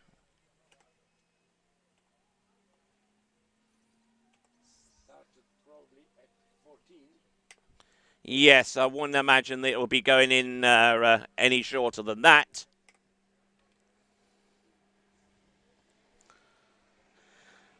Not looking bad at all, Nicolas Benatti. Oh, very nicely done. Oh, good effort there, Nicolas Benatti, as he came through the exit gates. 14 meters for him nowadays is a piece of cake. What do you think? Yes, indeed, but certainly not a pass that he would care to be complacent on by any stretch of the imagination. Just wants a pass out there to get into his rhythm, just get into his stride, just get his heart rate just enough high enough to really focus in on the task at hand. 14 does that perfectly for him. 13 would probably be a little bit of a stretch for him to start on a consistent basis. Now, remember in the last round, Nicholas Benatti changed his wind strategy here, and he actually went directly to 12 meters after this opening pass. I wonder if he's going to do the same now. He actually needs to headwind at the 10. Yeah. Because he has to run now. It is of 30 meters. It is, Okay, coming into the course on 30 meters, it's Nicholas Banatti. Entrance gate, good to go on number 1.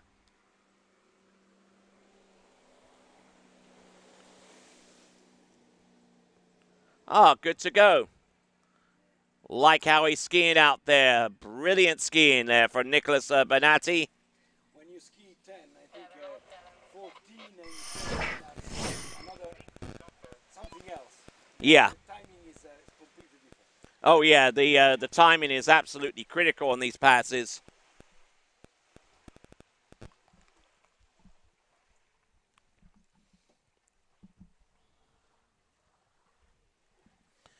So Nicholas Benatti getting through 14 and 13 meters.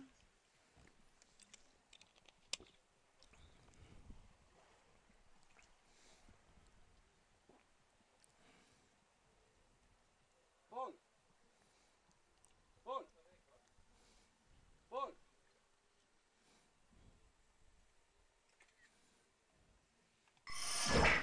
All right then, getting ready at the helm of that towboat. There's Vince Turp getting ready to bring in Nicholas Benatti on the 12-meter line. His personal record this year is 3 at 10. So 3 buoys at 10.75 meters. He did last season. All right, let's see if he can do it this week. Oh, nicely done round the first. Oh, my word. Getting round number 2, and I don't know what happened there coming into number 3. And that is where the replay comes into play. Entrance gates doesn't look too bad. Gets the start that he needed at 12 meters to continue on with the run.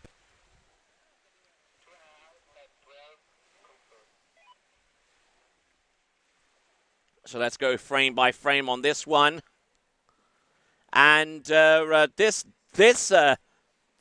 and on this turn for Nicholas Benatti, he just pulled the handle way up to his shoulder, and the ski just wouldn't cooperate with him as a result. So that's what happened there with Nicholas Benatti. Just tried to get on the gun too soon, resulting in himself burying himself into the water, and thus only scoring 2.5 on 12. Also the weight, all the weight on the back. Yeah, exactly. By pulling the rope up to your chest, it does actually transfer a good amount of weight to the tail of the ski, which only exacerbates the error. All right, then. So let's have a look dockside, and let's see who is about to take to the water. It'll be Alberto Gysi.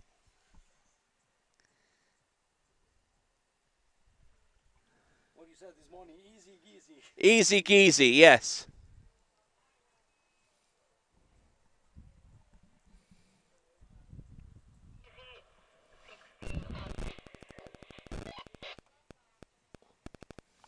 Okay, coming in on 60 meters, Alberto Gysi.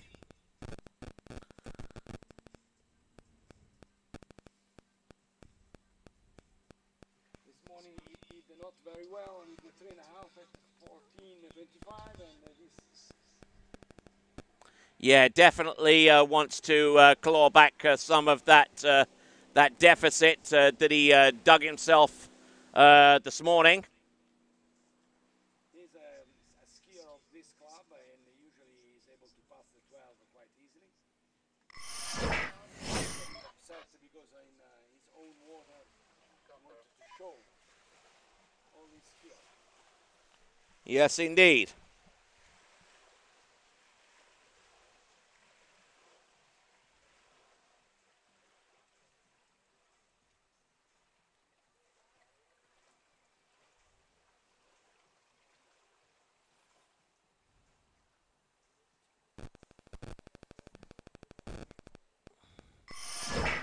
So Alberto Gysi getting ready for 14.25 meters. The next run for him. And I suspect that the only other skier remaining is going to be Vincent Stadelbauer, and that will bring to a conclusion today's competition in the amateur open men's category. And then the lake will be locked. Pretty much, yeah. But the boat might still be available for some practice. I mean, if any of the open skiers have arrived, I'm not too sure. But here comes about Alberto Gysi.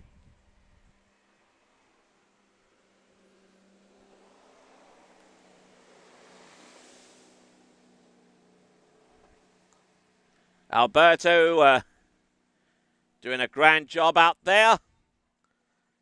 Dare I say, easy Gysi.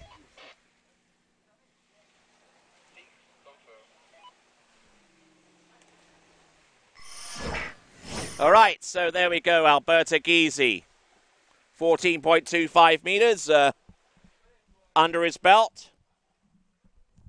Really didn't have anything to be totally worried about with this particular run. So tomorrow morning we will have the pro at from 9 o'clock. That is correct, yeah.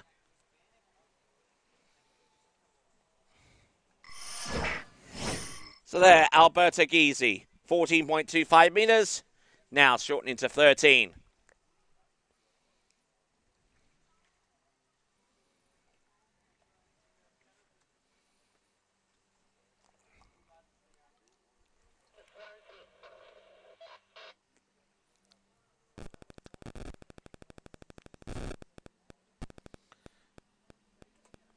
Okay, 13 meters, Alberto Gysi.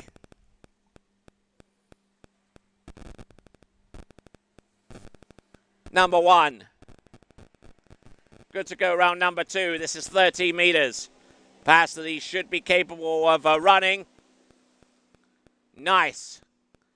Just massages the handle back onto his other hand. Around number five. Excellent skiing. Alberto Gysi. He'll now pull out and shorten to the next one, which is going to be the 12-meter line. But not until we've had a look, a closer examination of 13 meters.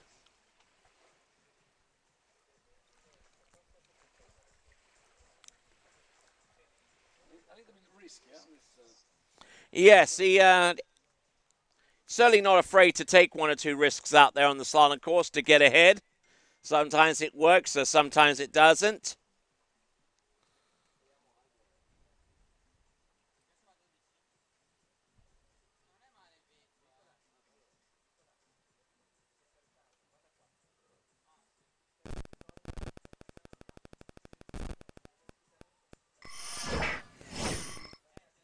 You can also see from this image the waves of the boat is really flat.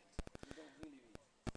Yes, indeed. Malibu is well designed for the purposes of slalom. Indeed, all events in tournament water skiing. Look at him go. Round buoy number one. This is Alberto Gysi on 12 meters. Just trying to work his way round buoy number three. And unfortunately, that's not going to be the case. So he's going to swim on in. And we're going to take another look at his skiing via the action replay. Now, certainly got the good turn and the start on number one, but let's take another look here into buoy number three. And there, Alberto Gysi just dipped, just basically just leant that thing over and lost his balance on that one ski, even popped the fin out at that point. But it's going to be 2 1/2 buoys, 2 1/2 buoys for Alberto Gysi on 12 meters, which brings us to our final skier of the day. He comes to us from Switzerland, but lives in Claremont in Florida. It is Vincent Stadelbauer.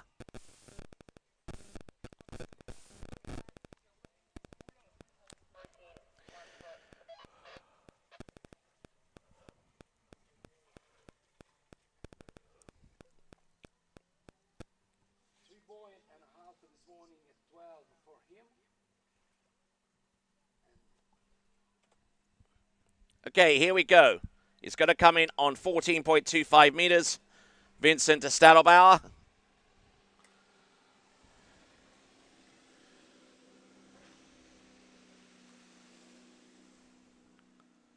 Vincent, who is known to move forwards and backwards on the slalom ski quite a bit as part of his technical package.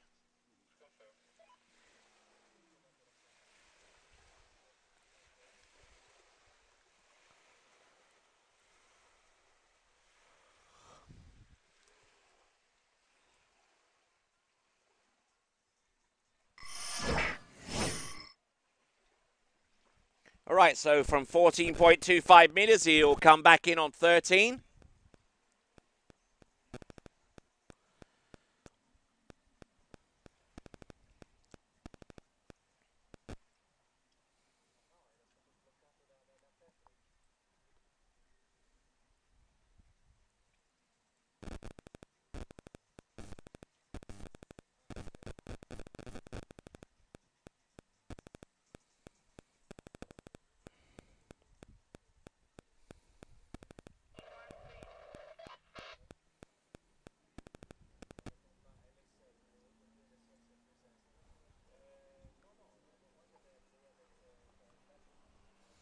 All right, here we go. This is 13 meters.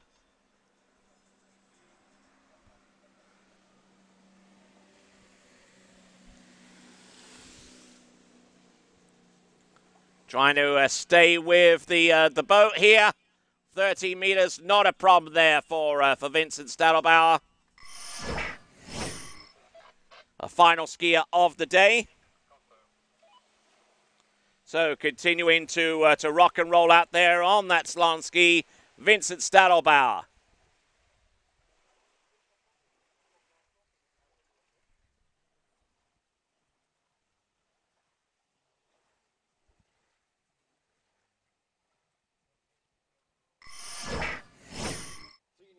As we said this morning at 12, so let's see now if he's able to put some more pressure on the ski.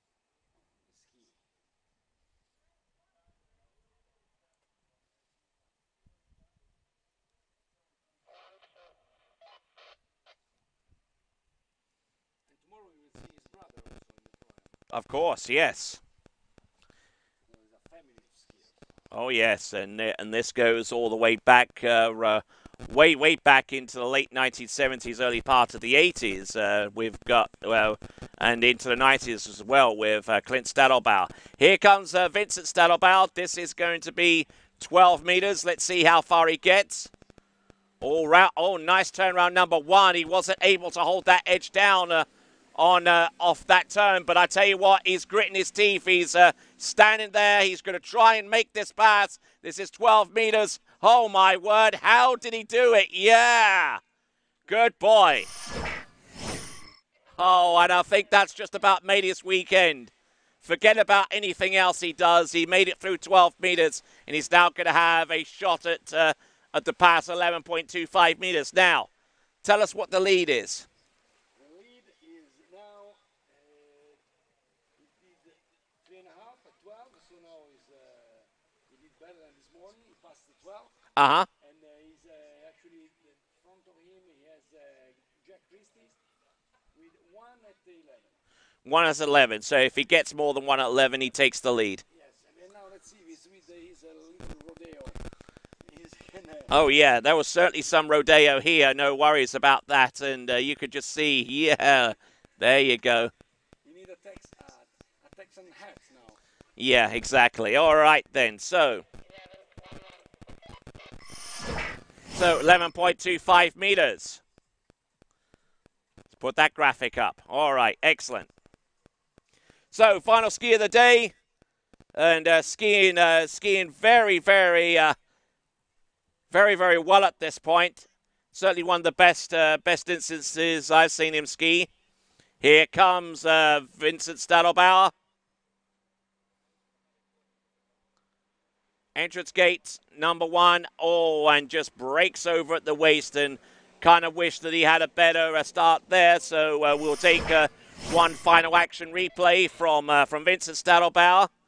And it almost seems to me that he just couldn't really get hooked up properly off the entrance gates, because you just see just beyond the middle of the wakes, he's already stacked up over the tip of his ski, which means that that as soon as that ski makes its edge change, then that's essentially the path that it's going to take, and he can't really manipulate it that much beyond that point. But he gets on the tip of the ski, and that's what happens when you have that much weight on the front of the ski coming through the gate shot. It means typically that you have too much weight on the tip of the ski on the end of the turn. So there we go. That was Vincent Stadelbauer as we close out this section of the competition. Yes, Tony, that's right. Well, hang on a second. We might actually have two more competitors. Alex Kisioglu from Monaco.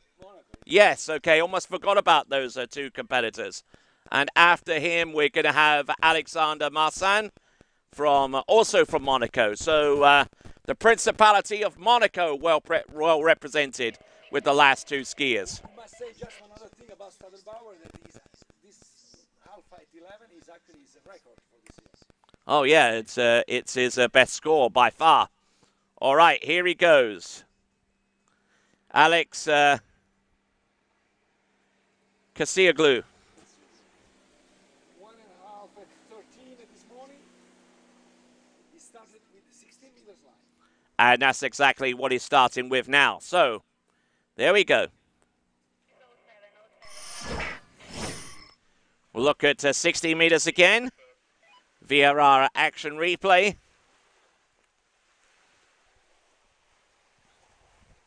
This might end up being 80 meters. There seems to be an abundance of slalom line that I'm looking at on the action replay. As we said this morning, this guy is skiing in Roquebrune in France. Uh-huh. That is actually taken over by the Principauté de Monaco. Okay. So the people there is moving this. Do you need a passport to get in there? Actually, I think not, because now EU is still a place where you can go around without any passports, just ID. Okay. I didn't think Monaco was part of the EU. Monaco, no, it's part of the EU, I think if one place can afford to be outside of the EU, it's Monaco. Switzerland is outside the EU. Another one as well. All right, then, here we go. This is 14.25 meters.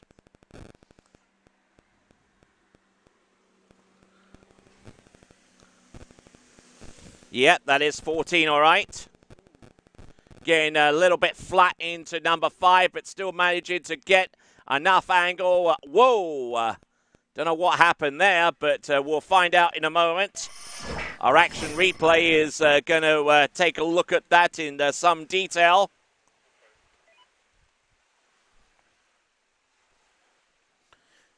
Certainly has enough in hand to get round all 6 buoys on 14.25.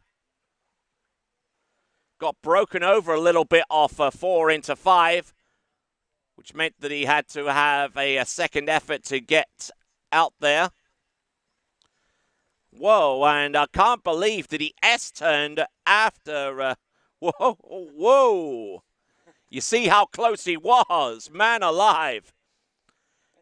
He did an inverted S-turn, and then he realized that if he kept the path that he was going, he would miss the exit gate. So he had to quickly flip that ski over and go through the exits right there. Wow. That was remarkable stuff. All right there. This is Alec Kisioglu. At 14 meters long.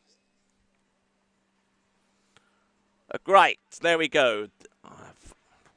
He actually started on 16, so this is actually 13. Oh, and getting really strung out into number 4. Just really couldn't find his rhythm right off the bat there. That is Alec Kisioglu. Oh, got broken over at the waist off number one. The line really tightened up on him quite soon, and that's what you typically find out as soon as you start to try and run 30 meters. That line and the amount of angle that's attached to that line to get you out to buoy's width, it's gonna just take you and eat you alive if you're not prepared for it. And that was pretty much the case there with Alec as he skied inside number 4 on 30 meters.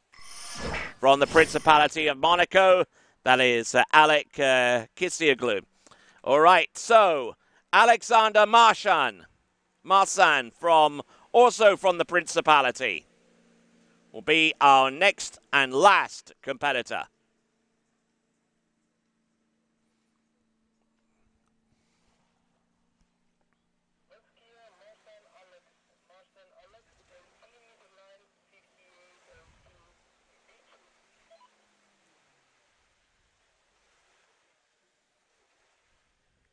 All right, I certainly hope you folks along the shoreline, no matter where you happen to be, enjoyed the slalom competition today. It's been an absolute privilege to be able to present it to you guys. And also for those of you who are watching online, make sure that you tune in tomorrow, because we've got some great skiing on tap from some major heavy-hitting professional slalom skiers in both the women's and the men's competition. I mean, just take a look at the list that we have. It is essentially a who's who. We got Alyssa Shevkanova, Alice Bagnoli, Danielle Bennett, Gina Kruger, Bailey Austin, Clementine Lucine, Regina Jaquez, and Manon Costard. And then the men's, well, I'll read off those names in a second.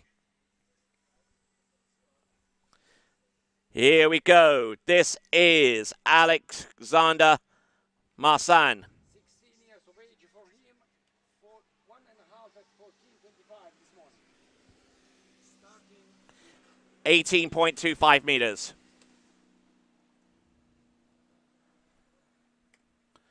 All right, seems to have a pretty good handle on it.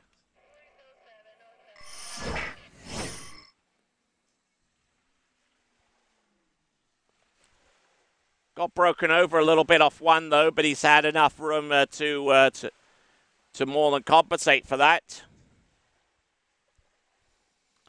Now, as I was mentioning, some of the names that we'll be seeing starting tomorrow Sasha Deskin, Tyler Yeager, got Matteo Lizzeri naturally, along with Brandon Caruso, Robert Pigozzi, Thibaut Dayon, Carlo Lais, Brian Detrick, Martin Bartowski, Corey Vaughn, Nick Parsons, Jonathan Travers, Benjamin Stadelbauer. We got Will Asher, Stephen Neveu, Thomas de Gasperi, and the world record holder and defending champion of this event, Nate Smith.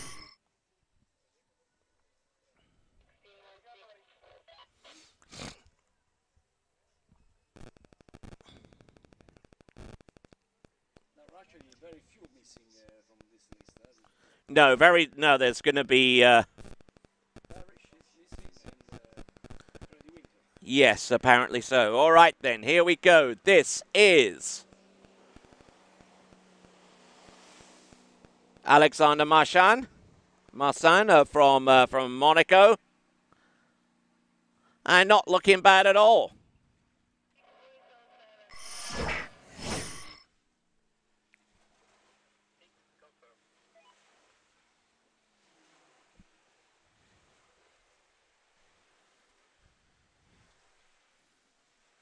So he did 16 now, so next would be 14. Yeah, it'll be 14.25 meters. Those of you watching the webcast and looking at the instant replay, perhaps you're looking at is 16 meters. Once he gets done with that, the graphic will change and will be reflective of the fact that he'll be coming into the course on 14.25 meters. And his score morning was not so let's see if he's able to go a little bit farther. So 14 is the next pass. That's the pass that is imminent.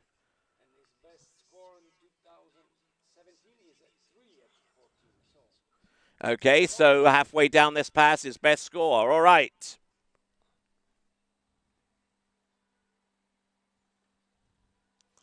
Entrance number 1. Little far forward over his ski. Okay, this is good. This is not looking too bad. He gets, oh man, he just drops the handle round buoy number 4. I'm not too sure why. We're going to find out in a moment to use in the instant replay.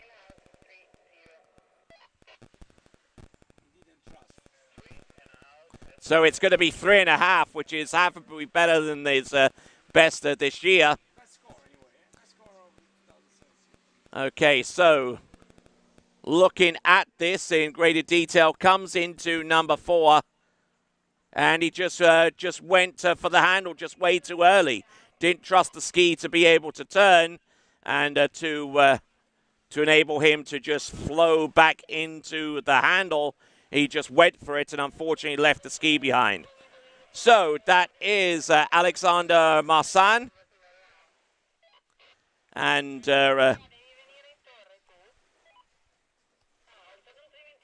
so good effort there from Alexander Marsan. And we look out at the dock and we see that the only person waiting on the dock is... yes, indeed. And the boat just waiting patiently on that boat to return. Because it's turn now. Yeah. Now he could jump in the water and do what needs to get done. But yes, and Vincent there in the towboat. Good job on you, sir. Good on you. And Mario and Chad Scott, all of our drivers today. Yeah, he's a good one for the camera, Vince Turp. And Tony, thank you very much to you also for the big work you did, giving us a chance to have a speaker like you for amateurs. Oh, don't worry. Oh, don't worry. I mean, it's nothing. I'm just a spectator with a loud voice and buttons. That's good. Anyway, to be there with your voice around helps. Oh yes. That's really important. Yes, indeed. And our boat judge coming out the boat, Patrizia Yanni. Yeah, Patrizia Yanni is she's one of the best Italian skiers, but she has a problem with right elbow. Okay. She won't be with us. Yeah, I was wondering why she wasn't on the list, but there you go. All right then, folks. That brings to a conclusion the this section of the competition, the first 2 rounds of amateur skiing. Thank you very much indeed for coming on out and supporting the event. And for those of you watching the webcast, it will be terminated in just a moment or so. Just a quick reminder that that tomorrow's competition, it'll be all pros all the time. We've got some great skiing from some of the world's top water ski athletes. And I tell you, I just cannot wait for that event to take place. So from me for now, and for Alessandro Fiamengi, this is Tony Lightfoot saying ciao for now. Thank you, Tony. Thank you. Not to be missed event tomorrow. Absolutely, absolutely. So good night, everyone and all, and we hope to see you 9 a.m. sharp, local time here in Italy for the continuation of the 2017 San Gervasio Pro-Am. Peace.